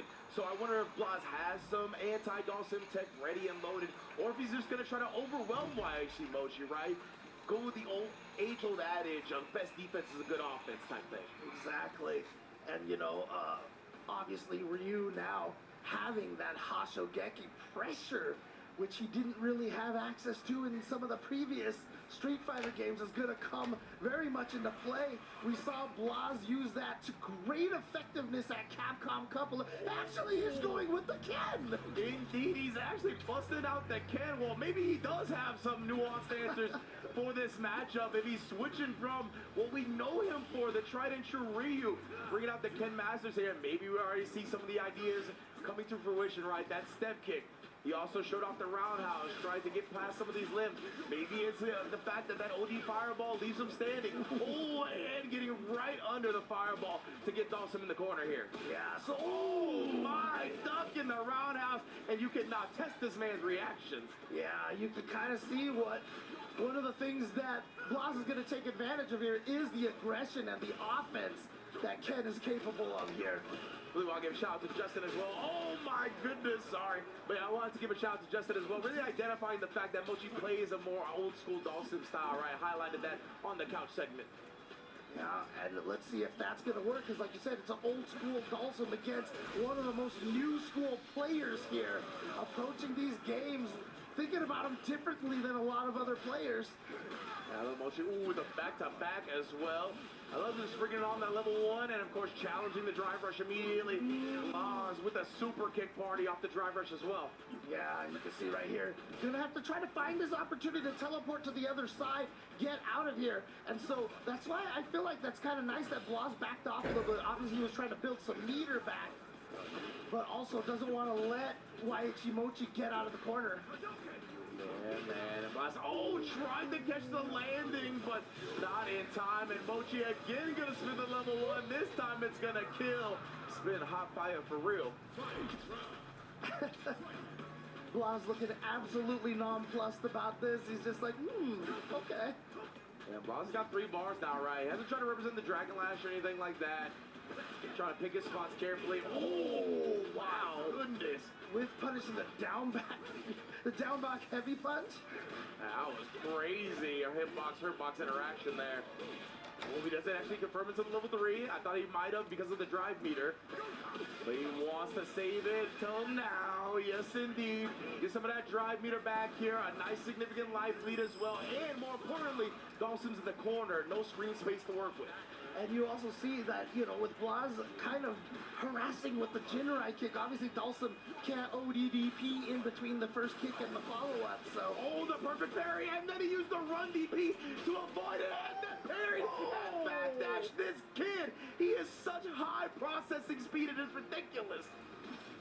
Wow, and again, we are reaching that generation of players whose fathers play Street Fighter and have been encouraging and playing Street Fighter with their sons. Blas is no exception to that. Yeah, absolutely. Blas, a second-generation fighting game player. Love seeing the scene grow and having that new element sprinkled into it. Oh my goodness, the high 10 to the dome. Again, this is a situation where Mochi's trying to find a way out of this corner. Does build a little bit of space here. A little bit for now. Oh my, he actually got the parry off, but then tried to parry again. Maybe thinking it was something else. A little strange, but nonetheless. Oh yeah, that's perfect anti-air right there. Lots of time for that. And the whip punish on the stand heavy kick. I think the stronger version of the Yoga Flame are multiple hits, right? So he's probably trying to get the double permanent parry, but now the DP on the Yoga Stasis does burn him out with the jump heavy punch this time. Oh, it's bully time. It's bully time. You get feel comfortable sliding a little bit. Anti-air as well. You got to deal with this fireball. You can't go anywhere. Yep, there we go. Gets the counter hit and the knockdown. And then forcing the issue once again here. Willing to spin this drive meter. Oh my goodness. Pressing the buttons. Waichi Mochi not scared. But the check from Blas again. And that was just so calm. And just like, no, it just seemed like it was going to hit no matter what. Calling out the Waichi Mochi drive rush. Great reactions to it. A little surprised he was doing it from that range with the Dawson, honestly. Oh, tried the OD Dragon Lash chase down as he landed, but Mochi was just floating away.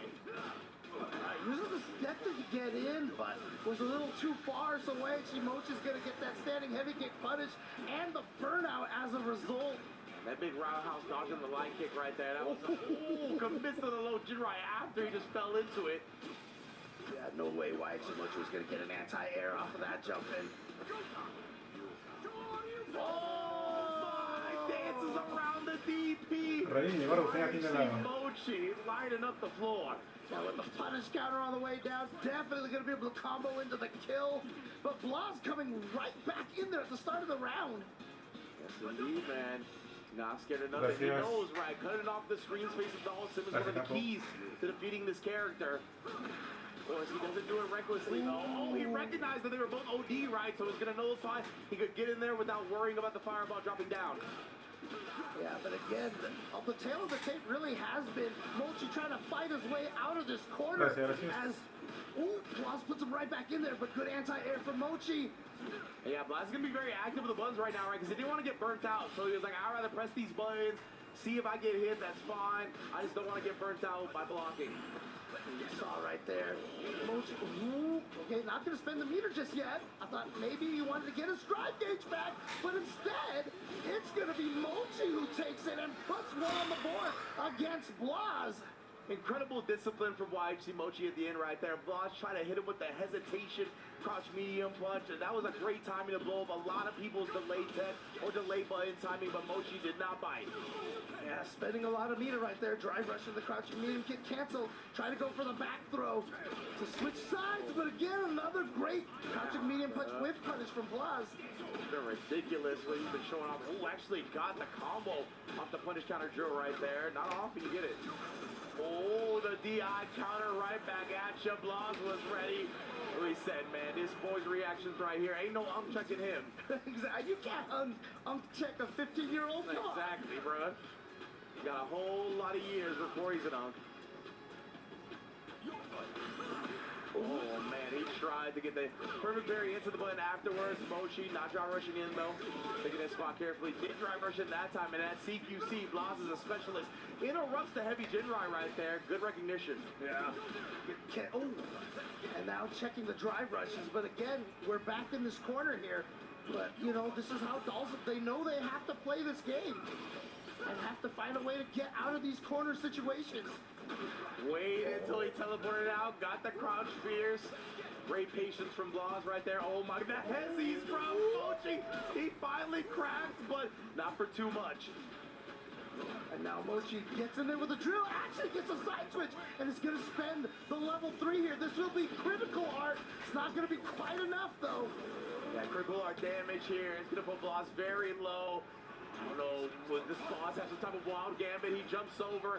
I'm so scared for Mochi, honestly. You saw the run, yeah. He was going for the run just in case the fireball came out. He's going to DP through it into level 3, and that would have been game.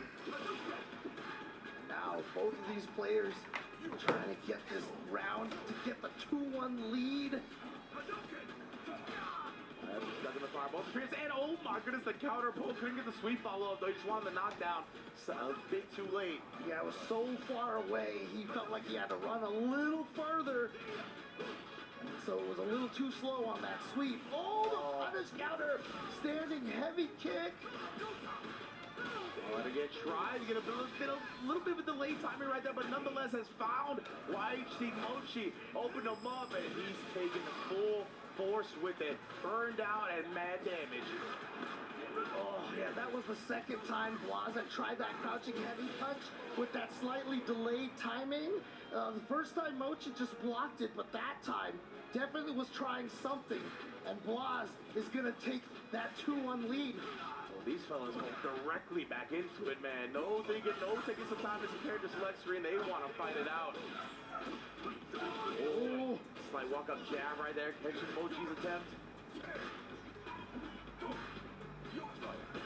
Blas is showing right now being this low on drive, right? You see him dancing in and out. And what a backdash to get the whip punish. Avoids the proximity guard with that backdash. So smart. Yeah. Oh, just jabs him out of the air. Didn't get the juggle afterwards, though. Oh, just staying in Dawson's thrill right now. Jab into the light kick, drive rush. Oh yeah, my man, hand rub it, Birdman style. That's the most kinetic I feel like I've seen him between rounds so far in this tournament. Whoa! Standing medium kick, beating that jumping roundhouse. Oh my goodness, so active with the buzz right here, trying to counterpoke YHC Mochi, but instead reacts with a perfect parry on the fierce. What a way to get your game started in the corner. Oh, the hezzies again, blowing up the timings. Again, Mochi trying to fight out of this corner. Like I said, I feel like we have fought on this corner right now for like 8 minutes of this match. Most definitely, man. This has been the corner. That's where the yellow top is being served. Oh, with the DP from Blas. Ready for that float. It's so late on the drill right there. The counter he was able to extend. Now catching him by the legs. Dash forward as well. Just to make his life a little bit harder right now. It's so easy to DI him in the corner, threaten with it. Mochi not even going to test the reactions. He tried earlier and definitely got countered by Blas with that drive impact. Blas being very patient, trying to get in. Oh. Yeah, except for the double drive rush. Got right back in there trying to turn up the aggression in the process. Yeah, YHC Mochi that time interrupting the overhead follow-up from Jinrai. He's trying to perfect parry reaction to the long limb again. He was just, the limb just wasn't long enough. Oh, running behind it, right? Oh, and again the counter poke block. A sniper, bruh. Buy this man an op. He's going to be going up 3-1. You know, one of the last games here at EWC is Street Fighter 6. The other one, I believe, was a Counter-Strike game. But, you know, like you said, sniping on both of these games, I feel like Blas could just jump in there and start no-scoping people. Legit, man. Sign him up, whoever needs points. Put this man on your squad as a rotation member. Mochi, though, interrupting Blas's offense. Oh, with the perfect parry and the OD fireball. Going to interrupt YG Mochi's attempt to do an air fireball. Blas, he's been so good at like surviving with a little bit of drive meter. Look, he even held it right there. Oh my goodness, that was a brave hold because he was so low on drive, but it paid off as he absorbed the limb. Oh no. I thought maybe he was going to go for a slide off that drive rush to get under the fireball. Couldn't quite get in there. Again, a whiff punish. But it was into the run step kick instead of a drive rush cancel because he didn't want to burn himself out being under that 3-bar threshold. He again trying to perfect parry the limbs, bro. Oh my. And then again, yeah, that drive rush stay medium kick is one of the farthest reaching options Ken has. That's why you see him represented so much in this long range battle against Dawson. Oh, now he's throwing twice. Are we going to throw for a third time? Oh, after the tick crouch light kick, of course. Try to get one more in there, but Mochi techs for his life. Still is close enough. Oh, but the OD fireball going to make it right through the regular fireball. Yes, out prioritizing it. Well, that's much time for Blas to put that one out. And oh, the little run. It's a stop DP, right? That wasn't even run DP. That was run stop DP. What measurement? What calculation? Oh, no. Gets tossed backwards into the corner here. So now, Mochi has a lot of space to move back. But that's all right for Blas right now, right? Because he's so low on drive. He's like, go ahead and move back a little bit. Man, what? Are you kidding me? Counter poking with the crouch medium punches. Beating him to the button on fireballs. And now the next whip punish, I mean, I'm sure he'll just drive rush cancel because he'll probably just get the kill out of that. A perfect parry. Ooh, just a little too slow for that sweep to connect. I like the idea. It's real awkward to find the proper punish in a situation like that. Kicks him out of the air and the force knockdown recognition into the level 2. Blas, oh my. Can this kid be stopped? Shishu Jinraikak. Right there. Tokido throwing his head back with a hearty laugh there. Indeed, man. He's like, you know, I'm older too. I hate to see it happen to you, Mochi, but I can't help but laugh.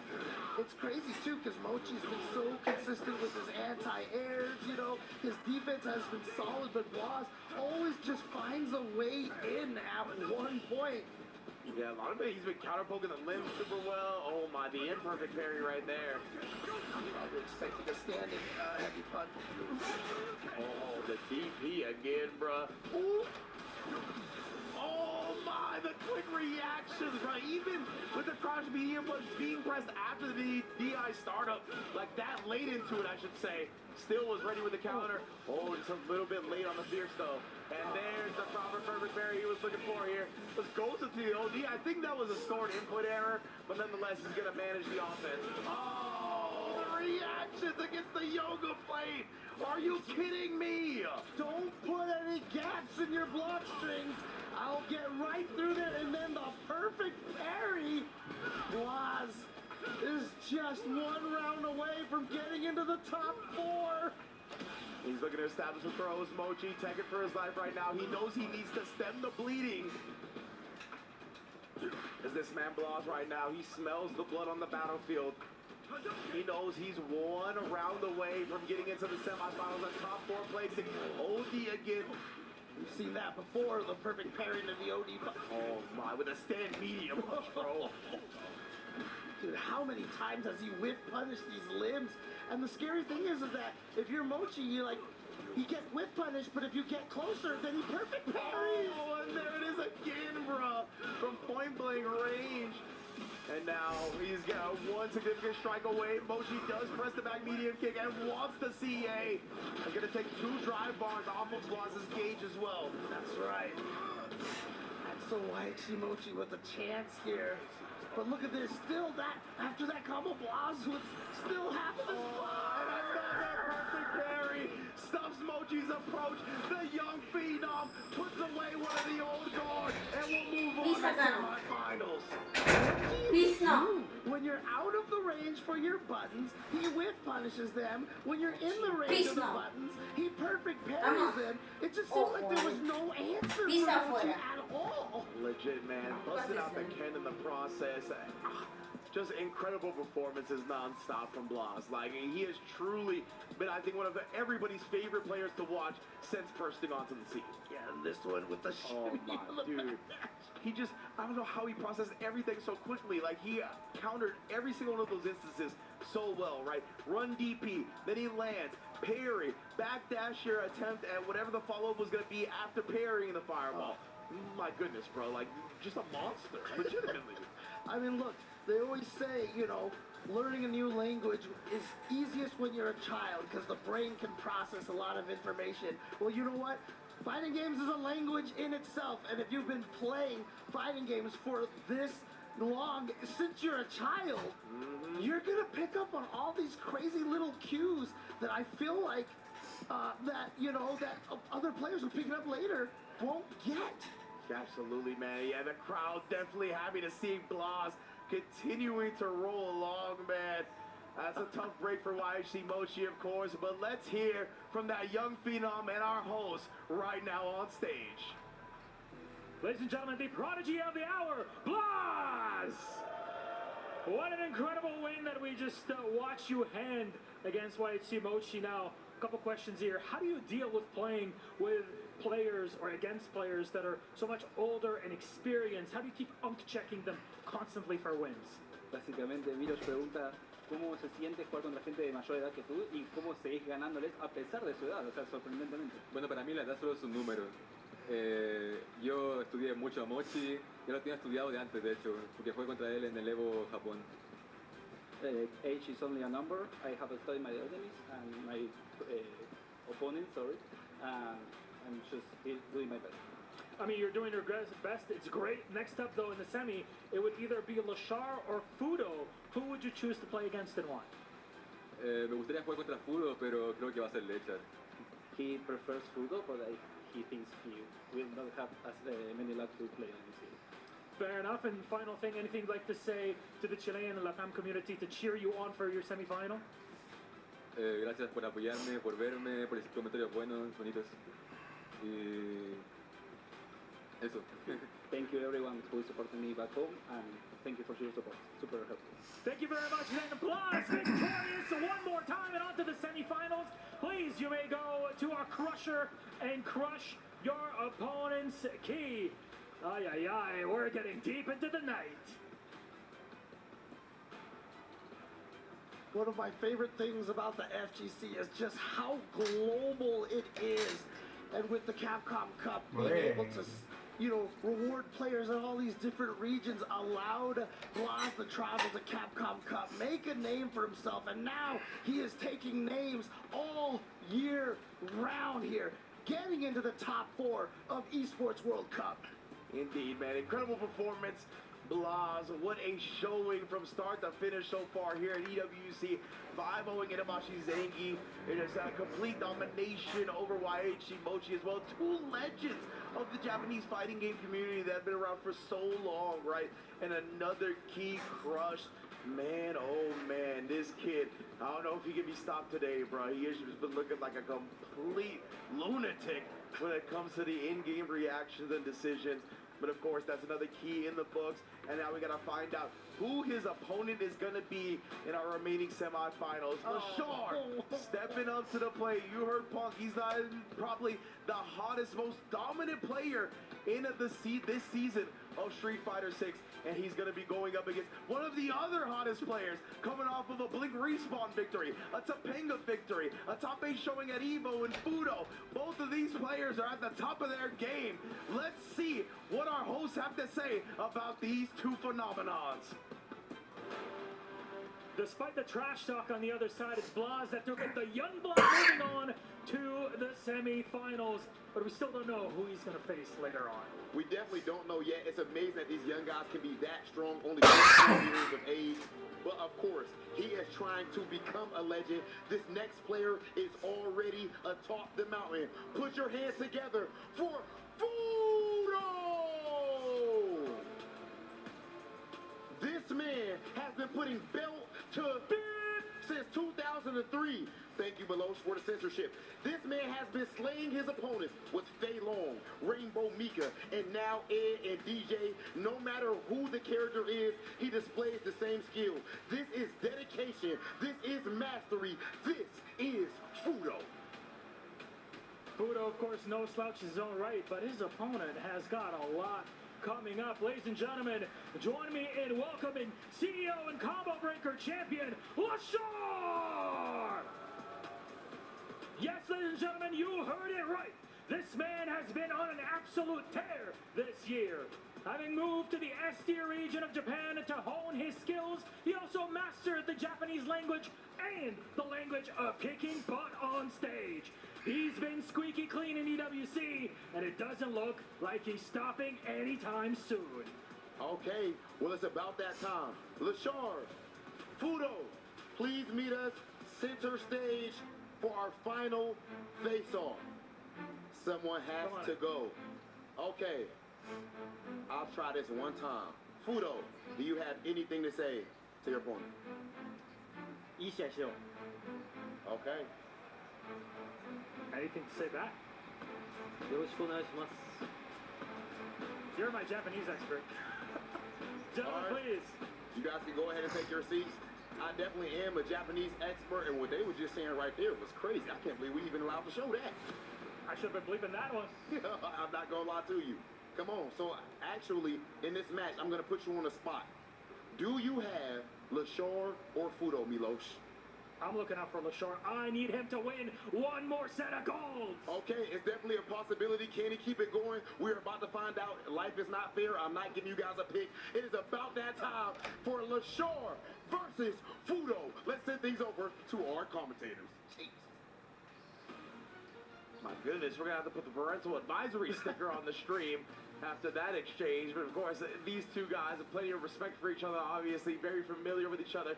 One of the coolest things actually about this match that I just remembered, Fudo, very much a veteran of the fighting game community, has been around much longer than LaShar, right? He actually, in an interview from not too long ago, talked about how LaShar has been one of the main people helping him learn the game properly, right? Has helped him improve in Street Fighter 6. And it's just so cool to see somebody who's older, who's more mature, who's got bigger just notoriety in the scene, be humble and look to someone younger to learn more and improve in the game in LaShar.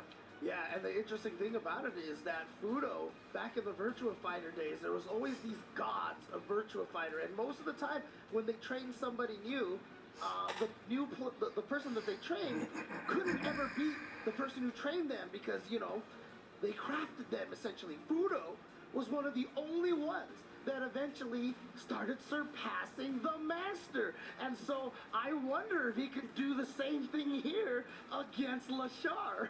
That may be the case, right? This is the time to do it, if there's going to be any time to do it. First of 5 single elimination here in the quarterfinals. Our last quarterfinals match of the event as well. After this, we have been narrowed it down to top 4. Again, if you're just joining us in one half of semifinals, it will be Angry Bird versus Shao Hai. In the other half of semifinals, it will be Blas versus the winner of this match right here. It's going to be exciting to see. You heard Cola talk a little bit about it on the couch. He's excited to see what they pick, right? Could be an Ed mirror. It could be DJ versus Terry. It could be DJ versus Ed. It could be Ed versus DJ. All kinds of possibilities here between these two. Let's see what weapons of choice they bring to the battlefield. Yeah, and again, being able to have mastery over multiple characters. You know, Fudo was a long-time DJ player until Ed came out. And I remember when he first switched to Ed, I was like, why? Because, like, obviously DJ is so strong and everything. And then, again, a lot of the players in Japan were able to show us just how strong Ed is. And since then, Ed has just been a constant in these tournaments at the end of tournaments. Absolutely right. I mean, really, I think in this latest batch of momentum that Lashar's really picked up, it felt like he started with the Terry, but at EVO we saw some Ed. Now we're seeing Ed primarily in this tournament. Gonna get right now the Ed mirror between Fudo and Lashar. That's how we're starting. We'll see if this is how we finish. Again, the two hottest players going into EVO, they both finished top 8 at EVO, showing how consistent and strong they are. It's coming to a head here at the Esports World Cup. Who's gonna take it, Fudo or Lashar? The metal hole beat him to the flicker. That time right there, Lashar's a little bit quicker on the trigger finger. And obviously, mirror matches make things always awkward, because if you're in range to land your standing medium kick, they're in range to land theirs too. So, no distance advantages here between these two. Oh, yeah, and Fudo trying to call it the fireball right there, but Lashar only showed him the startup, didn't complete it, and then went with another DI as well to try to keep Fudo very low on the drive. That punish counter is going to contribute to that as well. So Lashar here off to a rocking start. Gonna throw the perfect parry with the light punch on the drive rush to bait out that perfect parry, to bait out the drive parry. Beautiful stuff from Lashar right there, faking him out. But Fudo off in races and then stuffs Lashar's wake up play attempt. That's why we're gonna bust out with some invincibility. Yep, and you see them holding the psycho flickers, always having the kill rush options to try to build that space. Indeed, man. Russia crouch light kick, respected. Oh, actually tagged him with the jump medium kick and the whip punish. Lashar gonna make it all the way count here, right? Fudo's gonna be on about a pixel of drive gauge afterwards. Lashar's trying to really take control of this match. Yeah, let's see how this mind game works here. Oh, the parry, okay. So that actually saves him from the burnout. Oh, right there, he was hoping that Lashar would press a faster button. Oh, and after the tech right there, this drive rush in, catches the forward fierce attempt, and then again the longer range crouch light kick. He just committed the drive rush behind it. Figured he might as well force the decision there as he had Fudo back against the ropes. Well, they're going right back into it. They're not waiting at all. Fudo not contemplating a character switch. Right, not even looking to avoid the mirror as of yet. Ooh. Oh, that crouch heavy kick this time coming through as one of the things that Ed lives off of. Gets the forward throw here, but now backing off a little bit and actually just switched to offense all of a sudden. But good defense from Fudo right there, not to get caught by that. Man, sets the fireball out, just drive rushing behind it as well. Both players here not being too overzealous in this round. Just as I say that though, the forward fierce gets clipped and the backdash actually gets chased down by the ODDB. But getting the drive rush check with that crouching light kick and then the combo. And now Lashar, trying to raw drive rush in, and just surprised by that. See them both swinging away above their heads, covers jumps as well. But we haven't seen any whip punishes on those yet. Indeed. And Lashar continues to try to show him the fireball. Oh, and then Fudo catches him inching forward right there with the same medium kick. That's what's so hard about this matchup and playing against Ed in general, right? Gotta respect the range on that one. Of course, he wanted the back throw into the corner. Fudo didn't let him have it, and that's gonna be a clean punish. Like that from Lashar, right? It was going to be a tall task. He canceled at level 2 to still get that round. Might as well save the meter and surrender it. Yeah, but that was, a nice little round closer, because if he hit it, it could have won the round off of that completely. So he just went for the OD flicker, the OD Blitz. Indeed. Right now, the crouch heavy kick as well from Fudo. Coming in hot, as we talked about. Both of these players are going to be looking for that a lot. Pretty controllable button, if I'm not mistaken. Lashar, he was holding on to that drive parry and then led to the DP loose afterwards. He's burst down, but he's got plenty of meter to defend himself. See if Fudo gets a little bit too predictable. He's not, though. It's looking like he's not too thirsty until that jump happened. Yeah, and really, oh wait, never mind. I was just about to say, Fudo really hadn't had a chance to take advantage of that burnout, but gets the hit over here, and Fudo Is he gonna tie this up 1-1? Oh, yes, indeed. That's the thing with Fudo, right? That's one of his primary strats on this character as well. He loves doing drive rush into flicker, right? To counter the check attempts on the drive rush. So it opened up Lashar there. And that's going to be especially good against someone with great reactions like Lashar, right? He's trained himself to stuff a lot of those drive rush attempts. And that flicker puts the E-brake on and then punishes you heavily for trying it. That's right. The better you get, I mean, you also find ways to beat up on the good the good habits of your opponents. That's what fighting games are all about. It's always a cycle of options and just trying to read what your opponent is going to go for and catching them by surprise. But are we going to get a character change? We're getting the Terry Bogard from Lashar. Indeed, man. I'm excited to see this remix. See how he goes about the match now. And yeah, James, to your point, right? It's always good to attack weaknesses, but if you can turn your opponent's strengths into a weakness, then it's a whole different ball game, right? And that's why Fudo going to be taking on the Terry now as Lashar has had enough of the mirror for now. Oh, well, that's a great start for Lashar right away. But you can see why he wants to go with the Terry. I think he wants to try to rush down Fudo a lot more and not give him as much room to breathe. Yeah, right. Fudo is such a veteran of the game, so good on the ground. All of that playing, that type of style, usually plays into his hands. While Lashar, yeah, might want to get more aggressive here. Just to your point, saying how strong he is on the ground. Oh, the flicker does get called out with a jump throw. And now throw into the corner here, gonna drive rush in there. See a little bit of that stagger right there, and then just read the exact moment Fudo let go of down on the controller. First round to Lashar. That crush medium kick got plenty of distance on it for Terry, right? So he's gonna be happily pressing it time and time again. I like that. Just get into his face right there. A little bit of the quick burn. Those Jones behind your back. Wow, interrupts the power wave. Put that away.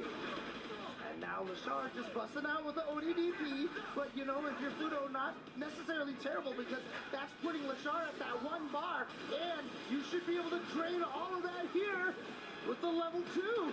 I love that from Fudo right there. Because it dropped immediately, it was able to burn him out in time, and then the DI.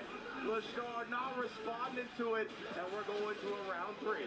Yeah, again, when Fudo got hit by that ODDP, he immediately was like, okay, you put yourself at 1 bar, so now you're at Burnout's door, and he took advantage of it. Oh, and again, checking the driver's attempt. Fudo, he's such a wall of his character, right? That's one of the things Ed is great at. And again, the ODDP flowing through the options from Lashar. Got the counter hit with that standing medium kick. Could have linked to Buster Wolf, but I'm not sure if he was ready for that. Good point, yeah. Right now, both players here trying to, yeah, Lashar's trying to get some drive gauge back, right? That's why Fudo went with that forward gear. Gets him below the 3-bar threshold and then snipes the whip. He's going to be able to put this level 3 on him and take a new 1 lead just like that. Fudo, bruh, stringing him up, making a speed bag out of Terry. So, what is Lashar gonna do here? Is he gonna switch characters again? Or is he gonna try? No, I think he's gonna go right back into the Terry. There was something about that match that he still feels like will work out for him. And, well, look, if you wake up DPs, it works for any character. Yeah, he started the round with the surprise bird knuckle, right? We didn't really see that in the first game as Terry, so we'll see if he implements that a little bit more. That's a good way to get in on that range when you're outside of your command, but either way, Fudo is back at it. Oh, no surprise bird knuckles this time. Wow, just going for the ground with the power wave right there. Just throwing them out there and just harassed Fudo. Fudo didn't have an answer for that round. I love that. Lashar going with the drive rush crouch light kick as well. Going with the crouch button to duck that crouch medium kick from Fudo. It hits a bit high, so great way to dodge that. Yeah, we saw that with, you know, the quote random unquote burn knuckle and then the crazy power wave. Maybe his read is that he needs to be a little nuttier going up against Fudo here. Yeah, absolutely right. Like I talked about, like it's a great way to get in on Ed when you're outside that range where it's comfortable for Terry to play. But right now, Fudo's gonna make him pay. Let's get to the other side of the corner here. Got the burnout. Drain as well on the last hit. Goes with a low. Lashar was trying to wake up Buds, thinking Fudo would look to face something out, but instead he covered his bases and puts another round on the board. Okay. Fudo there staving off that aggression from Lashar in the last round. You can see right there, we've seen Riddles do that a lot with the you know, the medium power wave, try to bait out the parries and then rush in and get the throw. But it feels like it hasn't been working on Fudo right now. And then Lashar, recognizing how close that hit, right? Thought Fudo would try to throw afterwards, just walked out of range. That drive rush in, massive plus frames off of that drive rush heavy punch, and then sniping with the crouching light kick, catching Fudo. Indeed. Puts him on the ground again with the throw. Are we going to establish these?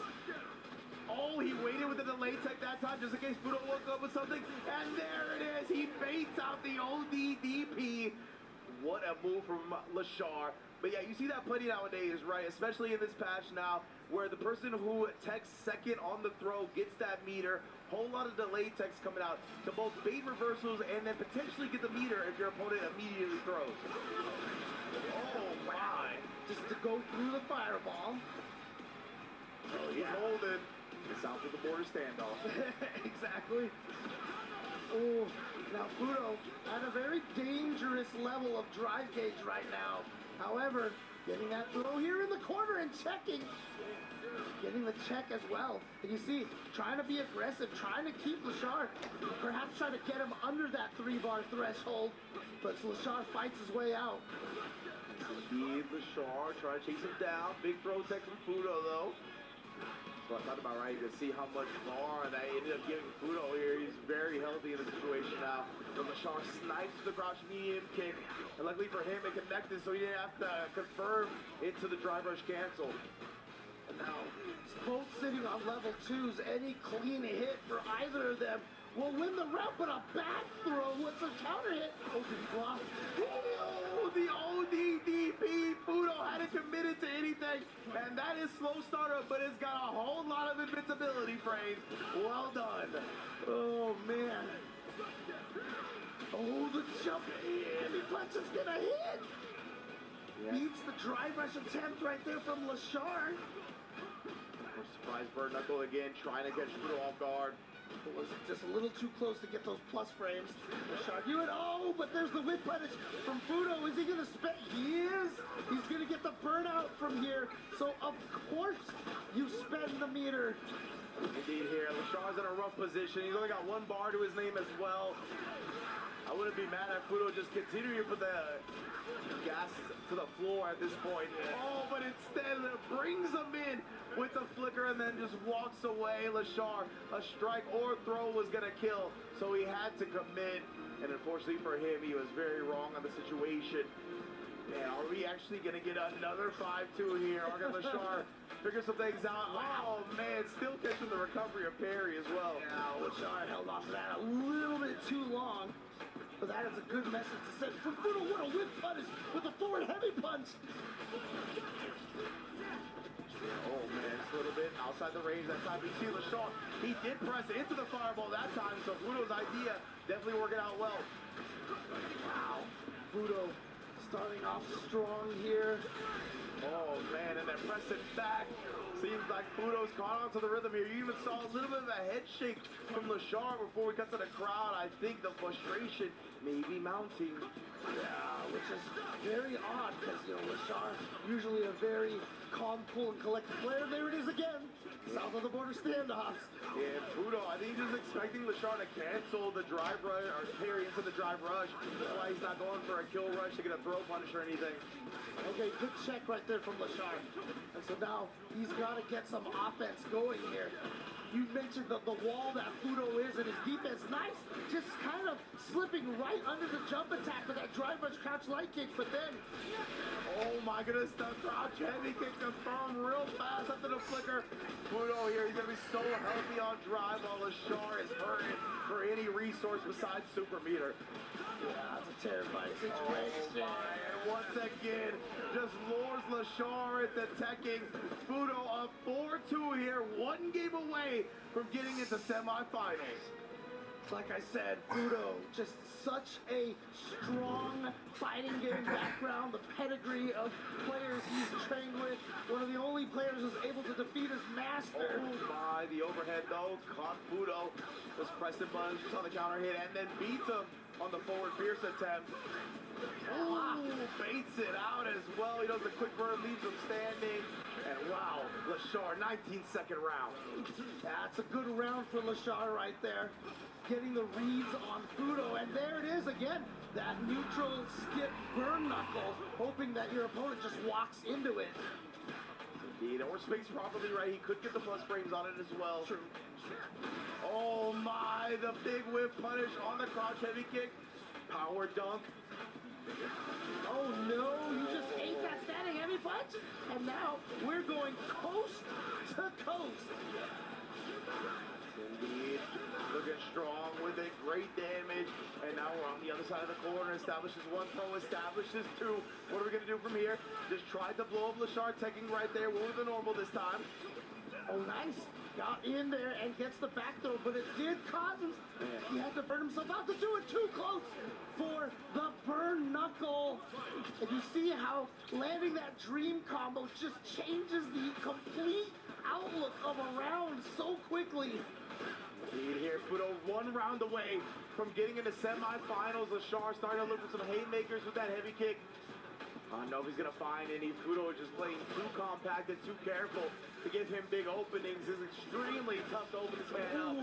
Nice job with the crouch light kick, though. That 2B style, SNK. Yeah, sneaking in there like that. Oh, nice drive rush into the DP. Using the pause of that drive rush to kind of see what your opponent is doing. Oh, man. Power waves all day, every day right now. No, he's that far away, but the perfect parry on the flicker and the drive rush punish afterwards. Lashar seeing some life in his eyes here. Yeah, but again, remember we mentioned, the more you push Ed into the corner, the more dangerous it can be. He right, sets him up greatly for the dream combo. Here it is. I guess actually low crushed that one. I wasn't sure. Maybe he wasn't expecting to actually clip that because I don't think that's airborne. It was just a fortunate situation where the crouch medium kick was already in recovery. Perfect parry again. Lashar gives us our first 4-3, potential 5-3 of the entire EWC. Power Geyser from Lashar right here does finally get a game 3 on the board. This Terry, slowly but surely, I felt like in that game he definitely had a lot more reads on what Fudo was doing in a lot of those key moments, like Oki and, you know, the plus frame situations. Priest of Old baits it out again right there. He's looking for a reversal, but he'll take the parry as well. Oh man, it looked like trying to stand medium kick, but couldn't quite get it in time. Fudo was able to beat to the button. Interesting, I thought Fudo would have gone for a side switch combo when he got that hit, but now he's trapped the, oh, the perfect parry. There we go, the back throw for that side switch. That was such big recognition from Lashar. Ooh, had the parry in mind, right? That's where he found it. The response to that beats him again with the drive rush jab. But yeah, I love Lashar, recognizing that he got that juggle point off the drive rush. Heavy kick, linked it to the Buster Wolf. Oh man, these options from that range, right? The bird knuckle, surprise. And now it's gonna land the drive rush heavy punch as well. Fudo's trapped in the corner, and now Lashar finds another hit. Next hit wins for Lashar. Oh, but instead Fudo finds another dream. Let's see if he can turn this one into a nightmare for Lashar. Hasn't been able to get the shin dream yet. But it doesn't matter because look at the corner carry, the damage. The check didn't get the confirm off of that standing light punch. Indeed here, we set up Shabo, trying to bait something out. He wanted the big dub, right? He wants to kill Lashard now, and he might be able to do it. No, the level 2 actually built another one I didn't realize. That's going to be big damage. Puts him on death's door, but can't quite close it. Both players wait a second. Lashard gets the back throw and the overhead to force a final game. Oh my God, this is it. This is our first 9th game of this top 16, and this just could not be more expected coming from Fudo and Lashard. Again, the 2 hottest players in this year so far. Lashard, again, as we mentioned, with the CEO and the combo breaker. Fudo with the Topanga and the Blink respawn in here. Are we getting a change to DJ? Oh my goodness, Fudo betting on the best of 1 DJ here, trying to throw Lashard off, show him a different look. He's like, you just played 8 games against my head. Let's see if you can weather this storm of DJ for one last round. That's right. And yeah, definitely gonna try to play a little bit more of that projectile game with DJ. But that light power wave being a nuisance going under those projectiles. Oh man, it looks like Fudo. Sorry for the air slasher. That might have been a feint though. Up kicks as soon as he sees the driver pressure come out. Yeah, flash kicks are almost kind of like the original modern. Very easy to react to things, just press up and kicks. That time though, Lashard against Nice on the range. That crouch medium kick is potent. Hezzy's right there trying to catch him, but great recognition on when his turn was over. Fudo, dry rushing. Oh, the double perfect parry from Lashard. My goodness, man, you might have to add him to the Royal Bloodline. Shout out to Cockadoo. Oh, and again, the crouch medium kick catches the whip punish. A little bit too far on the crouch spears, and Lashard has brought it back. Potential 3-game comeback to take this set. Oh my goodness, he tried the funky slice of the whip punish, the crouch medium kick, and then baits out the up kicks. This is a huge start. Lashard, is he gonna dump the meter? Let's see, not holding on to it. He knows the next hit is going to kill. Especially if he can keep his, enough drive gauge to use for that power geyser, but Fudo's gonna take care of that drive gauge right here, right now. That's gonna be burnt out here. Lashard, of course, still got 3 bars to his name, and he's gonna spin 1 on the Buster Wolf. Trying to maintain this advantage, not trying to let Fudo get back to mid-screen. We get there anyway. Big throw tech as well. Gives him a nice chunk of burnout meter back as well. Perfect parry from Fudo. Oh, he's gonna get the counter hit. Just goes for the medium so bad. Was able to block in time. Funky slicer. Finds it that time. Leaves him standing as well. Lashard here. Throw text for his life. Sends out the OD power wave afterwards. Trying to bully up with crack shoot. Fudo gets his drive meter back. Immediately sends it with the OD air slasher. My goodness, bruh. Anybody's game here, Lashard. SCA on deck as well. Snaps it, he finds it. Lashard completes the 3-game comeback and gives himself a berth into the semifinals. Lashard and Fudo giving us 1 for the books here. Clearly, both of them such equal levels of skill and reads and talent here. But it is Lashard who's going to take it in game number 9. Vibes are immaculate in the building right here. We're watching some amazing Street Fighter at EWC. And yeah, this started as an Ed mirror. We wondered if it was going to finish as one, and it most definitely did not, right? Lashard was the first one to pivot onto the Terry. Really quick, actually, after it went up 1-1. He had the Terry by game 3, and he still went down to a 4-game, right? 4-2, I believe. And the fact that Lashard kept the faith, right? He knew that Terry was going to be the one to get the job done. Fudo tried to get him with that best-of-1 DJ at the end, but Lashard too composed and too knowledgeable, honestly, when it comes to this game. Yeah, and you can't really blame Fudo for that character change, obviously, because he just lost 2 games in a row with the Ed. So he definitely, like you said earlier, wanted to throw a different look at Lashard, but Lashard was able to clutch it out. We didn't get a final round in this situation, but you know, what we do get, we're going to get an interview with Lashar. Let's take it to the stage. Against all odds, Lashar gets it done coming back from 2-4. Lashar, don't you ever do something like that to one of my I can't even smack him with this paper because his plot armor is just too strong. Down 2-4. I'm not going to hold you for too long. You were down 2-4. What adjustments did you make to come back against Fudo? 2-4からあのような劇的な逆転劇をお見せいただいたわけですけれども、どのような何をされたんでしょうか。どうしてあんな巻き返すことができたのでしょうか。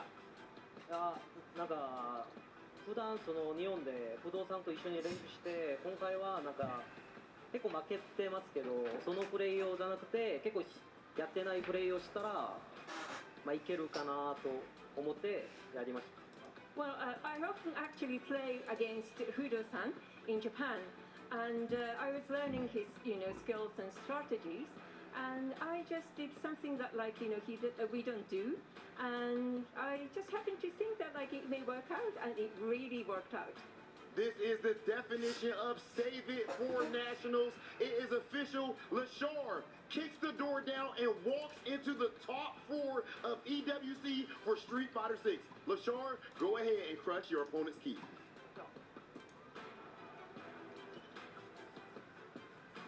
And a well-earned key crush it is. Moving into the semifinals is Lashar.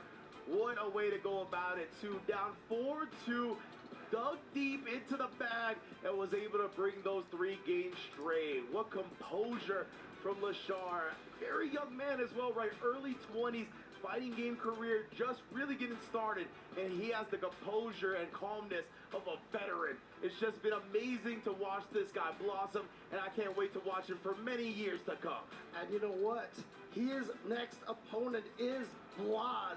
And remember, Blas defeated Lashar at Capcom Cup. Lashar was one of the victims of Blas during his incredible run. I'm sure Lashar is looking forward to try to get revenge against the phenom that is Blas from Chile. But of course, on the other side of the winner's side, we are going to have Angry Bird and Shanghai going up against each other. Oh my, this top 4 is going to be electric. Oh man, incredible stuff. Thank you all for joining us. That's going to be it for me and James. Please enjoy the rest of the show. EWC champion will be crowned.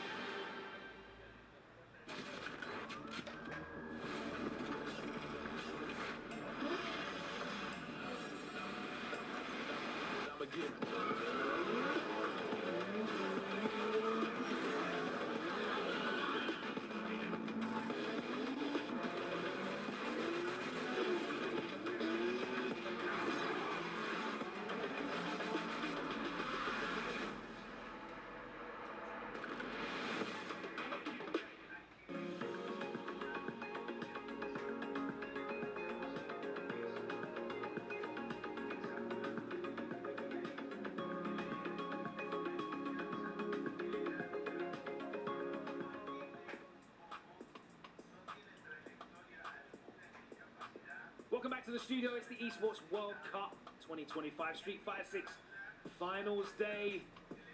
And now, only 4 remain. 4 incredible matches that we will go through with our expert studio analysis desk.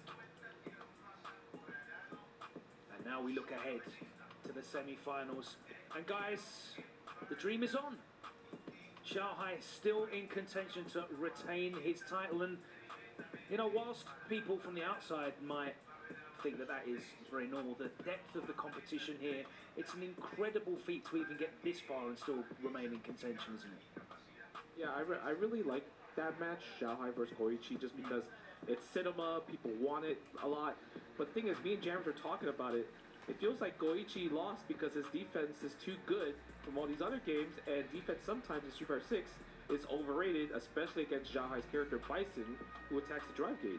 Yeah, high drive gauge damage, and his rudimentary level of defense is fantastic. But as you noticed, Justin, he wasn't really risking a perfect parry. He'd do EX tension kicks, that's fine, but Xiaohai called them out, and his spacing was actually good in the early stages of that first 5. But I think slowly but surely, he picked apart his gameplay. The reversal timings, when he tried to do down forward heavy kick, he actually made one of the anti-attention kicks whiff, so I think he just slowly dismantled him and said, okay, I'm here to try and retain my title. Kola, we started off with Ending Walker versus Angry Bird, and Ending coming off the back of an incredible performance against Mena Hardy. He was shut down by Angry Bird, wasn't he? Yeah, the thing is, Angry Bird had a lot of tendencies with like the demon flips that were getting countered continuously. And so he said, I only do these when it's less risky. We saw the demon flips get adjusted towards the corner. We also saw him do some nasty things with level 2, and it felt like he would always strip away the gauge from Ending Walker, so you couldn't see the drive rush overhead that we're used to seeing from Ending. And actually, Angry Bird kind of took his stuff word for word, bar for bar with those overheads. Justin, your pick Blas looking very, very impressive as well. Switch to the Ken this time round, a tool for the job, and it was definitely an effective tool against YHC Mochi. The young guns coming out on top, and us old folks sitting here on the benches. But this match was really impressive, even though the score like dictates it's like so in Blas's favor.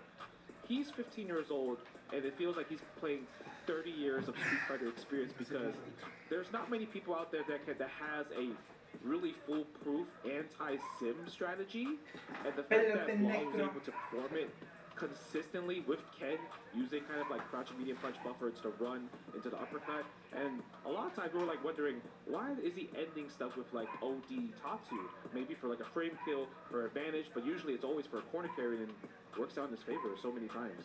Absolutely.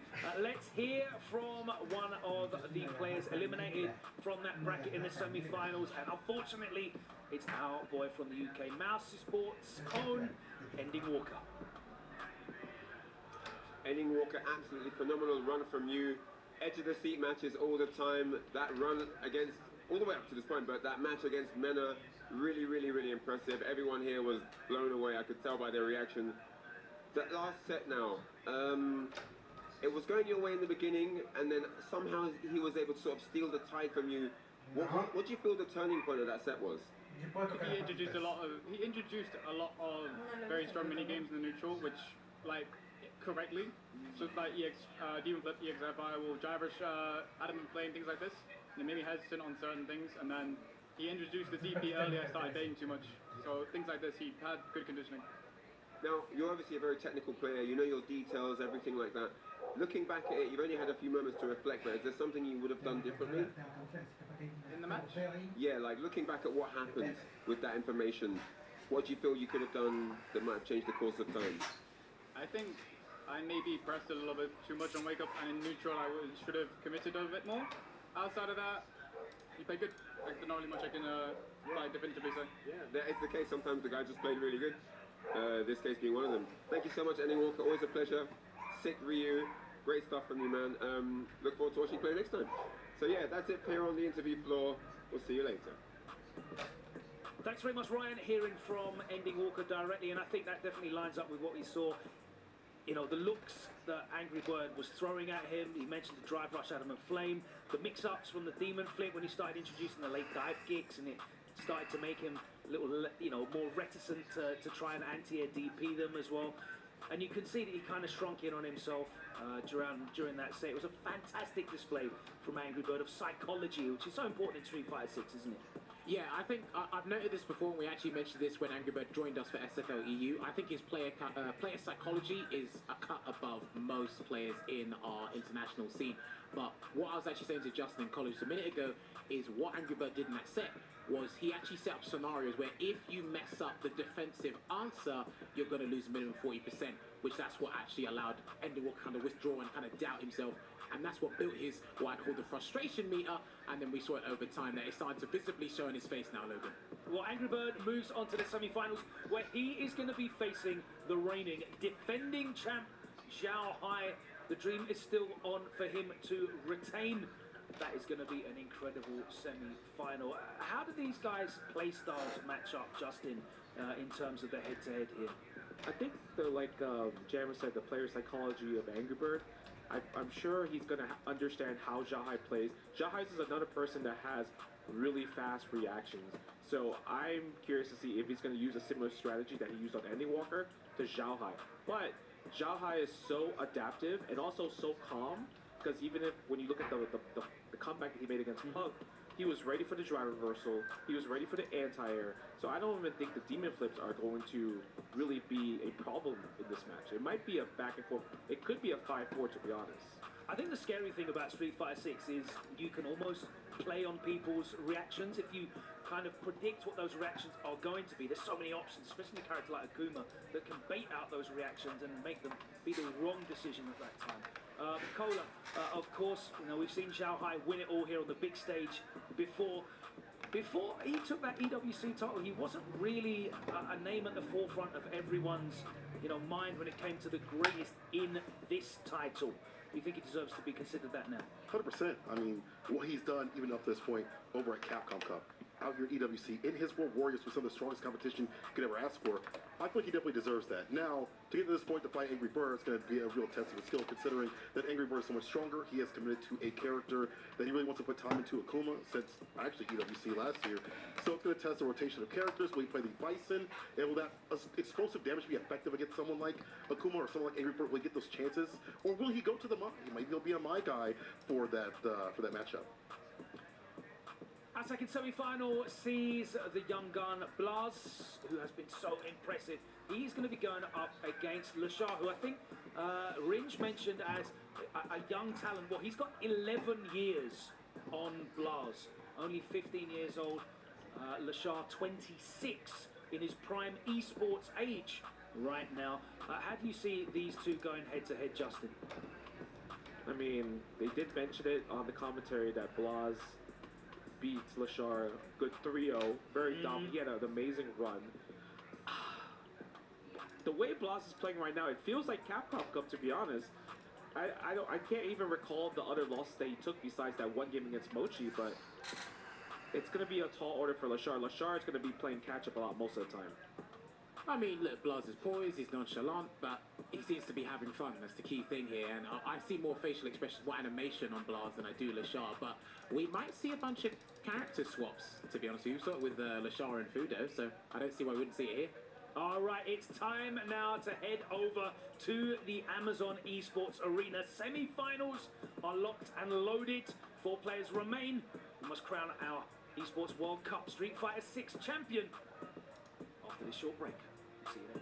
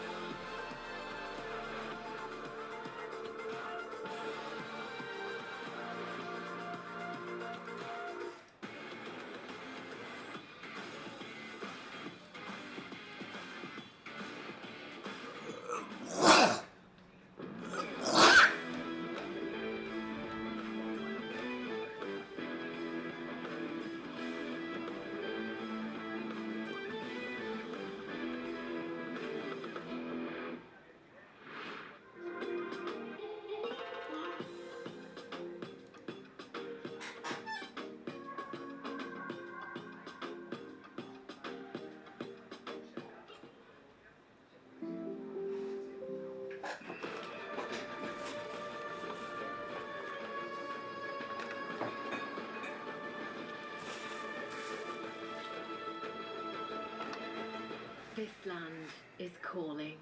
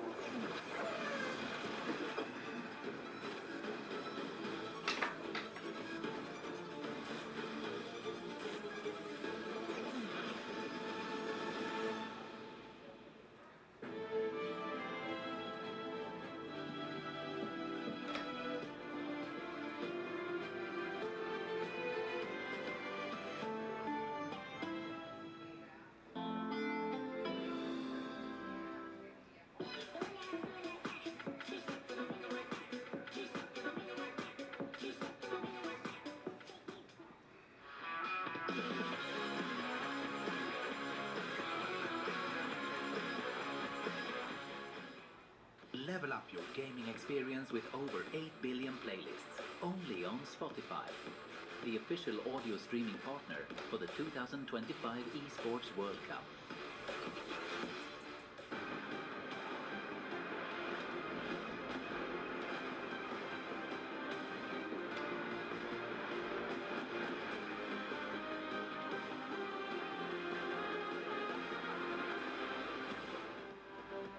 We are live with the semifinals for Street Fighter 6. To get to these players, they had to scratch, they had to claw, and they had to roll with the punches.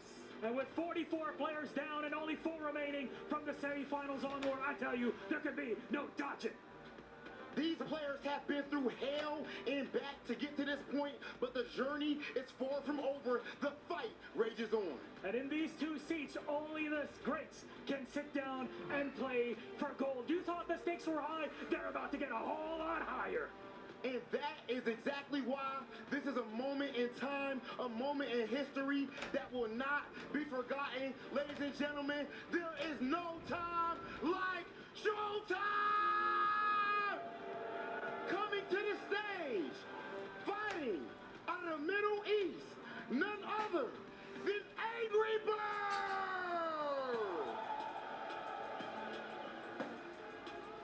This man, on this same stage, we see him finish top 2 at Gamers 8. This is one of the greatest players on earth, an Evo champion with over 7,000 entrants. He has placed top 8 in Evo for the last 3 years in a row. A stone cold killer to the T. This is Angry Bird. He's angry, he's looking for more, but I tell you, revenge was on the mind of his opponents, and he absolutely is not stopping. Ladies and gentlemen, please join me welcoming to the stage the reigning EWC Street Fighter 6 champion, Shao Hai! He dominated in groups, he dominated in top 16, and he got revenge against bitter rival Goichi. This man is out for nothing less than gold, and he's dragging every challenger, kicking and screaming, back to the airport. I can't even wait for it. It's time to get to it. Shao Hai, Angry Bird, meet us right here, center stage. We have the first match of our semifinals. Ladies and gentlemen, make some noise if you have Shao Hai! All right. Habibis, ladies and gentlemen, please make some noise for Angry Bird! Angry Bird, you are officially 1 match away from grand finals. Last year's champ stands in your way. What do you have to say heading into your match? Let's have a good match. Right. A lot of respect from Angry Bird. What do you have to say? You're looking for gold here, Shao Hai. I'm so scared, so nervous, but it's not the time. I have to win. He's got to win. Can we please get our handshake? Go ahead and take your seats. And it is that time. One of these players are about to qualify for grand finals. Rob, I'm just going to say right now, the script is written right here. We just tossed it. Come on. Right on out. Ladies and gentlemen, our first semifinal is about to begin. Angry Bird versus Shao Hai. Let's get this game rolling. to the final four. The fatal four-way dance-off commences right now with the semi-finals. I'm IFC Action, of course, joining me. It's my brother, Vicious, holding it down for you guys to close this whole shebang out for you. And we're gonna kick it off with Angry Bird versus Shanghai. What a position that Angry Bird be in right now to have a chance to not only win the championship, but to beat the champion in the progress. That's right. History is, in fact, in the making, no matter how you split it between these two competitors, Angry Bird and Shanghai. A little bit of history here. Last time they met, you can see it. Shanghai had the best of them. This is going to be actually perfect to see whether or not we're going to have Angry Bird step up to the challenge of the characters that Shanghai's been presenting the entirety of this tournament, right? It could be the My pick. It could be the Bison pick. Will Angry Bird be ready for either? Yes, and remember, guys, this is for the grand finals. Loser goes to the third Earth. There's going to be some action, of course. Obviously, everybody wants the dub. But at the end of the day, we got to see who's going to be in the third place match. And, of course, our next match after this is Blas and Lashard. Well, insane, by the way. Easy. Blas is really, just to touch up on what Justin Wong said, man, straight up, he is playing like he dusty. Oh, we going straight to it. I like that. I like that. Nah, this is good. This is good. I like that. We don't need production for this. Get straight to the action. Yeah. Switch to the cameras. I know you guys are surprised. It's all right. That's how you know they thirsty. This is the exact character that we were kind of like thinking Shanghai was going to pick specifically for Akuma. Mai's got definitely more than enough in the tank to take down this character. That was actually a crazy jumper, by the way. Whoa, on the DP, he got a sweep. That's character knowledge. All right, he's been in the line. Wow, what a way to throw off the anti-hand. Look what it led to. Corner pressure. But Angry Bird close to the burnout. I like that he took the hit. At least he avoided it. Nice. Chuck the plasma. Oh, reaction. Justin highlighted that. You better stop playing with the young lad known as the Kid, Shanghai. Yeah, and Fierce is definitely the button to do it with, right? Not only is the damage pretty substantial, the range is great, and of course it's cancelable, so why not? Shanghai up to a great start. I saw the carousel from hell one more time. Get that throw, nice DP. Don't test the man's reaction. Yeah, those sharp endings, you already know Mai's going to have the verticality as well as some of that horizontal space to cover. That is intentional 100,000%. Shanghai, although looking kind of dry, he gets hella damage off of this. He might be able to kill, not quite yet. Yes, I like you all. It is going to be the perfect, excuse me, Shanghai. Already off to a fantastic start. What happened? ¿Qué es esa Mochichi? A little bit of time, Bradley. What the hell? I mean, obviously, of course, it's obvious. Akuma does bleed a little bit on the defensive side of things. But that's all right. Angry Bird is using these sets, these matches one at a time to collect some data. Still block on the overhead. I don't know if he was naturally just trying to work back. Wow! Angry Bird, perfect parry on the plasma. Well, in this case, the fans. I know the fans are loving it at home. You know how to find something around. Most definitely. The OG fans just to create the space, and I like the perfect parry coming in from Angry Bird, right? Predicting the one was going to come in. Shanghai stuck in his corner, maybe fireball. What are you going to do about this lockdown that Angry Bird's presenting? He just perfect parry fireball twice. He sure did. Hey, you guys are sweaty, man. I know. I'm pretty sure there's a sauna somewhere. All right, put that in your back pocket. Building that meter slowly but surely. The deep. How dare you? Trying to jump out of my corner? I like that. Yeah, sticking to the lights, catching the walk back. You get the target combo as well. Angry Bird threading the needle. Past the offensive pressure from Shanghai, not afraid to press counter jab in between. I like that he ain't even shaking about that first game, man. That's how you know he's a professional. That is my Habibi right there. Voila, this guy is going to do amazing. I promise you that. All right. Bullock do not carry, for sure. That's a fact. That is pure skill. That's what that means? I don't know. That was No. That's... that sounded good, though. Two different things. Gotcha. All right. Looking for the shimmy. I like that on the crouch jab range or the throw range. Loving it. Like that close proximity plasma, the fans. Oh, just for that. Okay, that's why you're staying in that range, my boy. I see you. Ooh, the meaty overhead. That was mad meaty. Are you kidding me? And we get to re-up. Coming in the light for the fire. That was ridiculous. Into the demon. Was that backdash demon? Yes. That was backdash demon. And it covers option too in the case that Shanghai actually pressed the button and would have caught it, right? He did. He actually threw out standing medium punch. Oh, the burnout. No, not yet. There it is. He just tried to avoid it. It's all right. Wow, right back at you, says my Habibi Angry Bird. Woo! Middle East is out here. He's used to the heat. He's used to the tension. This guy's a professional. He ain't here to pop off. He's here to play some good-ass Street Fighter 6. That is a fact. One apiece, breadstick or pop. Good. We don't want 5-0s here. I'll tell you what, especially in this stage of the game. Angry Bird now being able to start off against Xiaohai. Xiaohai trying to get some counter punch in, but no, washed up into nothing. Instead, going to be a fat punish counter. That's kind of hard to test against Akuma, considering his walk speed is bananas. I know that's the counter pick approach from Xiaohai sometimes. He'll just wake up, walk up forward, and throw. So great spacing there from Angry Bird. Woo, the trade combo. We was ready. Damn! Back on house trade. Oh, that's a throw. That looked like a low. I like that. He ducked first, and then he went for the throw. That was sneaky. Stay down. Could do it again if you wanted to. Xiaohai going to back away a little bit. Doesn't want to overextend with the throw pressure. And again, sniping out the air fireball. The OD version of that this time with his own OG uppercut. And it makes it worse for Akuma, right? Because he's moving forward towards it, right? Yeah, and Ryu Engine actually reaches mad far going forward. Like, we talk about the verticality for sure, but like the OD version, it hits so far forward. I feel correct. Big damage. Love it. Fear starters as always. Okay, playing the poke game, just trying to set up those face traps. Oh, but we was ready for the whip throw. There we go for the throw. Nice.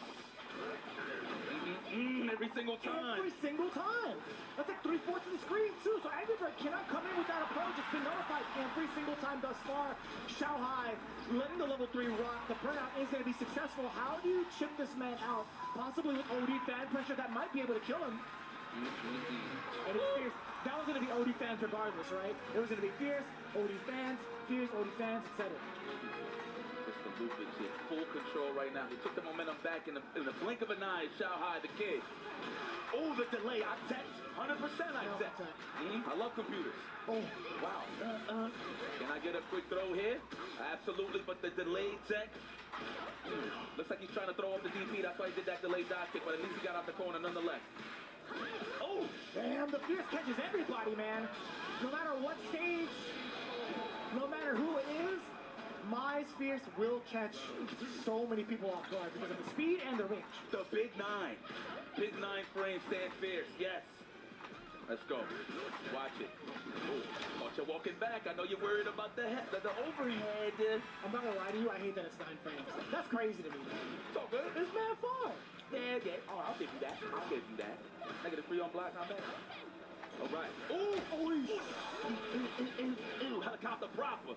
Trying to find the landing pad. He found it. Ooh. As long as we don't get back thrown, all right. But you are about to get, look, we're going to get crouch and fierce pressure. No, we're going for the shimmy. Good in the mind. We get the power up as well. It's going to be that much more dangerous. Yeah, extra damage on that uppercut as well. Hit the drill.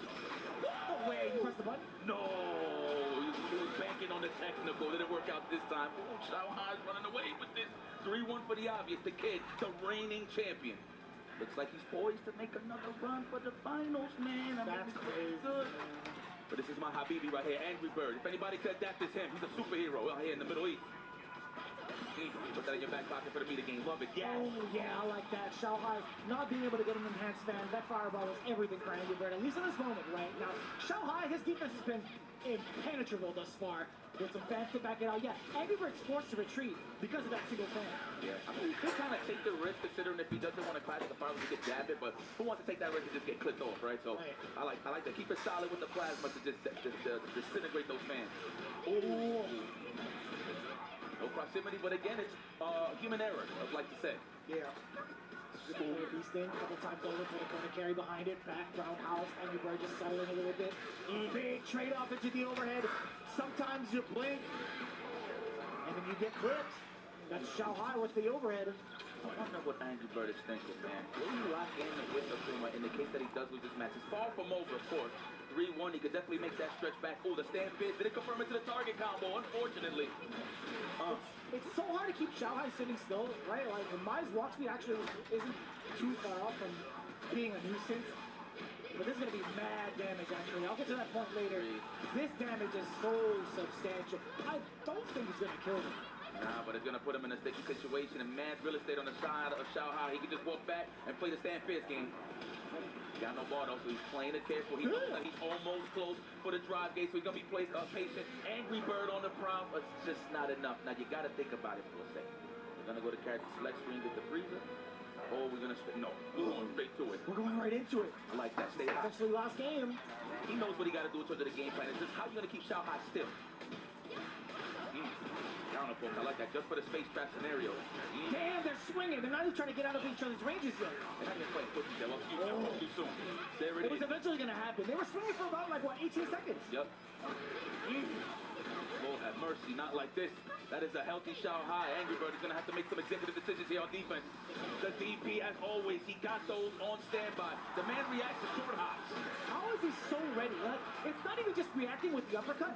He's anticipating Angry Bird's decision-making by just backing off a little bit, right? The pressure, right? And he's wailing on the drive gate, so sooner or later he's going to be dehydrated, right? So that's great stuff from Shanghai. I'm not kidding, dude. That must look like slow jumping for him. I agree with you. Like, I totally agree with you. You know the game we talked about, guys. Let's go into the game with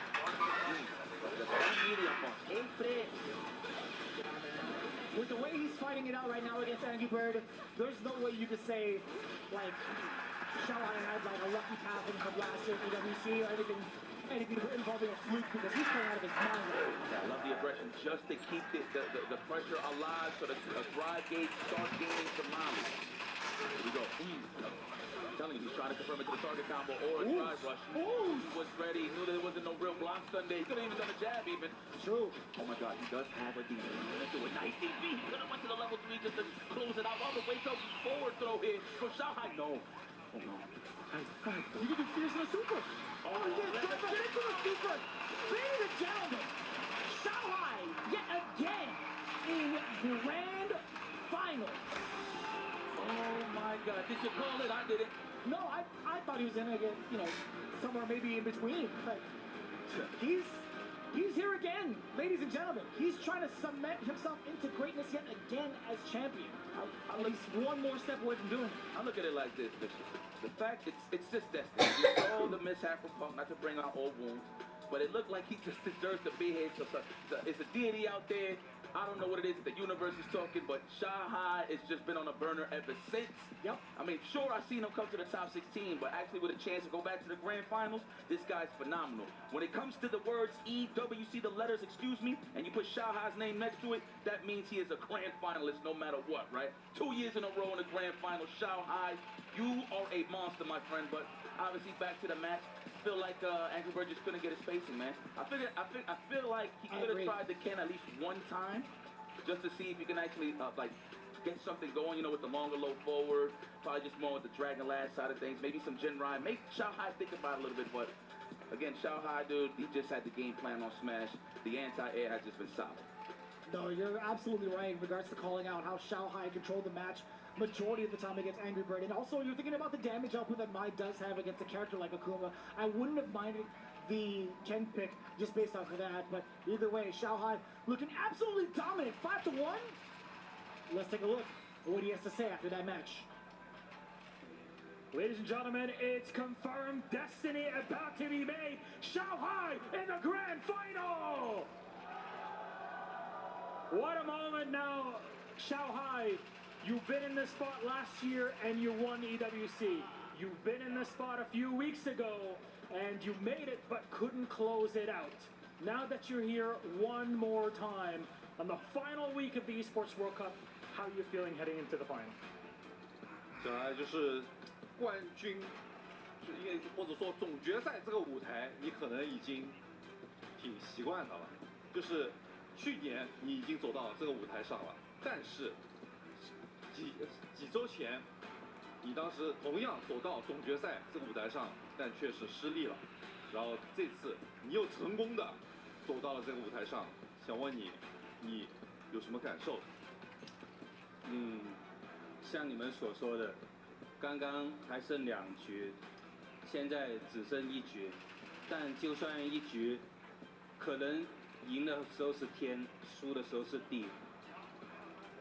1局可能真的很长，我真的不想再失误了，我想好好把握。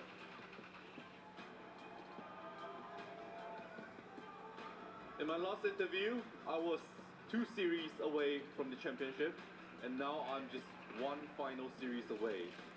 But even though the distance seems to be so short, it is actually very, very long, and it could possibly be the longest series that I will ever face. winning here is heaven, but losing will be hell. So for us, for me, this will be the hardest road, and it will be the longest and most difficult battle I will face. And I do not want to make any mistakes ever. Shanghai caught between heaven and hell. I'll tell you, you'll be caught between either Lashar or Blaz. Do you have a choice? I feel maybe both is too good, but maybe less, maybe too difficult. Maybe the most difficult in the tournament, I think. Maybe two guy, one is Mana. Mana is maybe just lose, but maybe the last one is lesser. I'm little scared, but I can face it. Whatever lesser, whatever the others, whatever I need to win. He's locked in. He's ready to go. Ladies and gentlemen, one more time. Your grand finalist, Shanghai! You may go crush what could be your second to last key on our stage.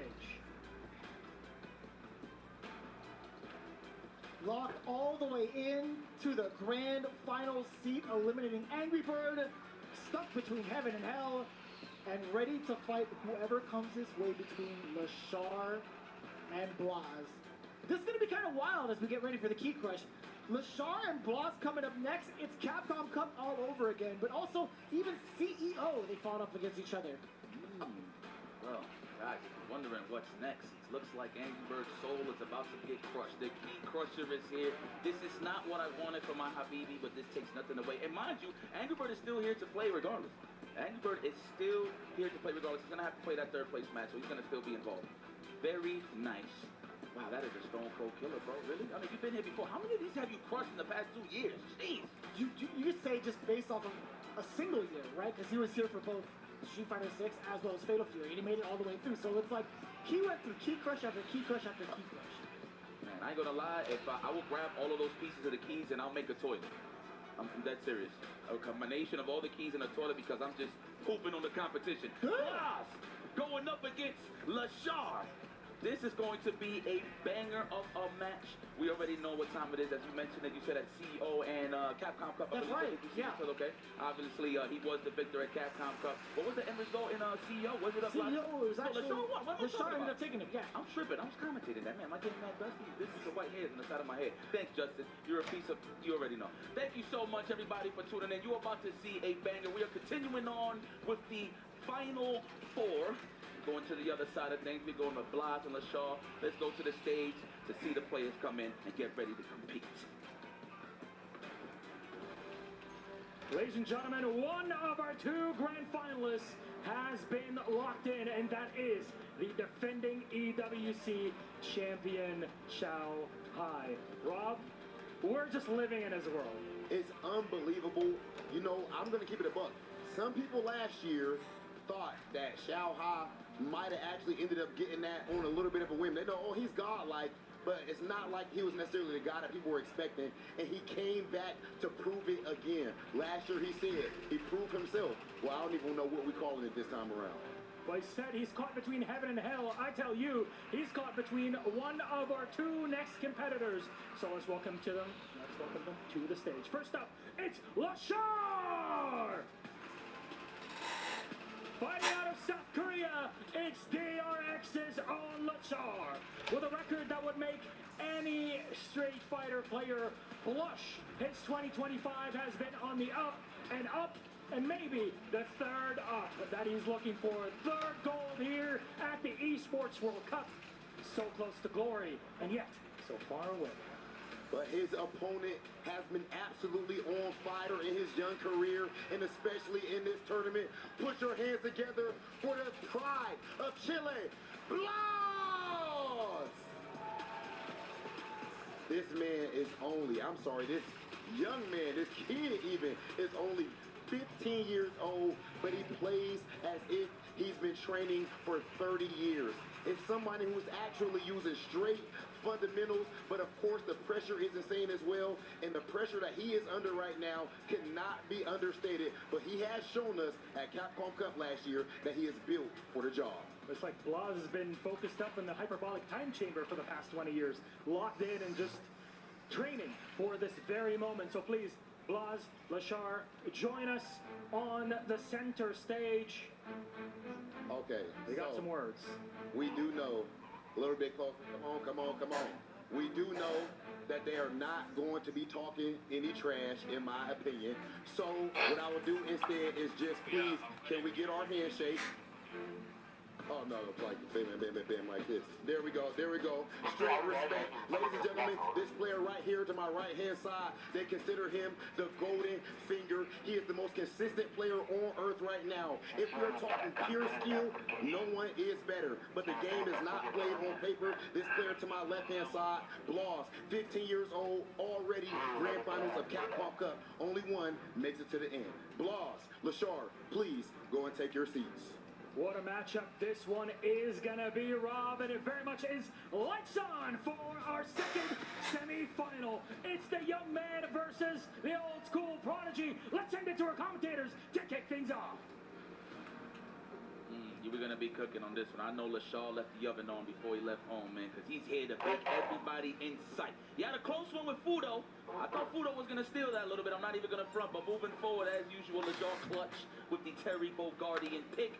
And now he earns that right to go up against Blas, the young prodigy. There's so many young prodigies. I got to look for new titles. But to be very honest with you, this guy's the next in line when it comes to bullying this next generation of Street Fighter 6 competition. So it's only going to get better, and it's only going to get more entertaining. I see everybody in the crowd. I hope everybody's enjoying themselves. See my boy Latif. I see you, my boy. Hey, that's my guy right there, one of my good friends. Holla, I always give him a shout. I always forget that our voices are pumped up into the arena, so shout out to everybody who's been supporting every single day coming in and out for EWC for Street Fighter 6. This is the main event. This is the final showdown for the entirety of this event. And I gotta say, it's cool to see Blas and Lashar in this exact same situation, very similar to Capcom Cup from this year. But I gotta say, Blas has been on fire. In a total of 10 games, he only lost 1. Excuse me? He fought against Itabashi 5-0. He fought against Wyatt Shimochi 5-1. Can he continue the hot streak against Lashar, who had a significantly rocky matchup against Fudo 5-4? All right, so I guess if we got to put a percentage on this, is a 90% win rate? Right? Or just take it to every time you lose one, it's like 20% off? Just about right. Yeah, 80%. Well, whatever. He's ridiculous, all right? We're just trying to get analytical critical. You know what I'm saying? A little bit of both. Now, question is, Ryu was going to be the choice for Blas. Lashar had to switch up to Terry against the Ed, but I guess that's a character, a mirror match specific. Like, he doesn't want to play Ed mirror. He wants to just go for the Terry. He has to be going Ed against Ryu, right? It just makes sense. The way he dismantled the other Shoto on the way forward via Bonchan and, Kawano and Arakuma, I would imagine he applies the same theory with Ed. We'll see. The survey will say what is the character that Lashar is going to pick to go up against the young prodigy, Blas, all the way from Chile. Yo, what's in the water over there? Like, what did the Pops do? Like, what did he tell them? Like, yo, everybody's whack, beat all these guys. Like, who knows? It might be one of those conversations. Probably. Oh, we got a quick bar check. Oh, you already saw the characters there. So it might be the Terry Bogardian taking on... I'll do a proper for the finals. All right? Ryu. Okay? Damn! Like that? It took me a while. Yeah. But she loves Ryu. I do. Let it rock. Okay. And he looks Dominican, so I might have to go Ryu. That was so quick. I like that. All right. Let's go. Oh, man. Shout out to the crowd. Put your hands in the air if y'all enjoying yourself here for EWC. Please make some noise. Yeah. What about Dominican people? I see everybody, man. Earth is our turf. Everybody's enjoying and just relaxing, watching some good Street Fighter 6. That's what it's all about, man.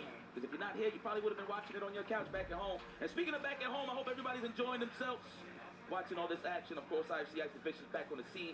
We're closing this out. This is an honor to do it again. It's the second time. I ain't think I see it coming, but hey, it's a blessing. I ain't gonna let it drop. You hear me? So let's get it popping. Already off to the games. Here we go. Game 1, Terry versus Ryu. Lashar versus Blas. Not going to go for the Ed pick.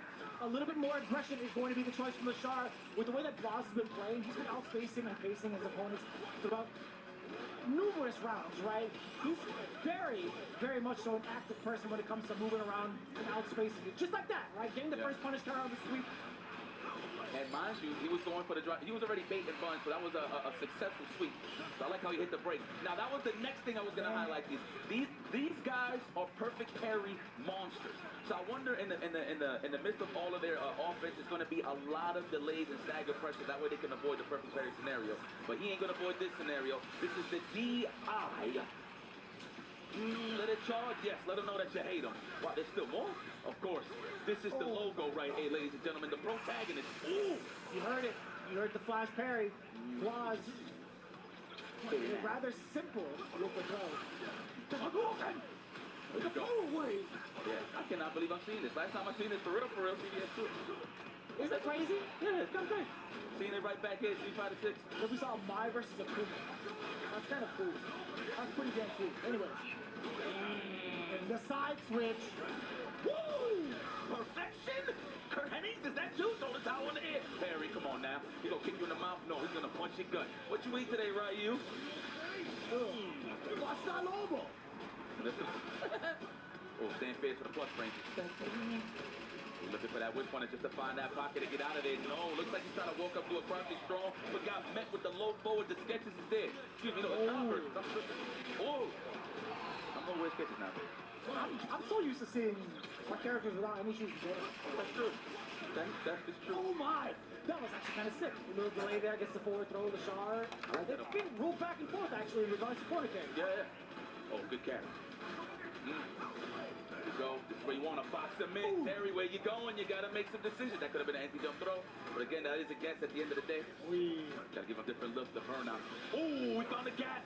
All right, what's it going to be? We do have one more meter like that. That's why you... He backdash in anticipation for the burn knuckle. This kid is out of, I don't know, man. Out of this world the way he thinks about the game. Let's smell my fist. Man, let it linger there. Yes, get it pointed with my knuckles. Put it. No parry. Not yet. Oh! The trap with the fireball. I wonder if he would have been able to kind of like come in with a normal that shift the hurt box in the air to stuff out the top. It's true. Oh, just to press a button right now. That's it, a button. Botones. Es botones. Me gustas le botones. Oh, watch your legs. No conversion into the target combo. You gotta watch it. Damn. A little tap dance too? I know a reset for it. Pecking at the toe jam. I see. That's just trying to get how much Vlad wants to walk back, right? Yeah. I mean, that's what he's been kind of doing, right? Like hovering around the ranges and giving you a false sense of security to press a button. Face down. Uh-oh. Nothing but purified plasma. You like water? Hold on, I'm going to give you some more right now. Hold on, stay right there. Oh, what a way to steal it. Lachar, of course, already assuming that it was going to be a combo. That's why that throw was so successful there for Vlad. Let's go. The rising tackle. Push your way out of there, young man. Remember, the stove is on. Spend it all. Yes, that's definitely enough. Is it meterless? Absolutely not. Yes, it is. Damn, the rising tackle at the very end. I honestly thought there was going to be like a power gazer. Maybe like a level 1 in general. Busto Lobos? Yeah, man, he got options. Telling you, man, even the hippos are entertained. You see him going, ow. Yeah. They like my man in the middle? Yeah, they like it. Every time. Ooh, chuck the plasma on that good carpet. Good carpet, don't burn up. That is the good carpet. Yeah. Ooh, nice. Oh, it's doing stuff right staying around. That would have been gangster. I don't know if you try to anticipate the forward jump, possibly. I think so. That makes a lot of sense too. Jarbush on in, double knuckle, triple knuckle. At least the overhead does get blocked. A little dry actually, and he spans it for the drive impact, only to get perfect parry. How is he so ready? Not gonna spend the level 3 just yet, but you know what? Lachard not gonna be slacking. We want out. Remember, this is a 2-player game. We're trying to showcase our skills, right? What a way to get out of there. They both been burned out. No, with patience come big damage. And Lachar sniped that out from a mile away. Good stuff. Adds a breadstick to the board. Damn. With big patience come big damage. Like I like that? that. I'm gonna write a book one day. Watch. Y'all gonna like it. I'll read it. Especially the haters. I'll learn to read it just because it's your book. Thank you. I'm gonna write it in Spanish. Damn it. Okay, we at that space. We at that range. The midi. You got that midi? Let me see. The John Choice. Plenty of those. Oh. And that's the thing, right? To switch it from the fireball to the Hoshigeki to just keep them in check, right? Keep it in the middle that ground. as a fake fireball. That's still a John Choi, right? Yeah. I agree with that. Let's go. Throw him. He saw that coming. The Dominican known as Ryu. Excuse me. Yeah, Ryu. I'll take it. We'll take both. Chacletas in action right here. I like the pushback. So much damage to the drive gauge off of that back roundhouse, by the way. We're going for the crack shoot or the knuckle? Word? How did that hit? Holding on to his hat. Nice, the cross command. It was that meaty to throw. You had that much time to recover. Hello! You get in there. Trade. Big enough. And when that exchange was definitely Lashar. You saw that Blanc was still trying to challenge, press a button. Good stuff. Yeah, it was like back-to-back counter hits. See the trade initially happened, then another counter hit. So Lashar keeping it rather clean after some of these engagements. Ooh. That's that nice little 25 a quarter. Nice good old George Washington. Right there. Take your shoes off, Terry. You're on the good carpet. Okay. Power wave to get off. Goes for the burnout. That is genius. Good one for the level 2, but he's saving it. That is confidence from the young lad. A throw. Is it a raw overhead? Oh, he can't punish it. Trying to jump out. I think. That makes sense. Yeah. While you're in burnout, that's only going to be, what, -2, right? So Flaw is actually scraping through it to the next round. He's got 3 bars to himself, too. The forward throw. That's going to hurt. How do you type that in so fast? How much words per minute you can type on that keyboard? I don't know, but he's a professional. He'd be writing full paragraphs in about a second. Go. Do it right now. Yeah, seriously. That's a lot of dexterity. What he's rocking on, it's pretty weird, but it's cool at the same time. Oh, get over here. Let me talk to you. Let me establish this offense, says Lashar Blas. He's trying to find that pocket. He was close for the whip punish there. Ooh, he the logo. Mix. Guy rush forward with a medium punch. Trying to tack on a little bit of a tip throw. Now successfully gets it. He was very adamant about trying to score that knockdown via throw. Uh-oh. Hell again. It's a no escape. Lord, that was with hate. That punch was with hate. The zoom into the knuckles, that was with hate. All right, Blas. I like how he just goes to the burn. I was like, listen, I'm young. I'll react to those DIs. It's all right. So he's not even tripping. Let's go, my Habibi. Yeah, he looks good. That's my guy. It's a legend. That's LaBeef. Don't ever forget it. LaBeef. That's LaBeef. But speaking of beef, it's serious right now. Ooh. Oh, is that Alex? Look up, damn it. There you go. I saw Gatsugu and he's like, what are you guys doing? Yeah. Gatsugu was right in front of him. He's like, what are you guys doing? Hey, let's go. Does everybody have a photo of Rashad? It's driving me crazy. He's a superstar. He is a superstar, actually. The guy pumped in Japan to get nice for the SFL, bro. That's right. That is respect. Shout out to all the fans out there, by the way. Man, both Reject and Zenith Division coming through to support all their players. But no, you're not kidding, dude. Him parking up to Japan for not only just the level up, but also to kind of like tune everybody else up. Yeah. With that matchup is so sick to hear in our timeline. Yeah, I mean, Tokido gave him credit for that big win for him to qualify last year to the CCT, right? It was because of Lashar. He beat Lashar in the final, so that just goes to show you know what I'm saying? This guy's all about elevating the game, and he's trying to elevate his ranking here in this top 16. Well, this top 4 at this point, but everybody that has missed out. We are officially at the Fantastic Four. Well, I mean, Angry Birds just fell to Shanghai, but he's still on standby to await the winner of this to go for the 3rd place match. Now we see it right now. Lashar, he was contemplating mine not too long ago, but he's confirmed the end. As you can see it on your screen, perfect parry against the donkey kick. That is another string. Let's put that donkey back in the barn. All right. Nice parry. Look. Ooh, the whip punish. He did not fall for the feint shenanigans. I like that. Okay. What do you do about this now? Lashar with so much more control of the pace, or in the pacing, from this range. It's so significant. Blas forced to throw a lot more fireballs in the set. Yeah, we're going to see more standing media pick here from Lashar in a minute. I mean, it's pretty clear from that point. There it is for the punish. That was nice. Okay, let's get a throw. No, we're going to string him up a little bit. Condition, no shampoo. On the side of Lashar, someone holding the dandruff, I'll tell you that. Chip him out before he gets green. Ooh, you gonna get to level 3? Stop! No way! That's critical art! By the time he can set up a meaty fireball, do not jump this because you're gonna get dumped in the mouth, but you're dead anyway. Damn. You like peanuts with that Shoryuken. That's actually a very valid point, too. Like, even if he wasn't dead off of that, you still get chip damage, right? Because of the burnout. That was excellent resource management from Blas. Now we're trying to smother them. We don't want to give too much space to Lashar to use those win normals, the kicks. Nice. The throw, condition him early. Oh, he's looking for the throw tech from Blas, but Blas not giving it to him.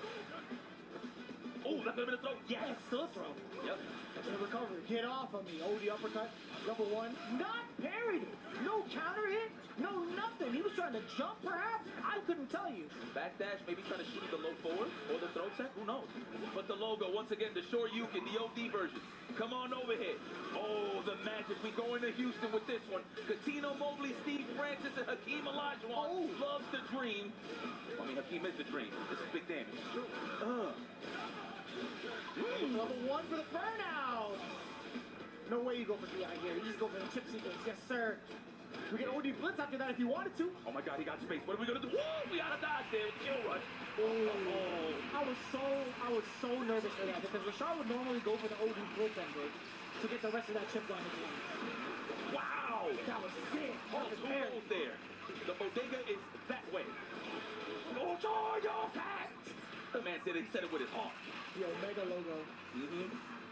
I feel a sweep coming. I feel it. Oh, he's going. Feel like a straight snake coming out the fist. Ooh. Look at these girls in the back. Like it's neutral. Yeah. Ooh. Oh, that's gonna be a pretty significant punish. The corner. Yeah, you gotta pay the fees. Yes. And still the back throw. A whole different story, a whole different picture now from the Shark. Tying it up pretty, I want to say, pretty convincingly in those last couple of rounds. Right back into it. 2 games apiece. I love it. They're not taking no time to think about it. Well, that's what I'm talking about. Get in there. Get in there. On the back, yeah. Get in there. Get in there. Now, right now in the back, they like, banana way. And they're not doing no capoeira. No capoeira. The first time you ever said that, I'm like, I can't believe you know what that is. Yes, man. Only the strong. Shout out to Chris Mason. One of our favorite movies. Yeah. Ooh, stay in fierce all day. Nothing but the knuckles of 5. We ain't like those early losses, huh? To remember me, kid, in Orlando, where it's humid. Ooh, right? Game of chicken there. I like that. Got him twice. I'm gonna go a little bit. Waz has not really been able to get like pretty significant start, or at least like the same type of momentum he was playing from the previous games when it was against the Terry. But it's the first time we actually see corner control. Temporarily though. I just love that block. He's just trying to stay in that range where he suffocates LaSharp. He don't even got space for Psycho Flicker. The uncharged one, that is. Oh, no way. Get him. Let it go. Get that Denjin, no? Oh, okay. I think they'll throw like a dab 5 and go for a Denjin just to get ready. That makes a lot of sense to do it. Okay. You got a meter to play with, so it's all right. That's why he's not scared. The bait on the parry, but no dice on the punish. Oh, don't get back, though. That's why he took back. Like that. That is a classic button. Yeah, that was good stuff. I know. How is he so ready with the pose?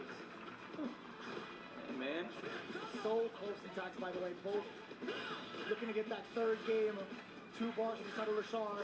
Blas very active with the fireballs and trying to encroach on that space. One big opener though from Rashard. If Blas overextends, he might eat a dust. Oh, that could be it. That's what it is right there.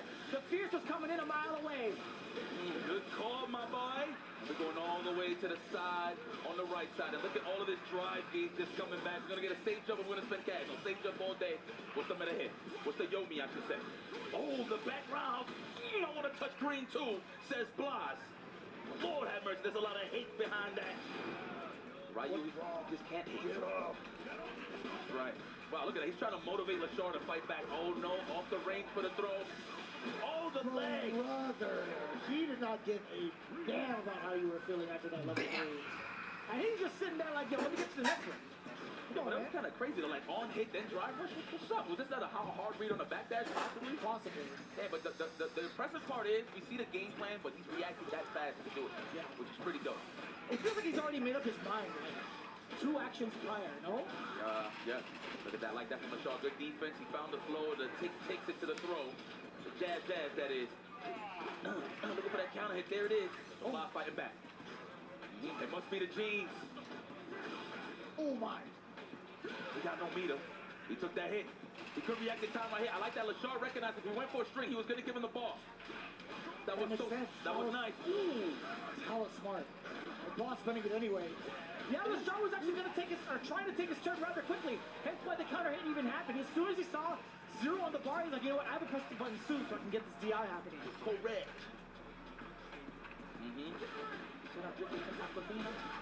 Let's go. Yeah, don't worry. Don't worry. Oh, the safest of jumps. Oh, the sweep. And he's in the corner, so it's more potent there on the offense.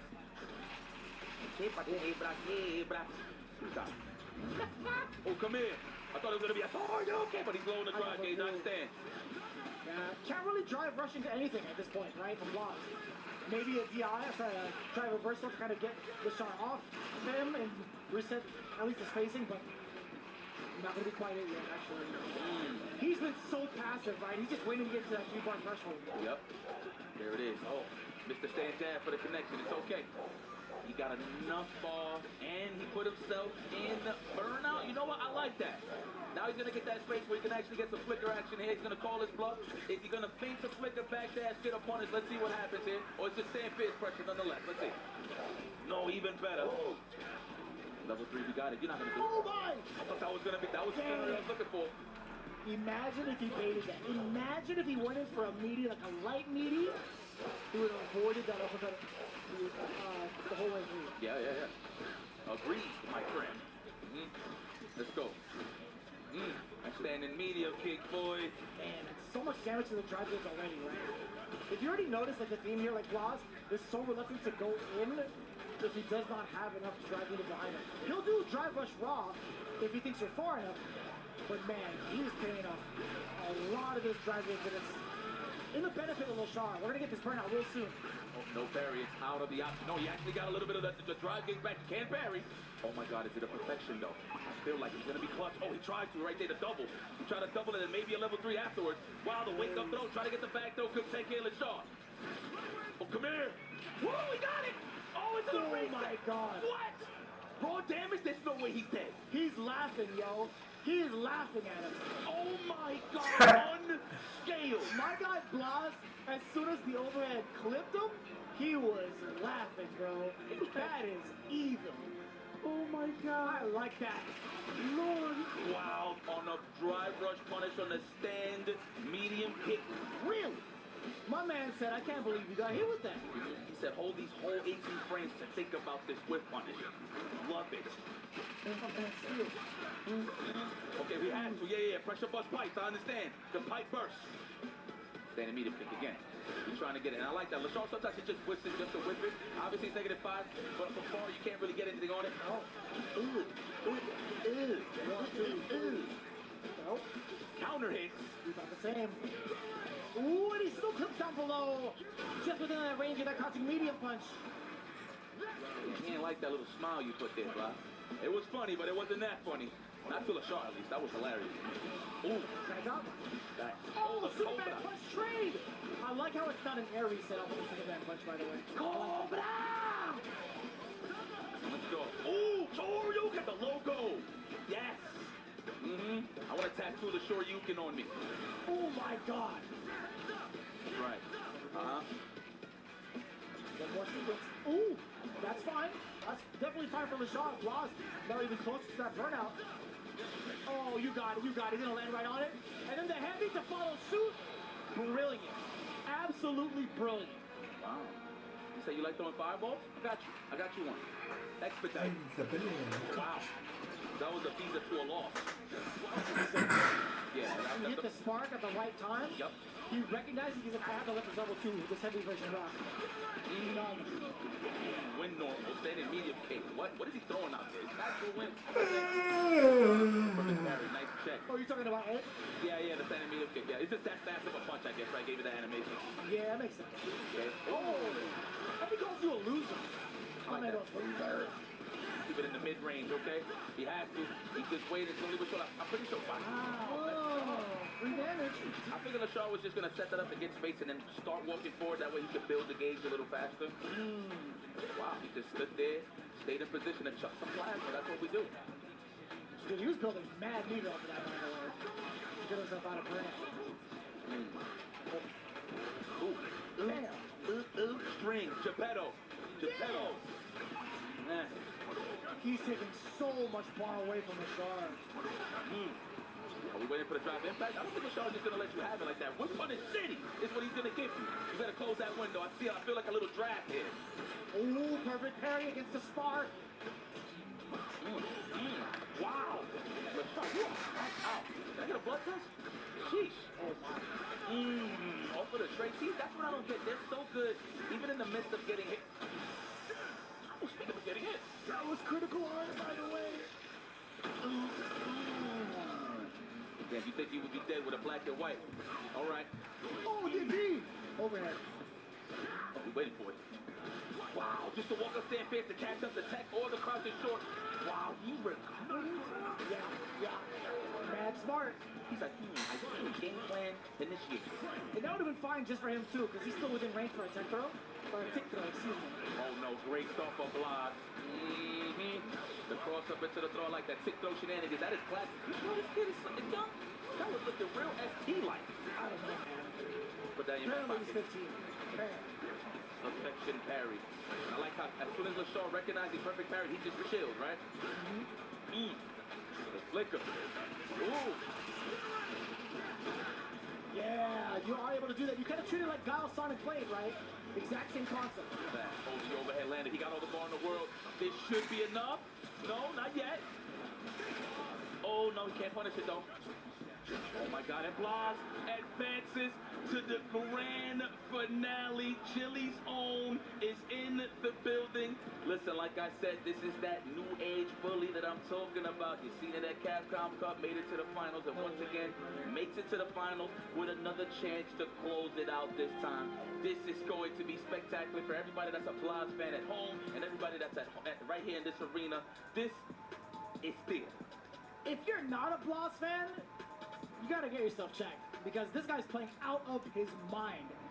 You know how many people have thought of Lashard as like the favorite to win it? Like, this was a very convincing W coming in from the side of Blas. Like, not to take away from Lashard, obviously, but man, Blas could be the youngest to ever do it right now on this stage. I mean, dude, he is one of the best in the business right now, man. Respectfully.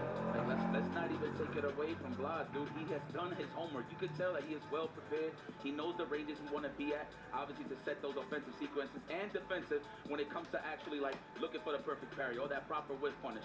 Or just, hell, sneaking a reset into an overhead. This guy just got tricks for days, man, and people got to worry about that. Yeah.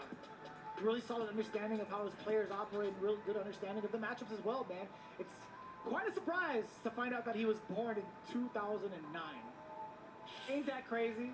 Oh yeah, that's crazy. 2009 indeed. You talking on the side of Blas? That yo, we are teleporting in time, son. It's crazy. It's actually crazy. But there you have it. That's Blas taking out the big W. Now in grand finals. Standing by. Let's hear what he has to say about his match. Blas is officially in grand finals of EWC.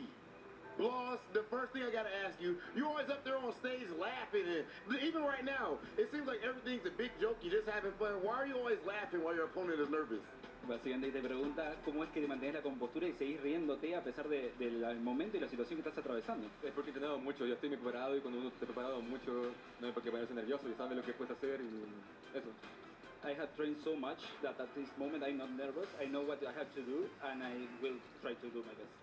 Oh my goodness, only 15, not nervous in a situation like this. Capcom Cup, we seen you in grand finals last year. Now you're in grand finals again for EWC. Does this run feel similar to your Capcom Cup run? Basically, he wants to know how much, cómo se parece, disculpa, esto a tu torneo anterior, a tu final anterior, si lo ves similar o no, o cómo se va a parecer. Sí, es similar, obviamente, porque estoy en el segundo, la época del segundo. Honestamente, es similar porque cada rival que he enfrentado lo estudié demasiado, como el Capcom Cup.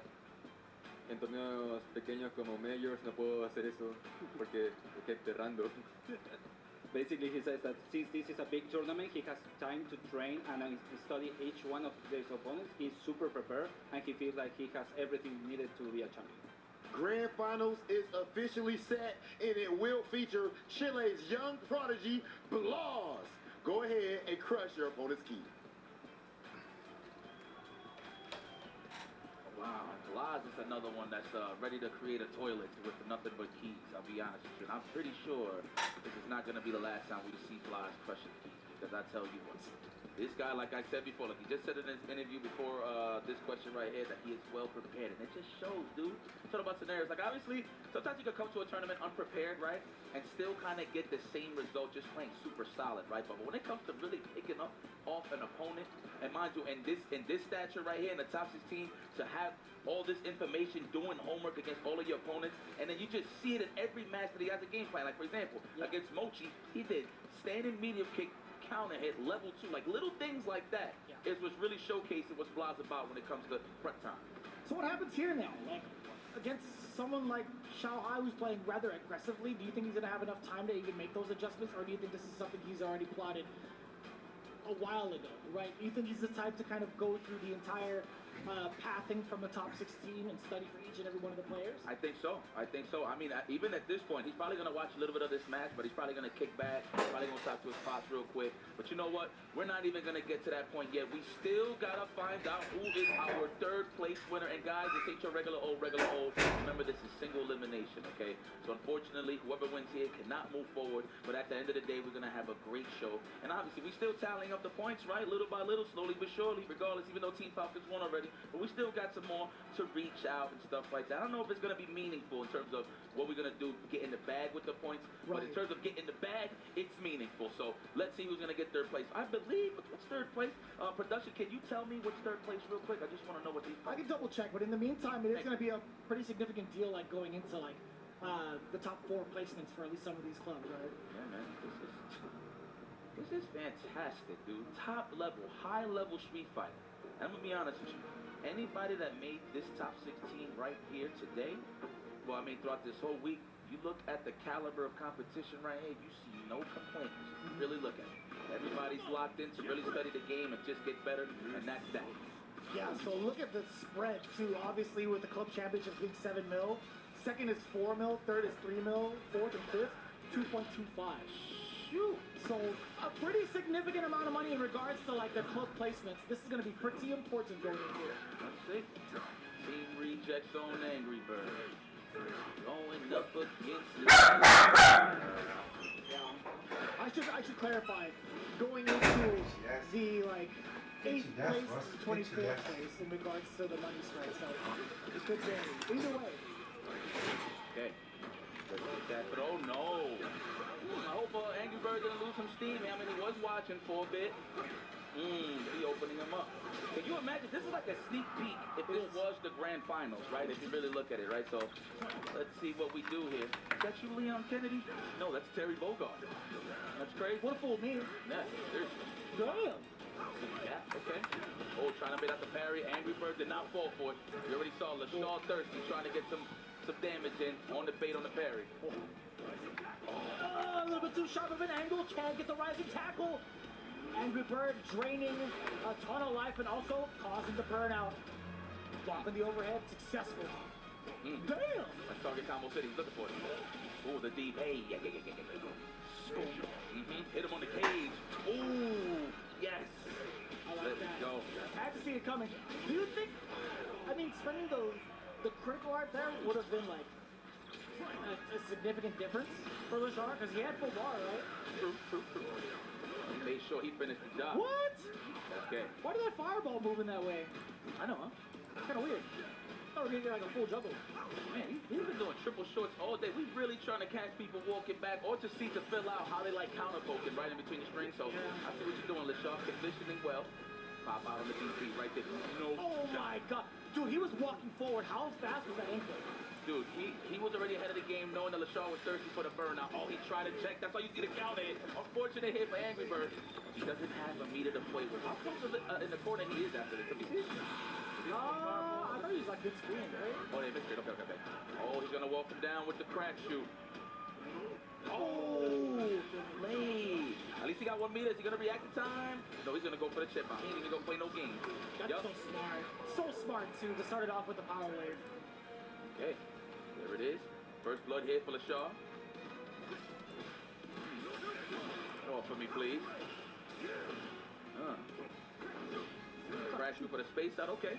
There's not much you can invite there, right? So I like that from Angry, just go for the standing meeting kick just to fill it out. Good block on the overhead. That makes a lot of sense too, right? Now he's measuring out a lot with the medium kicks and also throwing out the roundhouses depending on whether or not it's hit or blocked. So, Yup. Here we go with the counter hit. Looking for it. There it is. Trying to get that into the power charge. I see you, LaShaw. You're buffering. Tatsumaki to the corner, the classic. Oh. Waiting for a jump in. Sizing him up with the stand face and the walk back. Are we going to see it? LaShaw going to give it to him? No, he tried a DP right there, but it looks like he buzzed. this back row is everything and still out of the corner. Got too much damage taken, but Angry Bird can't take any more. He's in critical. Into a level 2, I would. As you should, yeah. Get that wall bounce. And that's a burnout just in case.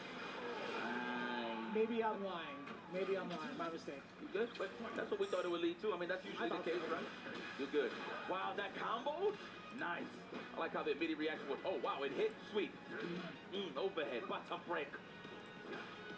If y'all are moviegoers, y'all know what I'm talking about every time I say that. All right. But don't hit back, man. Oi. You know, I'm going to give this, obviously, Street Fighter 6 can be oppressive, right, in certain scenarios, especially in Burnout, but I'm going to be honest, defense has been pretty solid across the board. It's mainly setting up those sequences for whiff punishes that have been very strong with the offense. Damn, speaking of strong, standing strong. Are you serious? Ow! That is a lot of damage. +1, hold that real quick. I don't know if that was me. Get in there. That is a chandelier. I don't mind that risk being taken from the side of Angry Bird, really. Yeah. I think that's like his second one represented, so why not? You know what I feel like their OD reversals was pretty unblockable? Kawano. Nobody blocked his DC. No, he was letting him rip off from the hip, dude. He's caught like what? Almost 80% of them. Yeah, seriously. Ooh, look unblocked. Okay. Looking for that counter hit, no dice. Now Angry Bird got LaShaw in the corner. We boxed him in. I like that triple short, man. Just to fill out the counter situation here from Angry Bird, trying to get the perfect parry. It's LaShaw. Yeah, most characters don't even get like 4 lights in that proximity. Exactly. Long legs. The gazelle. Wow. That was bad offer. He's trying to get the animation, sorry. No, what? I don't even know if that was like intentional from the side of LaShaw. It's kind of like create that reaction out of Angry Bird. Right? All right, now let's throw that, chuck that plasma hut, set the tone. That looks annoying. Angry Bird, he's trying to dash up and do something. I thought it was going to be the level 2, obviously, for the power wave, but he went for the demon. There ain't no fair ones no more in this generation. That's right, jump Terry. Wow, are you kidding me?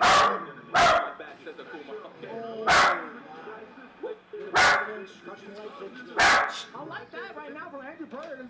Being able to get some of these demons and also trying to dictate the play a lot more often. Now he's back on the defensive grind. He went back-to-back drive rushes, now throwing out DI look against the shark, but the defense has been all point. Success rate on that roundhouse has been pretty high. Yeah. Nice. Got a power charge looking for the shimmy. Angry Bird said, no, hold these buttons. I ain't gonna tech. Who the hell you think I am? You gotta condition me very well, and that was the scenario there. Oh, that was authentic. That was pure. Just like that reversal. No, I'm in there. I think it's -2 up close, but I mean from far, obviously it's plus. Yeah, he gets the follow behind it, he's gonna have full advantage. Damn, a couple of those lights. Again, it's all the conditioning is starting to come together for the shark. Terry, man, you are a special case here. How you fight like feet on the ground and then your feet is in the air all of a sudden? Are you serious as an anti-airless shot with the roundhouse? And why is it called the rising tackle? You know what I'm saying? Like, why is that called the rising tackle? Yeah. I just had to ask. That animation just confuses me, bro.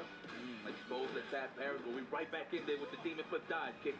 Oh, that could have been a sweep all over or stand fence even. Back to back, actually, from both ends, right? Angry Bird actually trying to rebuttal with his own crouching medium punch, or medium kick, excuse me. Charge plasma, yes. The Akuma Classic. I didn't know it leaks out fire as the fireball goes through across the screen. Did you know that? No, but it's magma. I feel the heat. The magma, yeah. Magma. Just going on right now. I like that stagger press off the stand fist. Like, obviously it's safe. It's not plus, right? But you can walk back. Just in case you just space them out. Space traps, man. Y'all know what it is nowadays. Street Fighter. Yo, I ain't gonna lie. I thought it was a lump on his head. Just saying. I thought like somebody hit him with like an Acme hammer or something. I don't know. But it is what it is. I wouldn't be able to tell the difference, honestly. Oh yeah, throw city. Looking for the counter hit. There it is. What a way to string them up. I like that sequencing too. All of the plus frames. And you can do it again. What's that forward throw? What's the meaty like? No, he's backing away. Very precautious of what Lashard wants to do upon wake up, right? He's still pretty healthy. He's got plenty of green, at least up until this point. Rush cancel, forcing the burn upon himself. The DI. Pushing Angry Bird away just a little bit. No big punish counter. Not too bad against Lashard, though. Yeah, he wasn't sure. He walked up, but he wasn't sure. And it was punish counter. So I like that Angry Bird is keeping it safe. Really missed the first, right? Ooh. He said big toe drive rush. Love it. Okay, Angry Bird. Yo, his snipes on walk backs is ridiculous. He'll get there just to get the snipes. Yeah. But that's pretty good too. Like even though he had a hit, he was within range of a low medium kick to cancel into Tatsu or whatever. He would much rather just let it rock off the hit alone instead of be wrong on the dead or the spacing, right? Yeah, one thing I do want to credit Angry Bird, he's been throwing off a lot of anti-air due to the fact that he always switches like different options with the demon flip. Right. That's definitely been something that's been paying a lot of the bills for him throughout this whole series here in EWC for Street Fighter 6. Here we go, fireball. No, we're gonna go for the drop. Ooh, he wasn't ready. He was charging it like he had a flash kick. If you wear jeans, come here. Don't press nothing. What, Akuma just hates jeans now? Yeah, you know, he's the guy in the cave. I swear, he's in a level of solo level now. I swear, he stays. Oh, that's fair. Yeah. There we go, level 2, absolutely. Right through your chest, all the way out the jacket. Do you believe in a parallel universe where you see an Akuma with more defense but no offense? Imagine? That's crazy. I don't want to live in that universe, but I can see that possibility. It would be kind of funky though, no? Yeah. Use this information, guys, but this is how we rap sometime, okay? And what if he has like Omega slow walk speed? Maybe. Oh, nah, that'll be trash if that's the case. But that is not the universe we are in. Angry Bird is on one. He don't pick whack catches, that's for sure. That's one thing I will always say about Angry Bird. I do not. No, not ever. Here we go. Oh. Go here for the whip punish, you know? Okay. Oh, that catches the grab. Not quite dead yet. That'll do it though. I like how the fireball goes under his too. That's something I actually totally forgot to. How often are we seeing both like Chuck classes outside of that situation, like OD fireball specifically? Right. They're always at this mid-range every time, so. Oh, the back throw. Don't touch my jacket ever again. Oh, looking for that stand strong. It's a power charge. Or stand short, the easier confirm, right? Just to keep it safe. Oh, going for the back throw. No. That's what he's trying to, Angry Bird's trying to put in his mind that there's a back throw in this sequence, the next driver sequence that is. Oh, open him up. Brother, he is not flinching. No way. Crack Shooter's gonna wear him down before he actually spends anything or drive impact, except the back throw worked out for Angry Bird. That is 3-1 for my Habibi. Here we go. That's a sequence we haven't seen from him at all in a hot minute from these last couple of games. Most of these throws have only just been like one, back away, a meaty, back away again. First time we've seen back-to-back throws in a long time from Angry Bird. Yeah, usually it's always a little shimmy, right? The jab range. Think about it for a second. That's Akuma. Oh, he smelled blood in the water. Angry Bird just running with it. And did it right after that previous round, too, going into throw loops that it can. Oh, we get a big pickup, back roundhouse. You love to see the flex. Ow. About to clear Lashard's name. Do it again. Give me a throw. Look at that, the stagger pressure right here. Lashard. He looks like he's just a deer in headlights. He don't know what to do against Angry Bird's speed, walking forward and back. He's like, he doesn't have any footing in terms of what Angry Bird can actually throw out there. That's going to be a whip, right? Angry Bird is making every button count in this neutral. Now he's introducing the frame trap with the back roundhouse, right? That's going to be a little bit more difficult for Lashard to, I guess, work around. Yeah. Absolutely. Level 3, that's what I would have done. Okay, anybody that takes a sip of water knows that they're dead. The last name ain't Woodley. My goodness. Car crash. I'm a Habibi. He said, I want the bag. I want the bag. As it should be. 30 to 60 days. I want the bag. If you know, you know. You have it, man. Ooh, you gotta know at this point. The crouching strong. I like the stagger. Got the counter hit. Try to press a button, maybe? Just a challenge. Maybe the stagger, the delay even. All right, that's throw Loop City. Can I get another one? Damn, what a backdash. Terry was just holding his hair. He got a wig. Oh, true. That's right. He still retains the animation. Even if it's the other outfit. Yep. That's fun. You got a wig, man. Woo! Tatsumaki! Go short you. Ooh. Go Tatsumaki, I should say. All right, Perry. Nice and easy. If you would have dive kicked, that would have been so genius. I would have figured you did that on purpose. I don't even know if that hits, though. Like, even the light dive kick, but either way. Oh, it takes a little while to come out, huh? Yeah. Okay. Oh my god, medium confirmed? That was sick. Damn, the Bossa Lobo actually killed? Yup. And it's made out of glass, so why not? Time for that. The Segai is cool, right?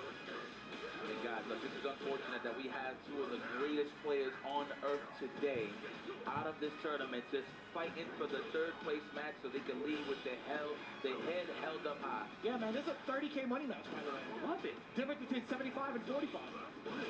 And what fourth kid? Let me see. Yeah, fourth is 45. Oh, 45, excuse me. No, you're good. Okay. Alright, so a nice little chunk of change to think about it. Okay, there you go. LaShaw's back in form here. Man, compare, let me, is he the best Terry? I mean, he got the results for it, but I'm a big fan of Riddle's Terry, man. I don't know. Well, I mean, are we counting it from a sense of like a character specialist, like a Terry main only? Oh, yeah, no, you're right. That's all Riddle's plays. You know what? I'll give it to you. Like that. I'm not even trying to be a hater. I'm just a big fan. Shout out to Riddles. I'm very proud of you, my boy. I don't know where you at. I'm very proud of you that you made it that far, brother. Now, here we go. Speaking of fall. Oh, my God. You get the big throw bait against the Habibi Angry Bird. Keep doing jokes, standing jab. Damn! Rather aggressive as Lashard. Now he really wants to take it down right. Right. Okay. I like how Angry Bird just looked into the crowd like, this guy's crazy, huh? Okay. Multiple rising tackles. I will say this though, just for a little lore, Angry Bird was one of the first guys that said Lashard is cracked out. Before his name was like really out there, he was one of the first guys to really promote that this guy was ridiculous. So it's kind of cool to see these guys actually play each other on the stage. So I know he's showing them massive respect. It's gonna be a throw. All right, respecting the jab. Ooh, slight walk back for the crouching medium punch, quick burn for the knockdown. Damn! Right on the button. I don't know what he said, but that's what he said. Something of ruin. Okay. I'll never figure it out. Even level 3, I keep thinking he says, don't waste my pearls. I'm like, what does that mean? Roll up to the case, he got a schnoz. He smells blood. Oh! A quick 55. Oh, not even. I didn't even notice that you had the level 3. Pardon me. Look at the damage. And the burnout. Everybody's only got a level 1. Oh my God. The Baker's man. Cooking the light ball right now. As fast as he can. Oh no. See, that's what I was highlighting earlier with the Demon Fist from Angry Birds. Okay, hanging in there is Lashard. All right, slowly but surely. It's not how you start. It is how you finish. Correct. Let's see. We're off to a fantastic start as Angry Bird, taking a lot of damage off of the drive gauge, a lot of damage off of the life bar, excuse me, from both ends. Let's go. Give him money. Trying to space out that knuckle again. I know that's what Lashard is looking for. Ooh, perfect parry, but no punish in time. Wow. Ooh. Counter hit. That's right. Make him pay for it. Yes, the Tatsumaki. All right, the space trap is in play. The chase down from Lashard. Back throw. Come over here. My spine needs to breathe a little bit. Ooh, this is huge. Plenty of damage incoming. Make sure. Flames of ruin. I see. Probably, question mark? Okay. Well, looks like Akuma's a big fan of the Matrix. All right. You know. Talking about numbers. Let's not explain it. All right. No explanation necessary, honestly. That's why you're my bro. Love you, man. You're a great guy. You're a great guy. Oh, follow the wave. He got hit wrong. That was counter hit. Uh-oh. Drive rush? No, not yet. He loves touching grass, Lashard. That's why he ain't spend that drive rush, so I love it. Perfect parry. That could have been a check. I like how Angry Bird hit the brakes. He realized that he perfect parried the fireball. Yeah. Lashard's name by the wave. Oh, that was sneaky. On hit on the old counter it again. Angry Bird tried to check the drive rush. You might be dead after this. No, you're going to be hella dead. Not even might be. I think he could have done a level 2, right? But he's trying to make sure. Get another level 2. Hold on to a ball, but hey. I think Lashard is just thinking about that right now. I could have kept the ball, but hey, it is what it is. It's neutral super strong. He don't need no balls. Obviously, to finish the job, yes. But in terms of control and taming, what Angry Bird is trying to bring to the table, I feel like he got this under control right now. Yeah, it's just safer to just land that level 3, right? Being able to go into the next round is just super important for Lashars. Angry Bird is at match point after all. He told the high low to go. Oh, there it is. Throw. Trying to kill those frames. Conditioning. Angry Bird to tech, and he got what he wanted. Level 1, absolutely. Damn, man, we got 4-4 just like that. I like it. I like it. Staying alive, by the way, with that level 3. Excellent decision to spend that meter, gaining that first bar right away. Here we go. Oh, the charge. Oh, no, he did the one that dissipates that. Okay, a little bit. All right. Pardon me. For that counter, Hayes Lashaw, the quadruple crotch is short, even though it was just 2. It's like making it dramatic. Damn, that's a whiff punish and a half. Standing medium punch clobbering. Angry Bird's attempt at an over. The uppercut, get off of me. I like how Angry Bird just seen the screen shake and he had a bust out. He did not want to respect those plus frames. Doesn't need to if he has bar. But how much longer does he have this bar for, right? Oh! Ready? Stop! Can I get that throw? Absolutely. Oh, the defensive just to get a little cash on the drive gauge. You sneaky! Oh, too much. Probably banking on a delayed tech there, right? Looked like it was, to be honest. I think so, too. Okay. So difficult to even try to catch some of these fireballs as well. Lashar and Angry Bird now facing Burnout. Mini fireball, that's all she wrote. Great confirm, by the way, catching that low. We're going to start Angry Bird into the adamant fist. Now looking at match point again. Okay, like I was looking to the crowd, I'm pretty sure Big Bird is saying, you're paying for dinner tonight. Okay, that stands strong. Oh, let me get that big damage. Was looking for the plus frames, but hell, he gets a combo. That's better.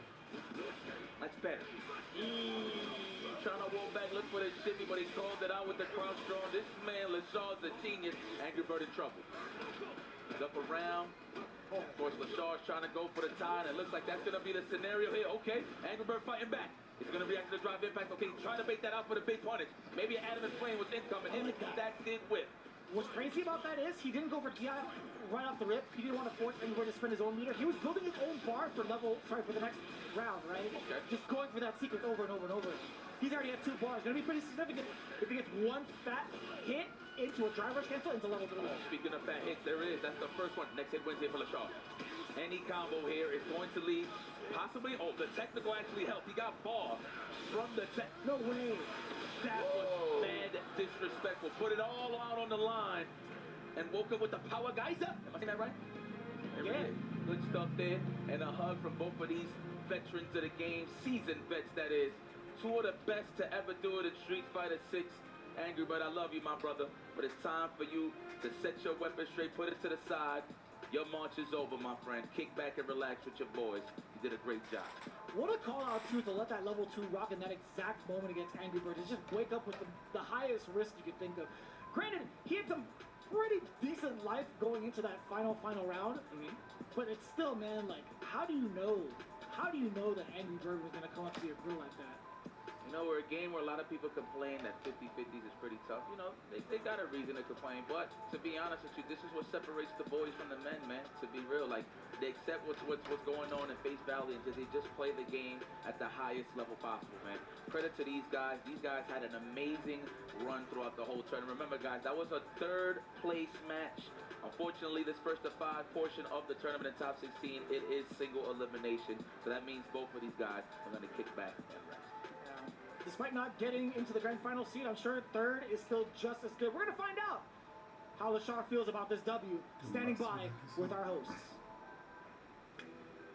Ladies and gentlemen, with an impressive 3rd place finish, it's Lashar! Lashar, an incredible run. Of course, 3rd place is probably not what you were looking for, but still impressive given the caliber of players that we have here at EWC.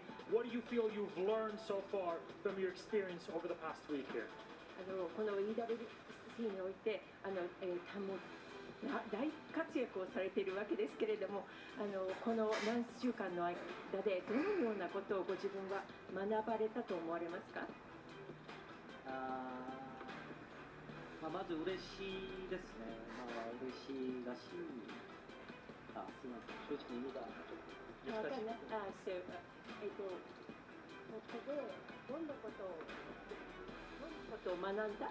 感じました。どんなことを、新しいことを、どういうことを自分で身につけましたか？やっぱ大会で緊張とか、やっぱお客さんがいっぱいいるから、緊張して、それでもプレーはちょっと良かったと思うんですけど、いい思い出になりました。Well, of course, I got nervous in front of lots of audiences in the big tournament like this, but I learned how to deal with it, and it has become a very good memory. Very good. We had great memories with you here on stage. Anything like to say to your fans in South Korea and Japan? 私たちも本当に良い思い出がラシャー選手のご活躍を見て出来になりました。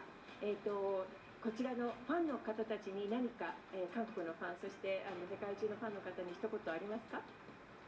はい、これからストリートファイターリーグジェペンが始まるので、本当にここまで来たのは時戸さん、梅原さん、風堂さん、明さん、鳥目さん、本当にみんな頑張って今回こそ優勝しようと思います。頑張ります。ありがとうございます。Well, yes, the big skipping the names. It's coming up. So yes, thanks to all the players that I just mentioned. We would like to make it to the end, and we would like to put our efforts together to win the It fight. was an incredible performance that we got from you here. Please, one more time for Bashar! Congratulations on the third place finish. I'll let you go rest up, relax, because ladies and gentlemen, you see this trophy right here? It's time for the big fight. Our grand final of the Esports World Cup Street Fighter 6 coming after this break.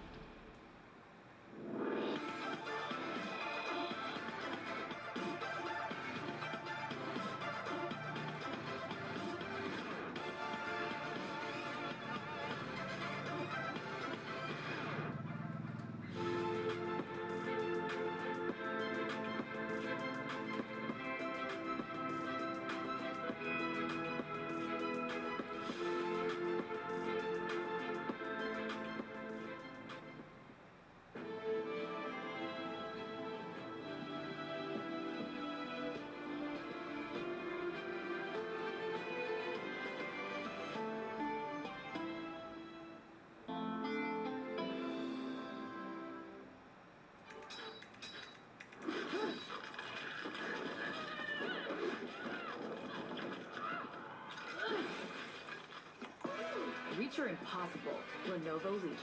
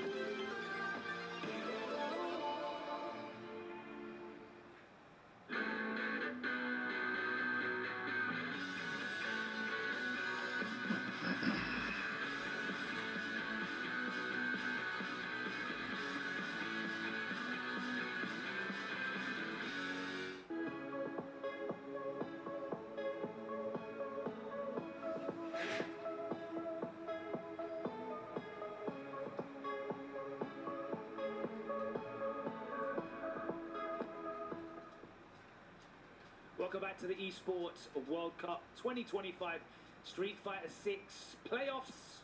And we are locked in for the grand final. And the dream is on. Last week we saw Ulsan retain his title as Esports World Cup champion in Tekken 8. Can Zhao Hai do the same after falling short in Fatal Fury City of the Wolves 6 weeks ago? The dream is still alive and he is looking in incredible form after overcoming Angry Bird 5-1 in his semi-final match. Blas managing to beat out Lashar 5-3. We are locked in for an incredible grand finals. Hello and welcome back to the studio. Myself, Logan Sama, alongside Justin Wong, Jammers and Kola. Kola, how did you enjoy those semi-finals? Let's talk first of all about Zhao Hai's dominant performances against Angry Bird. It was almost like he couldn't do anything wrong. It felt like it. Once he got up in the corner, like once Angry Bird put him in the corner, he always found a way out. Whether he delayed buttons, he found punish counters to lead himself out.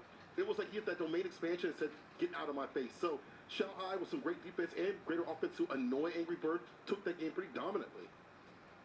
Jammers, you've been dallying with Mai a little bit. What do you think of the character pick? Was it genius from him? We haven't seen his Mai much at all this tournament, I don't think.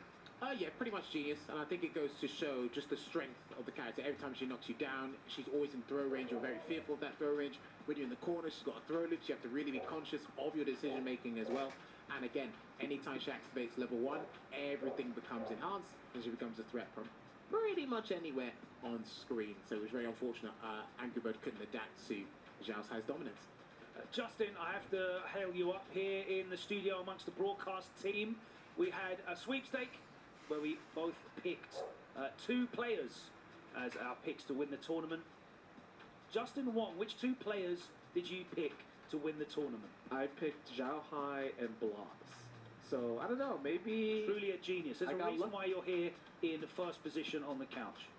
No, I think it's more of just like the way Blas is playing, especially in Phase 1. It felt like Capcom Cup all over again, where everything was just going his way, reacting everything accordingly. And Zhao Hai, I really think he got the power up from Ulsan. You know, if Ulsan could do it, why can't I do it? Ringe was saying backstage that he feels like Blas gets a power-up at invitationals. Of course, Capcom Cup, he went on an unbelievable run through losers bracket, and here he seems unstoppable, Justin. Like, what is it about these occasions that this young man, 15 years old, he thrives in them? You can't teach that, can you? You cannot, but like if you look at the head-to-head, total win punish 43. His perfect parries are insane. And Jammers pointed out a really good point. He is not scared in burnout. If he has a super level 1, level 2, level 3, and a standing heavy punch, he is never scared of drive impact at all. He's like really fearless with it. And I think that's what makes him really strong, because I think a lot of other people will walk back, but he's walking forward. Jammers, I think it's certainly relevant to say that 3 out of these 4 players in semi-finals and both of these players in grand finals are able to seamlessly switch between characters, and that's a skill in itself, isn't it? But how does that benefit a player to be able to do that rather than focus entirely on one character? And we've seen that play out here throughout the tournament, haven't we? I think because the player works in tandem with the system, so no matter what you do, the combos are not too far-fetched or too far away from each other to kind of learn the complexities about them. Because it's like, okay, I have to shave at the drive gauge, I know what my buttons are to drive rush cancel, I know what happens when I put you in the corner, because it's basically 1B and B in the corner, and I can just apply that pressure. So because they've mastered the universal traits of Street Fighter 6, they're able to obviously bounce between the cast, and it looks, like you said, very seamlessly. It's been an event full of storylines, and Kola, regardless of who wins this grand finals, it's an incredible storyline. Either Zhao Hai retains his title, or a 15-year-old player from a country that has so little representation on the world stage manages to do it again, but this time go all the way in a grand finals. Either way, it's an incredible story, isn't it? 100%. And the fact of the matter is, we're going to get good Street Fighter out of this, no matter what happens. No matter what occurs, see the echelon of the meta evolve, and these players took it out, and I can't wait to see who takes it. Right, guys, we're about to head back over to the arena, so I'm going to have to ask you for your picks. Justin, you still all in on Blas, and what's the score? Call the score for me. 5-2. Dominant. I love 5-2. It's a good bet so far. Jammers, what are you saying? Zhao Hai, 5-4. Okay, and Cola, last of all, what's your pick? Blas, 5-4. All right. It's a split desk here in the studio, and it's almost time to go over to the arena. 48 players entered 4 days ago. We now are down to 2. We're about to crown our second ever Esports World Cup Street Fighter 6 champion. The action has been incredible, and truly, we will crown a worthy winner. The action is about to kick off, so let's head back over to the Amazon Esports Arena, where Rob and Milos will welcome our 2 finalists. But from us here in the studio, it's goodbye. I hope you've enjoyed the action. We cannot wait for this grand final. Let's get into it.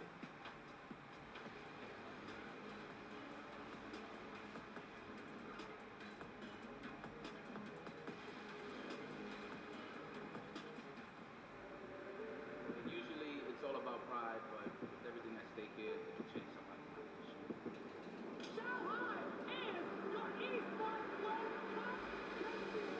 This right here is legacy. What we just witnessed during this tournament is the blood, sweat, and tears, the years of effort that a lot of these players have put in. This is the lifeblood of the FGC. We witnessed a roller coaster of emotions from day one up until now. We saw players fall by the wayside. People were happy, people were sad. Everybody here needs to make sure they leave it on the table as it lies. The person that wins this event, just like every year, is going to be the person that is the best under pressure. Well, they gotta fight super hard. That way they're not on that long plane ride home regretting their mistakes. What's one more match to win the entire tournament? What you're going to see in this last match, it won't be an entirely clean game, but in the end of the day, it will be one of the best sets that we have seen to date in the world of Street Fighter 6. One more hit right here, and he's waiting for the delayed throw. Oh, no, medium punch, good trade. Too far of a pushback. His soul. Now he can look at the burnout. He waited for it. Aguchi, you're so smart, man.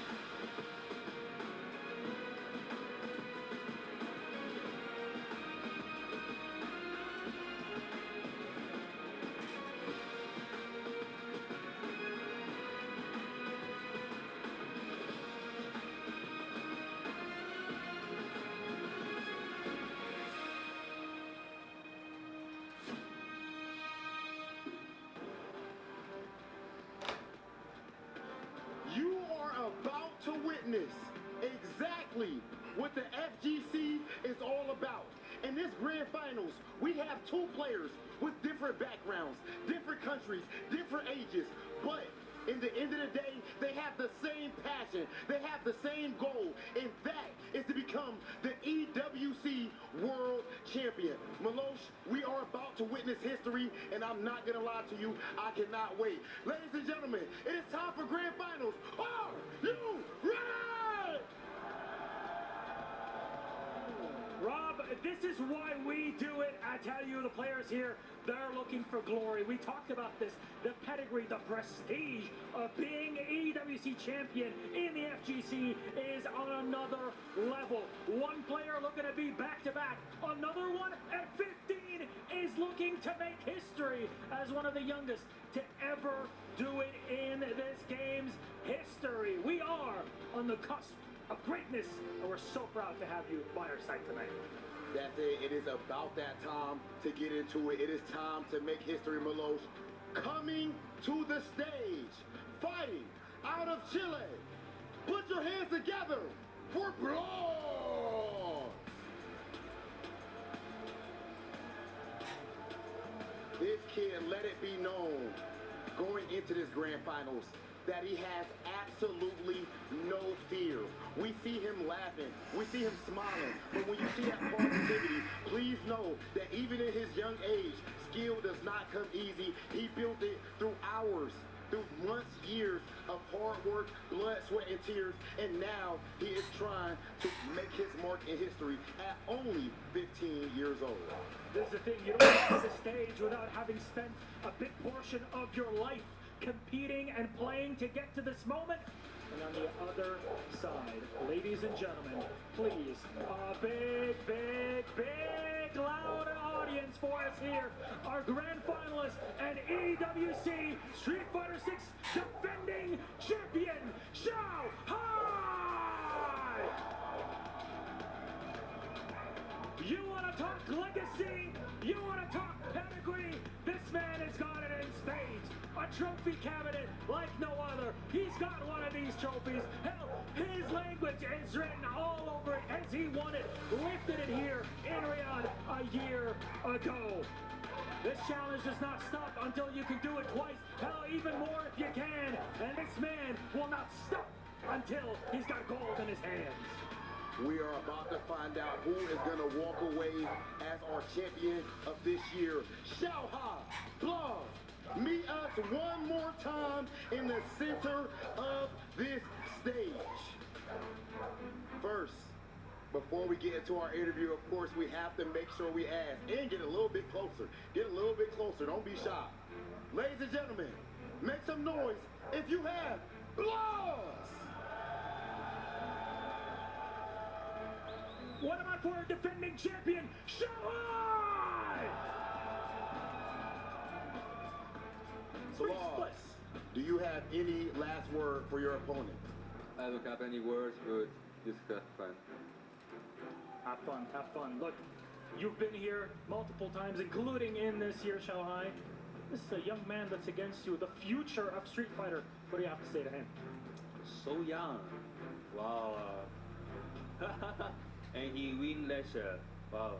I'm so excited for the match. Yes. Let me feel about that. Yeah. I'm very much looking forward to this. Gentlemen, please shake hands.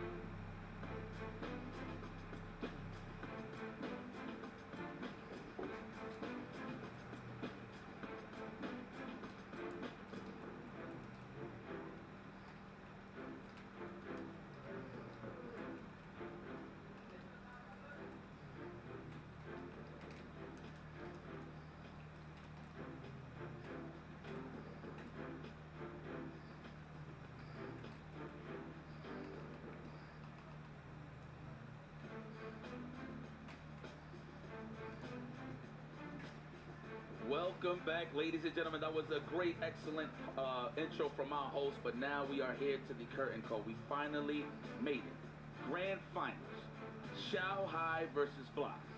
A lot on the line here. We already know the obvious. Xiao Hai might be the first ever two-time EWC champion, but Blas is right around the corner. Obviously missed just one placing away, one body away, going up against Kakadu at Capcom Cup. And got that patented second place, but that's how we all learn and love how godlike Blas of a player is. But now he has another chance for the gold, and he has to beat the champion to do it. It's absolutely wild to see the legacy that's about to be cemented in so many different ways, right? We talked about Xiaohai being a two-time champion, Blas being the youngest to ever do it. There's so much at stake here for these two players, and the crazy thing is, they're not even thinking about it. They're thinking about the matchup at hand. Who is going to pick what character and how they're going to overcome that exact challenge. But from our perspective, there's just so much more than just the prize money. It's the title of EWC champion, right? When it comes to our conversations in and out of the game, in and out of events, this always comes to mind. It's like, yo, this guy's going to be playing pretty significantly coming in from like a fresh EWC victory, right? Or even into Capcom Cup, sizing up against other players. It's like, well, also he's kind of gone through the gauntlet of different matchups because of EWC, etc., right? Yeah. And man, it's just, just a piggyback of what the boys are saying, especially Ringe, talking about how Blas, he gets super extra when it comes to, the hypo meter, if you will, when it comes to the invitationals. He just starts feeling himself. And it's a big difference, right? In tournaments, especially like EVO, CEO, whatever the case may be.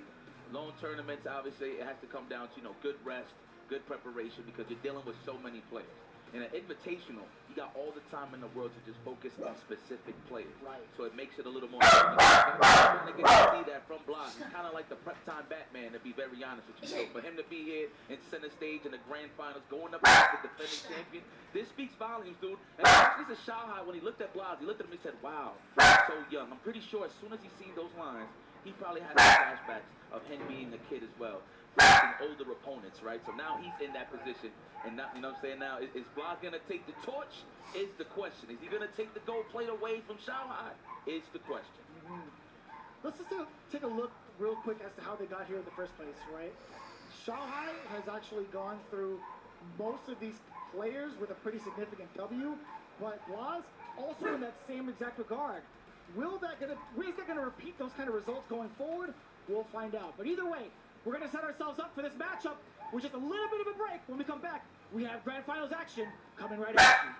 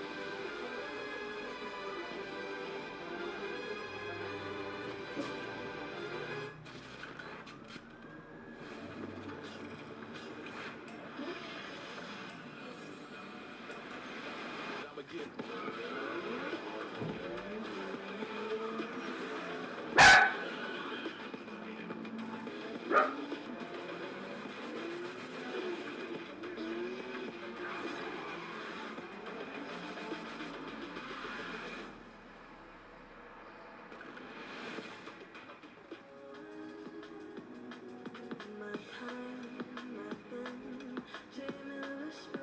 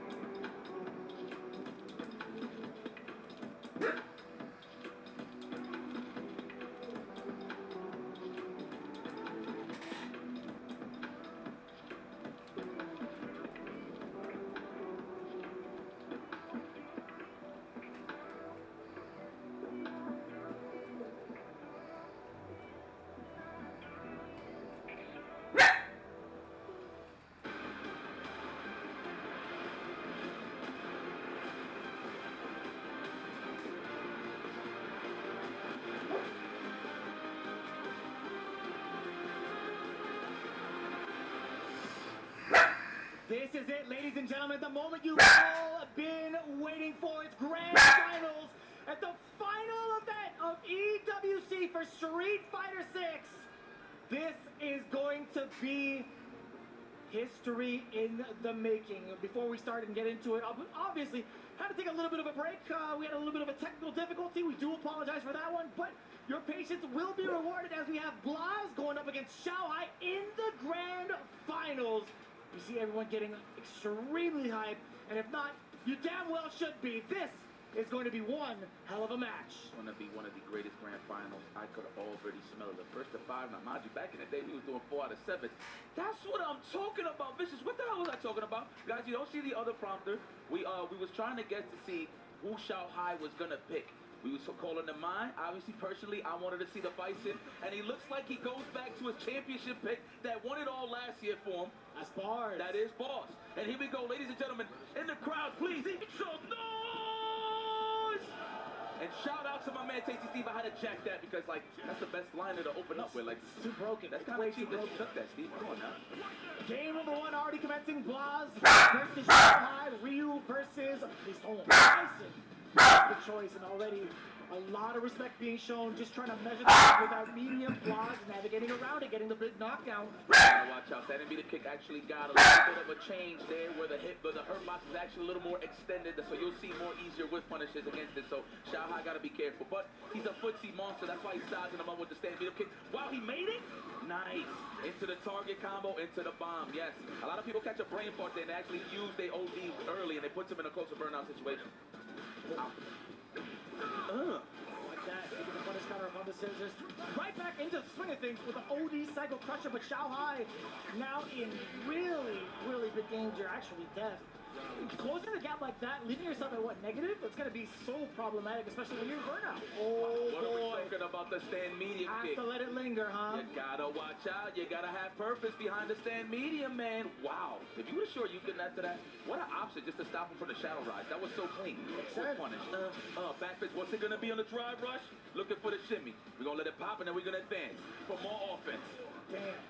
Saw how block became the wall. He's like, you know what? I'm gonna take it to you. This is what you want? Boom. Let me block. Into the level 3. Damn. Jesus, that was sick. Expedited W there, Vicious. Holy smokes. Okay, Blige, you ain't playing no games. First and foremost, Justin Wong is the prophet. I didn't know this was going to be it. To be very honest with you, no disrespect to Shanghai, the game developed and him focused on other games. I did not expect this guy to be in the grand finals again, dude. You're not the only one that feels that way, right? I feel like a handful of different players from around the world were like, damn, Shanghai did it again, huh? He's the real deal. Man, but Glasgow, first W. Let's not take that away from that. Is a great way to start the momentum shift. Blas is looking good, and this is a matchup that he's pretty comfortable with. It's not like you got to worry about too much. As long as the bomb is not in place, he is fine to take a couple of throws and a couple of scissor kicks. Clap the dash back or the jump out. Ooh. Or standing short bomb. The Tatsu to get out the corner. I couldn't tell you what it was from Shanghai. Couldn't tell you why he actually tried to move out of the way with the Hashogeki while the bomb is currently planted on Blazen again. How does he wait for it? Excellent parry, good choices, and a perfect parry to follow suit and get the target combo. And the Tatsumaki, okay, we get that meaty throw. It said counter hit. That looks like Shanghai is going to wake up with buttons. Oh, watch your cabeza. 4 for 4. Into the level 2. Survey says that. Absolutely. Ooh, we put it on the clinic. Look at it. He's like, I see you. The fingers to the overhead. All right, got it. Notice. Yeah, absolutely. Open the can, open the lid. Use that payphone and call for defense, Shanghai. This is looking a little bit dreadful here. Little side note, I don't think a lot of people even know what a payphone is. So they're seeing that, like, what the hell is that? Pretty sure Blas don't know. Oh, definitely not. It's all right, though, but I know this court is it. Ooh! Like that. Let's go, the jump back. Okay, trying to snipe out the scissor kick early. Shanghai's not giving it to him. Even the standing fist. Uh-oh. Into the level 3, I would. Not gonna do it just yet. Letting the bomb do the talking. I don't mind that. Back-to-back throws. The back dash didn't really get the punish out. It was meaty enough for Shanghai to recover time. Oh my God, he's dead. He went for the overhead again. I swear that is the Blas special. You see him laughing because he is consistently landing it. Nobody has caught on yet. What a way to steal it. She's like, you didn't block that? You saw that earlier. Yo, that's crazy, bro. Like seriously, and he keeps laughing at it. Yo, can you imagine if he wins it 5-0 with that? But naturally, everybody's ducking, right? Oh my God. Yo, Shanghai just ran right into the fierce. Oh my God. So you got your answer question. Now I kind of want to bring one up. What's up? Would he counterpick and switch over to the Nai if the Bison doesn't work out at least 3 games in? We'll see. I mean, look, right now, this is the tail of the tape. Shanghai starts a little strong in the rounds, and then Blas just runs with it. So this is going to be a little tough here. Oh, that almost was a whip punish. That just goes to show you that Blas is ready there. He was off the mark on the stand fist for the whip punish, but that's how you know he is aware. Wow, the bumper. Are you serious? Shanghai cannot get no offense off, and he's thinking about it. How are you going to get it going? Obviously, you want to get him in the corner with a bomb, but the question is, how are you going to get in? There, I like that. Immediate blend upon wake up from Shanghai. The bomb is planted forward throw. One more sequence to try to get a mix and get it to explode. No, it's plus frames either way. Plus on plus frames. Look at that. He know the offensive sequences. He definitely tried to get a perfect parry there on the back roundhouse of Bison. Small one. Nice catch. Caught him walking back. Got it in your proximity. Shanghai. Whip crunch shorter to the throw. No, the bait this time. Big damage incoming. Make it hurt. Hell yeah. Level 2. Don't even play with your food. Level 2. No, level 1. Oh yeah, that's enough. That's enough. Pardon me, Shanghai. Optimal. I would have done it just for disrespect. Level 2? Yeah, but now you need to finish, especially against this guy. Ultimate disrespect would be level 2. Yeah. Okay, true. That is. Ooh, the delay! Oh, but nothing too big out of that. So I've seen certain scenarios where Blas would drop a combo purposely just so he could get that pressure to burn him out faster. Yes. So he does it sometimes, but that definitely wasn't a scenario. I'm pretty sure that was a top 2, possibly. Or DP, I should say. He ended it in Fireball, no? Yeah. So maybe there's enough of a gap to force a level 1, and the Fireball would stop the level 1. Oh. Okay, into the level 2. Yo, bro. Are we playing a 2-player game here? What's up? Oh my God. And we in the range for the Fireball. What the hell can Shanghai do? React to a Fireball with level 2, sure, but you're gonna need the cast to close it out. Okay. No. Punish! Wow. Committing to the sweep is Shanghai. Blas looking rather comfortable. Yeah, we out of there. We broke the glass. She's coming out, y'all. It is the Mai. Well, I was kind of curious about that, honestly. Yeah. I mean, the first two games, it felt just kind of shaky, despite Shanghai looking like he had control for the first couple of seconds, these last couple of rounds, but there was something about Blas, like catching the timing off against Shanghai. A lot of his choices revolving around, obviously, resets, crouching media punches as well. Like, how often do you see him kind of delay his timing to catch a counter hit against Shanghai? Multiple times over in those two games, right? That's true. And it was the stuff out the medium kick. And he threw it out there, too, just for a check in case that he wanted to throw a scissor kick. He would have bet him halfway, so this is going to be tough. But we got the Mai. We could close the distance a little earlier with the fans. I do believe there's going to be a Stand Fierce fan shenanigan on the side of Shanghai and a perfect parry from Blas into the punish that we're about to see that we don't know yet. So I know Blas is going to take his sweet old time to condition. There it is, already represented on the fan. Nice whip punish right there from Shanghai. Got the corner carrier. We're going to get the throw. No, the bust out, the logo early on. Number two big out of that. Standing Fierce to check on the side of Shanghai. Oh, the fact that there is no proximity on that anymore, but he's losing distance, and he got hit with the drive impact. No Mai gets the burnout, gets the enhanced fans, and more so importantly, the pressure that comes with those enhanced fans. Mid-air, more than enough damage. Ryu engine with a little bit of a flip on the way out. That was kind of fire, that camera angle, huh? I'm telling you, man, Kung Fu movie. That's what I see. All right. Wow, perfect parry in that range. Damn! Okay, I don't know if Ryu is a big fan of handball with that combo. Gee. I just think he would be. Oh my God! GI calling out the fireball. It was a matter of time before somebody got caught slipping with that projectile, right? Don't whip. Oh wow, okay, he checked the overhead. Oh Lord have mercy. Why do I feel there's gonna be another scenario where he hits some drive rush into an overhead reset? I just feel like that's just gonna be the theme here, so we'll see. Nice. Shanghai with a strong answer back. This is not gonna be easy, young lad. And, you know, keep doing that. Why not? Love it. He'd be like flipping the whole thing. Okay, seriously. Think about this a little bit. What are the similarities between Shanghai and Bison? I feel like Shanghai. Mai and Bison, hello. That's good. Mai's a lot of control into neutral space. I think her walk speed also pretty good.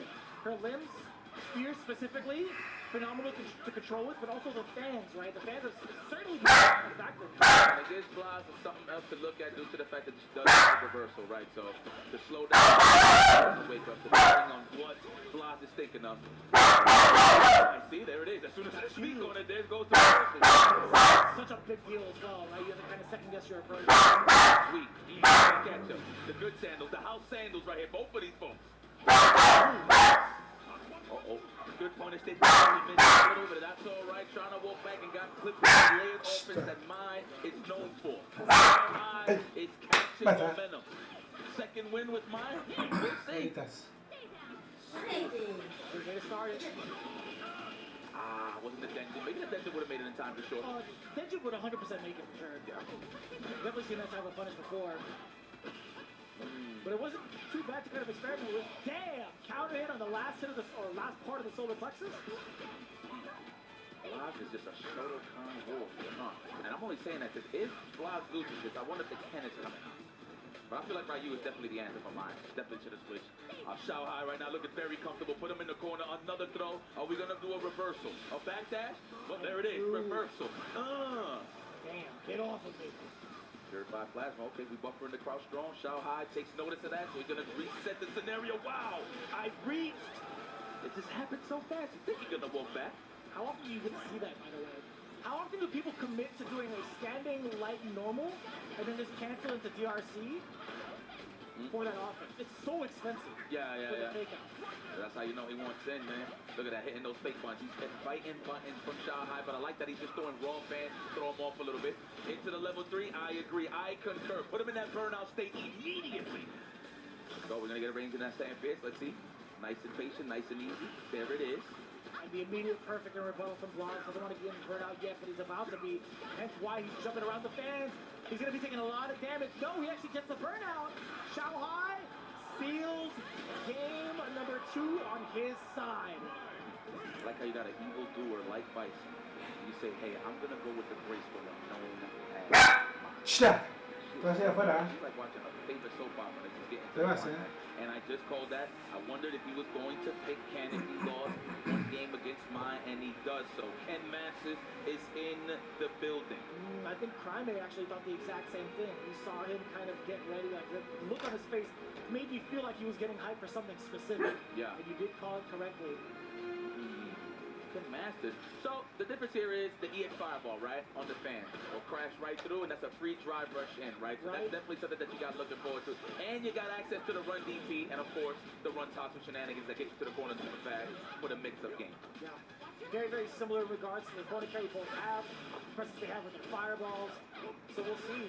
I think the damage output is also pretty similar as well. Hey, Kagero no Mai. Now, mind you, take time to think about this blast because Xiaohai plays this character as well. It's been a while, but he knows how this character functions, so this is going to be a little tough for you. Meaty overhead plus range. Oh, harassment in this corner. Woo! Extremely calculated. Back-to-back fan pressure, ending it with a killer B stance. Hella damage. Now, mind you, Blas said he was preparing for all of his opponents, right? But are you preparing for the will of Xiaohai? He does have a bunch of characters in the pocket. He does have a Cammy as well, but we haven't seen it in a while. Last time was UFA last year. Yeah, I don't know if that's going to be unstable or not. His Bison has just been so active. His Bai just as active, right? Nice. Met with the stand roundhouse. Got to be careful, though, because Blas is looking for that big hit. You see the buffers on the crouch strong. We stand roundhouse next time when that stand strong. I promise you, you got to be careful. The short Yuki. Ooh. Meaty! Hella damage towards the end with the run. Sure you. Man, this guy's so cool. He really do look like an anime character, Blas. Give him like those shades where you can't see the eyes, the shine. Oh yeah, that'd be kind of sick. Yeah, I think that's Blas, for real. Zenny, get on it. Seriously. We'll see. All right. Scoop. Keep doing it. Yeah, man. You got to make them believe they can tech, right? One more sequence left for Blas.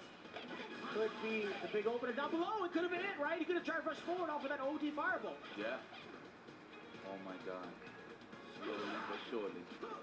Oh, Blas needs his one hit. Okay, that just increased Xiaohai's survival rate. He does have those stocks.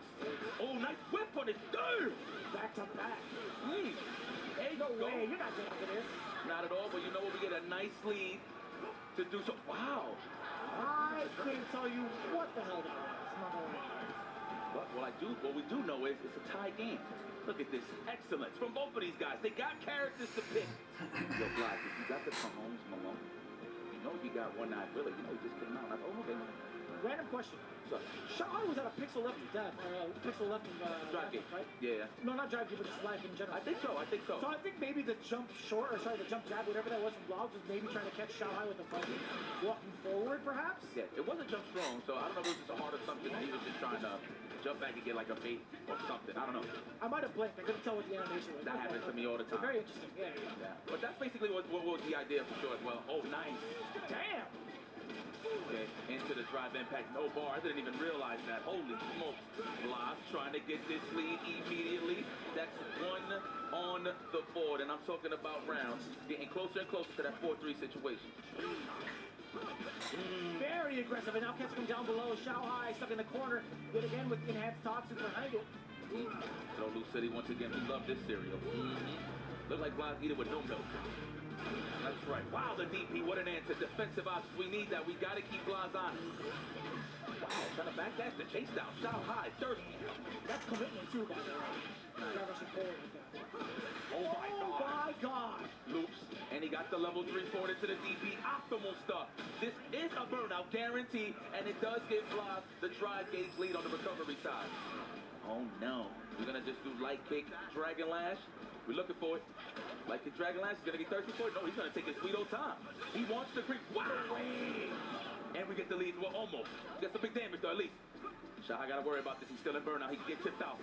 No, the snipe out. Meaty fireball. That's a DP. Ah! He's almost going to the drive kick. No! Wow! What a way to hang in there, Xiaohai. Layers. He ain't giving up. It's the heart of a champion here. Nice, perfect parry. That didn't even stun Blas one bit. Completely unfazed after that big comeback from Xiaohai. And now we get the enhanced Tatsu as the punish counter. Hella damage incoming. Give me the Jinrai uppercut. Oh, looking for the shimmy, the jab choice from Xiaohai. Oh my God, no text in the corner. No text. No referees in sight, please. Okay. Ooh. That's a mix-up that should be 4. No one hit away the throw. Oh my God, 4-3. Championship point for Blas. We are trying to make history here. New champion or repeat champion? What's it gonna be? What we gonna write in the scrolls of history, huh? It's Capcom Cup all over again, man. Blas disrupting the waves from the old guard. Reinventing the way that Street Fighter should be played with a multitude of different characters. This is so intense to watch. Xiaohai definitely in the hot seat, trying to defend his title as EWC champion. Oh my God. This is some incredible Street Fighter. From the character selections to the decisions made, these guys are playing at the highest level right now, rightfully so. We were calling that early on. He's looking for those perfect parries on the fans to get the big fan punishes. That's what I was about to say, panish. Panish. Okay. Drive impact. Already. Represented from Xiaohai. Barry, of course, on the side of Blas. Okay, right back at you, said Xiaohai. I can do it too. I'm still young. Right. Does catch the movement against Blas. A couple of those lights a little bit too far out. Luckily, not a big punish counter for the side of Blas. It's still contained in this corner. Very lucky now with a side switch. Back throw. Here comes Blas peppering in the damage with the sequencing. Oh, he clocks the man. Blas is third to the trade. Oh my God. He probably could have done the low forward and would have comboed. I'm going to be honest with you. Woo. Another chance at life. Xiaohai. One round away to tie this up. Just like a first 10, like, nah. Let it rock. Yeah, let it rock. Ooh. We were talking about that earlier too. The OD fireball to just flash right through the fans and get a big punish. Grenade to the back throw. Blas didn't see it coming. Roundhouse to check the movement. So is the fierce Ryu Enbu. Actually, that was a buffer from the side of Xiaohai, but the fact that Kim was crouching, it just whiffs. Ryu engine instead. Love that for Xiaohai. He is not scared. Gotta respect the Genrai. You don't know if he's gonna stop or not, right? Nice stoppage there with the stand strong. That was very clean. Ooh, speaking of strong crouching strong there from Blas into the level 2. And oh my goodness, he puts himself in championship point. This might be the youngest champion ever here in EWC. We're standing up, we're getting ready to give this young man props. That is, of course, if he could close out the match. The fan here from Xiaohai. Overhead denied with the OD reversal. Super expensive for both ends, but you know what? It was absolutely worth it. I think more so for Blas than it was for Xiaohai if that overhead had connected. 3 bars from the side of Xiaohai, trying to pepper in the... Okay, actually let him out of the corner for free. A little bit of a mishap. Oh, big error. Whoa! That was a brain fart and a half. I'm not too sure what Blas was trying to do there, but input error indeed. Oh, wow. First one he busts out with. I think that's what he wanted the first time. Oh, yeah. Actually, yeah. Right. Nice. What a reaction. Are you serious? Putting yourself in burnout. You got to be careful here, Xiaohai. Nice. Lay it off as to sneak in that throw. Oh, baby. Remember the name. That is Xiaohai. You heard what Justice said? He reacts to everything. Oh my gosh, she's so nervous. That's the second time Blas has been blown up by level 2, right? You can tell he's not really fully paying attention to the meters from the side of the buy. I can't tell if it's more so like a matchup thing, like he forgets about it, or if he's just too caught up in the moment. True. No, you're right. It's just too much to look for, man. He's man patient. Xiaohai's been here before. That is Mr. Clutch. So has Blas. Let's see who's going to pull this out is the question. Yes, we've seen the gap. Conditioning on the side of Xiaohai on the Jin Ride scenario. Ooh, which one? I actually thought that was a stand strong, but that was raw fan. Oh, dude, home again? Wow, hello there. Putting your hand in the cookie jar, eh? Okay. I like the idea of moving forward, but you put yourself in harm's way with that standing medium kick. Woo! Oh, we got a big turnaround, ladies and gentlemen. Championship point now for Xiaohai. Blas, how you feeling, baby? Are we going to answer back? Can we get the nail biter? Last game, last round. Is it a possibility? I believe. But Xiaohai thirsty. There's the throw to start things off. Blas is in danger right here. Low on the drive gauge. Oh, no. He's going to have to find some space. Backdash? Avoid? No, we're trying to stay in that space range. Yes, there it is. Oh! Counter hit as well. No mistake should be made here. What a punish. Okay. You get to bully him with these fans. And also, while in burnout, you're still in control. That's actually so huge for my while in this install. Uh-oh. One more sequence closer, Yipes. Oh my God, 2 meters on the side of the box. He could react to these drive impacts, but I don't think Shahai's gonna give it to him. And he's touching grass again on the drive gate. And there is the shimmy. Is this it from the finish? No! What a choke. What a drop. No way. And Shahai is early burnout. Oh my God, I know his heart is pumping right now. He got me to think about it. Throw Luke City, the meaty fireball into the drive impact immediately. Blas adds one to the board as long as he don't drop this. And there you have it, ladies and gentlemen. The last game, last round scenario. This is not scripted, I promise you. This is it. The final round. Ooh! Blas with the very first important first strike. Oh my God, there it is. Okay, answer back. Just about almost even. He's boxing him into whip punish shit from Blas. Wow, this guy is amazing. Okay, spacing out Shahai. He's trying to stay out of that low full range and stand fierce. That's how you see it. He's waiting for it. Yeah, the next hit is going to be so impactful, right? With 3 bars just about lingering on both ends. As long as it's a clean hit into a DRC, you know they're going to have full advantage. That's one. Blas, how do you continue on after with this mix forward throw? Oh my God, he got to guess again. That's another throw. No, he had to bust out the respect there for Shahai. He had to do it. The trade on his side. Is he going to do the immediate level 3? And is it enough? It's the question. The survey says Shahai, repeated champion. What's it going to be? There you have it, ladies and gentlemen. Back to back. The kid has arrived. The long road ahead of him. He did it. The first ever 2-time EWC Street Fighter 6 champion. Show some love to Shahai. Wow. Incredible Street Fighter. He needs some time to bask in it. This is crazy. Blas had fun, but again, he was so close to the goal, but yet so far. Unfortunate for Shahai, can't believe it. He was already close in the nail biter with Goichi on the Fatal Fury side of things. I'm pretty sure that was affecting his mental. He was like, damn, I can't choke it again if I make it to the finals. And he made it to the finals, which a lot of people doubted him, that he wasn't going to make it, and he makes it. Just to finish the job against the young phenom, the young prodigy, Blas from Chile, and everybody else that was standing in his way. Shahai, history books. Remember the name, the kid is standing in glory. Feel that aura. You see that aura farming. You gotta love it. All in its natural graces. You can't deny it, man. He is pure greatness. The fact that he had gone through in what I feel like is the hardest version of Street Fighter 6 to compete in. He's gone through all of the doubts, not only from himself, but amongst his peers, and even from the players in the community, saying, you know what, Shahai? Was that real the last time? Let me see you run it back again. Guess what? He does so in full fashion. You are looking at your EWC Street Fighter 6 champion. Oh man, we are waiting for him to rip that plate. That is another one in the garage or the living room. There it is, ladies and gentlemen. He can't believe it. He's looking at it like, you're coming home with me again? This is crazy. Look at that, the final key. It belongs to none other than Shahai. Yeah, hell yeah, leave the DNA on it. That's yours, my boy. That belongs to you, Shahai.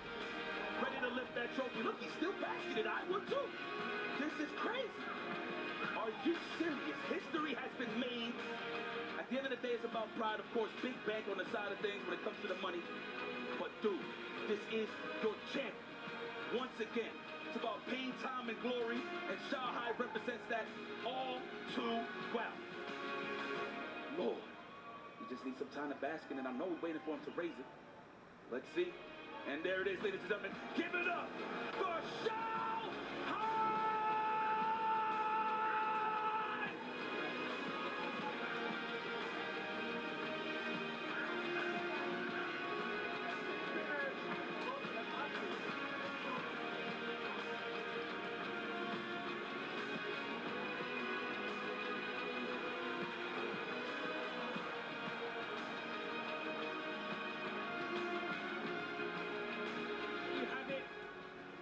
Esports World Cup 2025 retaining champion, and I cannot believe it. I'm still absolutely lost for words. What an incredible grand final that was. We were on the edge of our seats here in the studio. Justin, what do you have to say about that?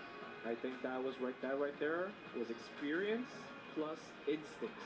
Because every time he decided to do a wake up, he hit a button, it just worked because he felt it before. He's been in that situation before, and that's why he's the champ. You said that was frame data versus instinct backstage. Yeah, I feel like Blas, he has everything in the book. He's a student of the game. But the one thing he doesn't have is that experience and kind of like that feeling of when I should let it rip sometime, when I should do it, when I should take a risk. He keeps it so tight. But the thing is, Zhao Hai, he's down to gamble. All right, let's head back over to the stage to hear from our two-time champion, Zhao Hai. Ladies and gentlemen, let me hear it again for your two-time EWC champion, Zhao Hai!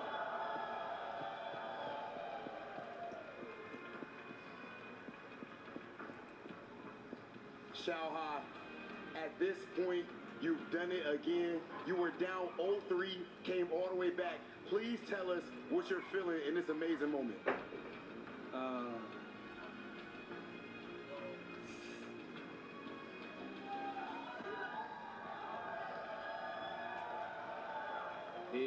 It's so amazing. I never think about that. I never think I can so love like that. Wow, 2 times for EWC champ. Yeah, I'm not random champion. I'm really champion, right? Oh, so amazing. Zhao Hai, you've proved it 2 times in a row. Unbelievable. 2 times in a row, and I want to ask you, Zhao Hai, from your experience now, you've won it back-to-back. What's the difference between winning last year and your win this year? Last year, I'm quiet, right? First time I win the world champ, I will quiet, but maybe this time, I always say maybe last year is the most important world champion in my life. Maybe this one, maybe just more and more better. But I want to prove I'm still not older. Yeah, bless. Wow, maybe my age is 2 times for him, right? Wow. Maybe old man still can keep and going. The old man still got it. I want to ask you because that was one of the most incredible matches I have ever witnessed myself. What do you have to say to Blas and to people like him, young Street Fighter players that want to come in and make history for themselves, just like we saw today? 就刚才我们看到那个决赛，已经是我们有见到最精彩的一个总决赛了。然后就想问你，你有什么话想跟这种新一代的这些选手，像 Blas 这种年轻选手，有作为一个长辈，有什么话想跟他们说的吗？我很享受啊，就是街霸这个游戏真的太神奇了。这么多年轻的选手都可以参加到其中，而且打到决赛，跟我们打了30年的能这样同水平。所以我希望更多年轻的选手能加入，也可能是17岁，可能13岁或者9岁，像我小时候就能打到广州第1的那个年龄。当然 ，I'm still not older, yeah. 我会在I'm on the top to watching you to coming, yeah. So I want to say this. I want to dedicate this to every single young player, every single fan out there who's watching this game. Street Fighter is an amazing game. You're looking at us on the stage where a 15-year-old can compete against someone who has played this game for over 30 years. And I just want everyone to know, it doesn't matter your age, whether you're 17 years old, whether you're 15, whether you're 9 years old, which was the age that I was when I became first in Guangzhou, China. That age does not matter in this game, and this is the most beautiful game, the most beautiful fighting game in the world, and everyone can enjoy it, and everyone can potentially step on this stage. Oh. Oh my God.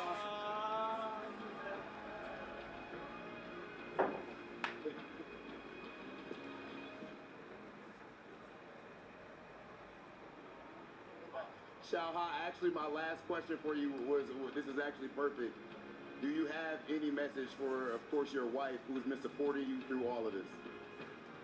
She tell me he didn't come this time because Fatal Fury is lose. He afraid to face it again. Maybe I will lose again in Street Fighter 6. But I tell her, you are my lucky star always, forever. You need to come here to watching this. Yeah. Okay, please, Malone, give my man back his trophy. It's heavy. Or The be crown is careful, heavy. be careful, be careful. Heavy is the head. Ladies and gentlemen, one more time for your back-to-back Street Fighter 6 EWC champion, Xiaohai! Xiaohai, please go to the key wall.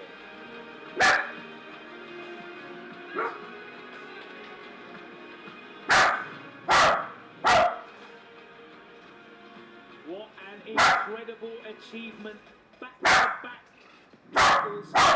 In fact, back-to-back grand finals as well, because he obviously made the grand finals 6 weeks ago at Fatal Fury City of the Wolves. He truly is a renaissance man of fighting games. Justin, how difficult is it to be that good at so many different games?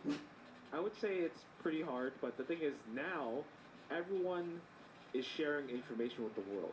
So I feel like it's a bit easier to learn how to play the game a bit faster, but the thing is, the strategy is the hard part. Like the instinct to wanting to win, that's the hard part. I think Xiaohai got that since he was 9 years old, like you mentioned. He's been playing in the arcades, he's been going to all these tournaments around the world since 9 years old, 13 years old. I mean, his name is literally called Little Child. Jammers, when we started this journey 4 days ago, realistically, we were looking at a lot of other names to take this title. We didn't really think that Xiaohai would be able to overcome 47 other players and carve his name onto that totem wall. But he managed to do it, didn't he? How much of an achievement is that? I mean, that's a massive achievement. I think it's indescribable to him, no matter what he says. It's just something that it will sink in later, probably tomorrow, maybe a week to come. But like we said and discussed before, that as we see him at the key wall now, he saw Ulsan do it with Tekken 8, and he said, if he can do it, why can't I? He's more than capable of doing that there, and he's picked Punk's key. Yeah, as you can see, he's at the key wall, selecting the 3 keys that he will place in the base of his trophy. Okay. Goichi as well, the revenge. Of course. And who will be the third name? It's got to be Blaz, surely. What incredible grand final that was. Yeah, just out of respect, I feel on me, Yeah, it is. How do you feel about those picks? I feel those picks have story behind them. You know, in terms of Boss, obviously, I think this is like more of an honor thing than it is like rubbing salt in the wound. Even with the Goichi fight, we saw him hug it out right after. But I want to go back to how Xiaohai took this tournament. If you notice with a lot of the greats, you hear what they say after, and even during, up to the point while they're training and preparing for tournaments, losses and wins. They're very common that they said they love the game, that they enjoy the game.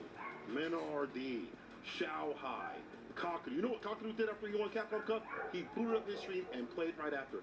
This cat right here has been on I Love Street Fighter 6 for a long time. And that has translated to have consistency. That's what I like to see out here, and it's well rewarded.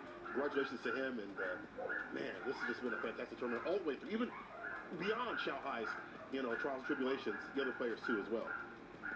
Jammers, if you had to pick your favourite match that Xiaohai was involved with this past week, which one stands out for you the most? To me, it's still got to be Punk versus Xiaohai. I think that's what kicked everything off. I think that's where his mentality kind of changed, This was a very close second, this grand final. And Justin, for you, what stood out the most out of the matches that you saw of Xiaohai, which really showcased his character, his composure, and of course his skills? It has to be, for me, the grand finals, just because he was down 0-3, and he went to go pick Mai. And the thing about it is, when he went to go pick Mai, it's like everything from his experience from the arcade, it all came through. All the pokes, all the wake up DPs, all the supers, all the whiff punishes. He was able to just do it all when his back was against the wall. The desire to scramble as well, because there was a couple of scrambles and trade combos that he was able. But remember, he was down 0-2 against Park as well, so it seems that he likes to play under stress as well, just like Ulsan said. And there you can see he's just basking in the moment, absorbing it in. It's almost unreal. An incredible 2 months for him, of course. $500,000 in prize money is what he has earned through his second place finish in Fatal Fury City of the Wolves and his win here at Street Fighter 6 at the Esports World Cup. And there you can see the 2025 Esports World Cup totem. Of course, Xiao Hai's name is already carved in last year's wall. He will join Ulsan as a two-time winner in fighting games here at the Esports World Cup. Of course, Tekken 8 and Street Fighter 6 represented here, having repeat winners. An incredible feat. And there you see Xiao Hai sealing his moment in history. An incredible achievement. An amazing performance. Yeah, that's what a beautiful shot that is. He almost became a three-time champ. He was so close to becoming a three-time champion. He almost did the impossible.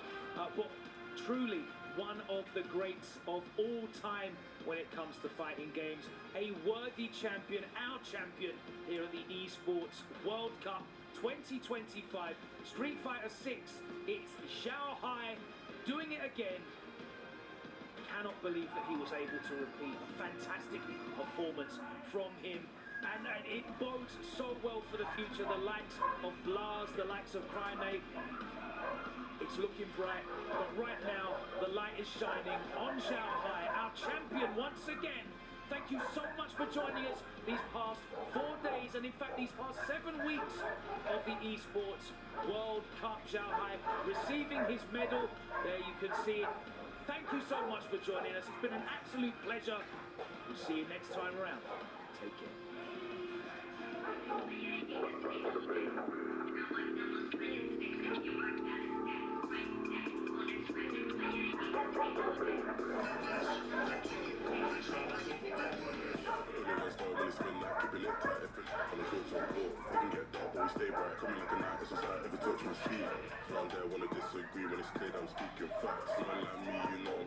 Never gonna stop till I see the big man's on flat. Up on the front door, it's like midnight.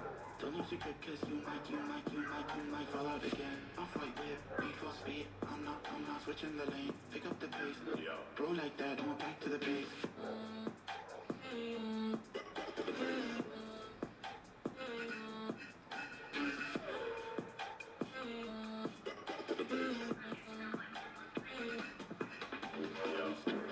Never act, been trying to stack up racks on racks. Boys in the back wearing all black, staying on track, but I should show you and that's on me. Out here getting this beef, if you work for the devil, better retreat. Coming to your eyes, you come too clean, could never move shaky, pay no fee. Shotgun, London, what's the outcome? You know, I'm a madman, just can't stick to the program. Raise up the heat, keeping the tension, shifting the gear to a different dimension. Red light, speed up, take off. Hop on the front door, it's like midnight. Don't lose your grip, cause you might fall out again. Off white whip, need for speed. I'm not switching the lane. Pick up the pace. What? Go like that.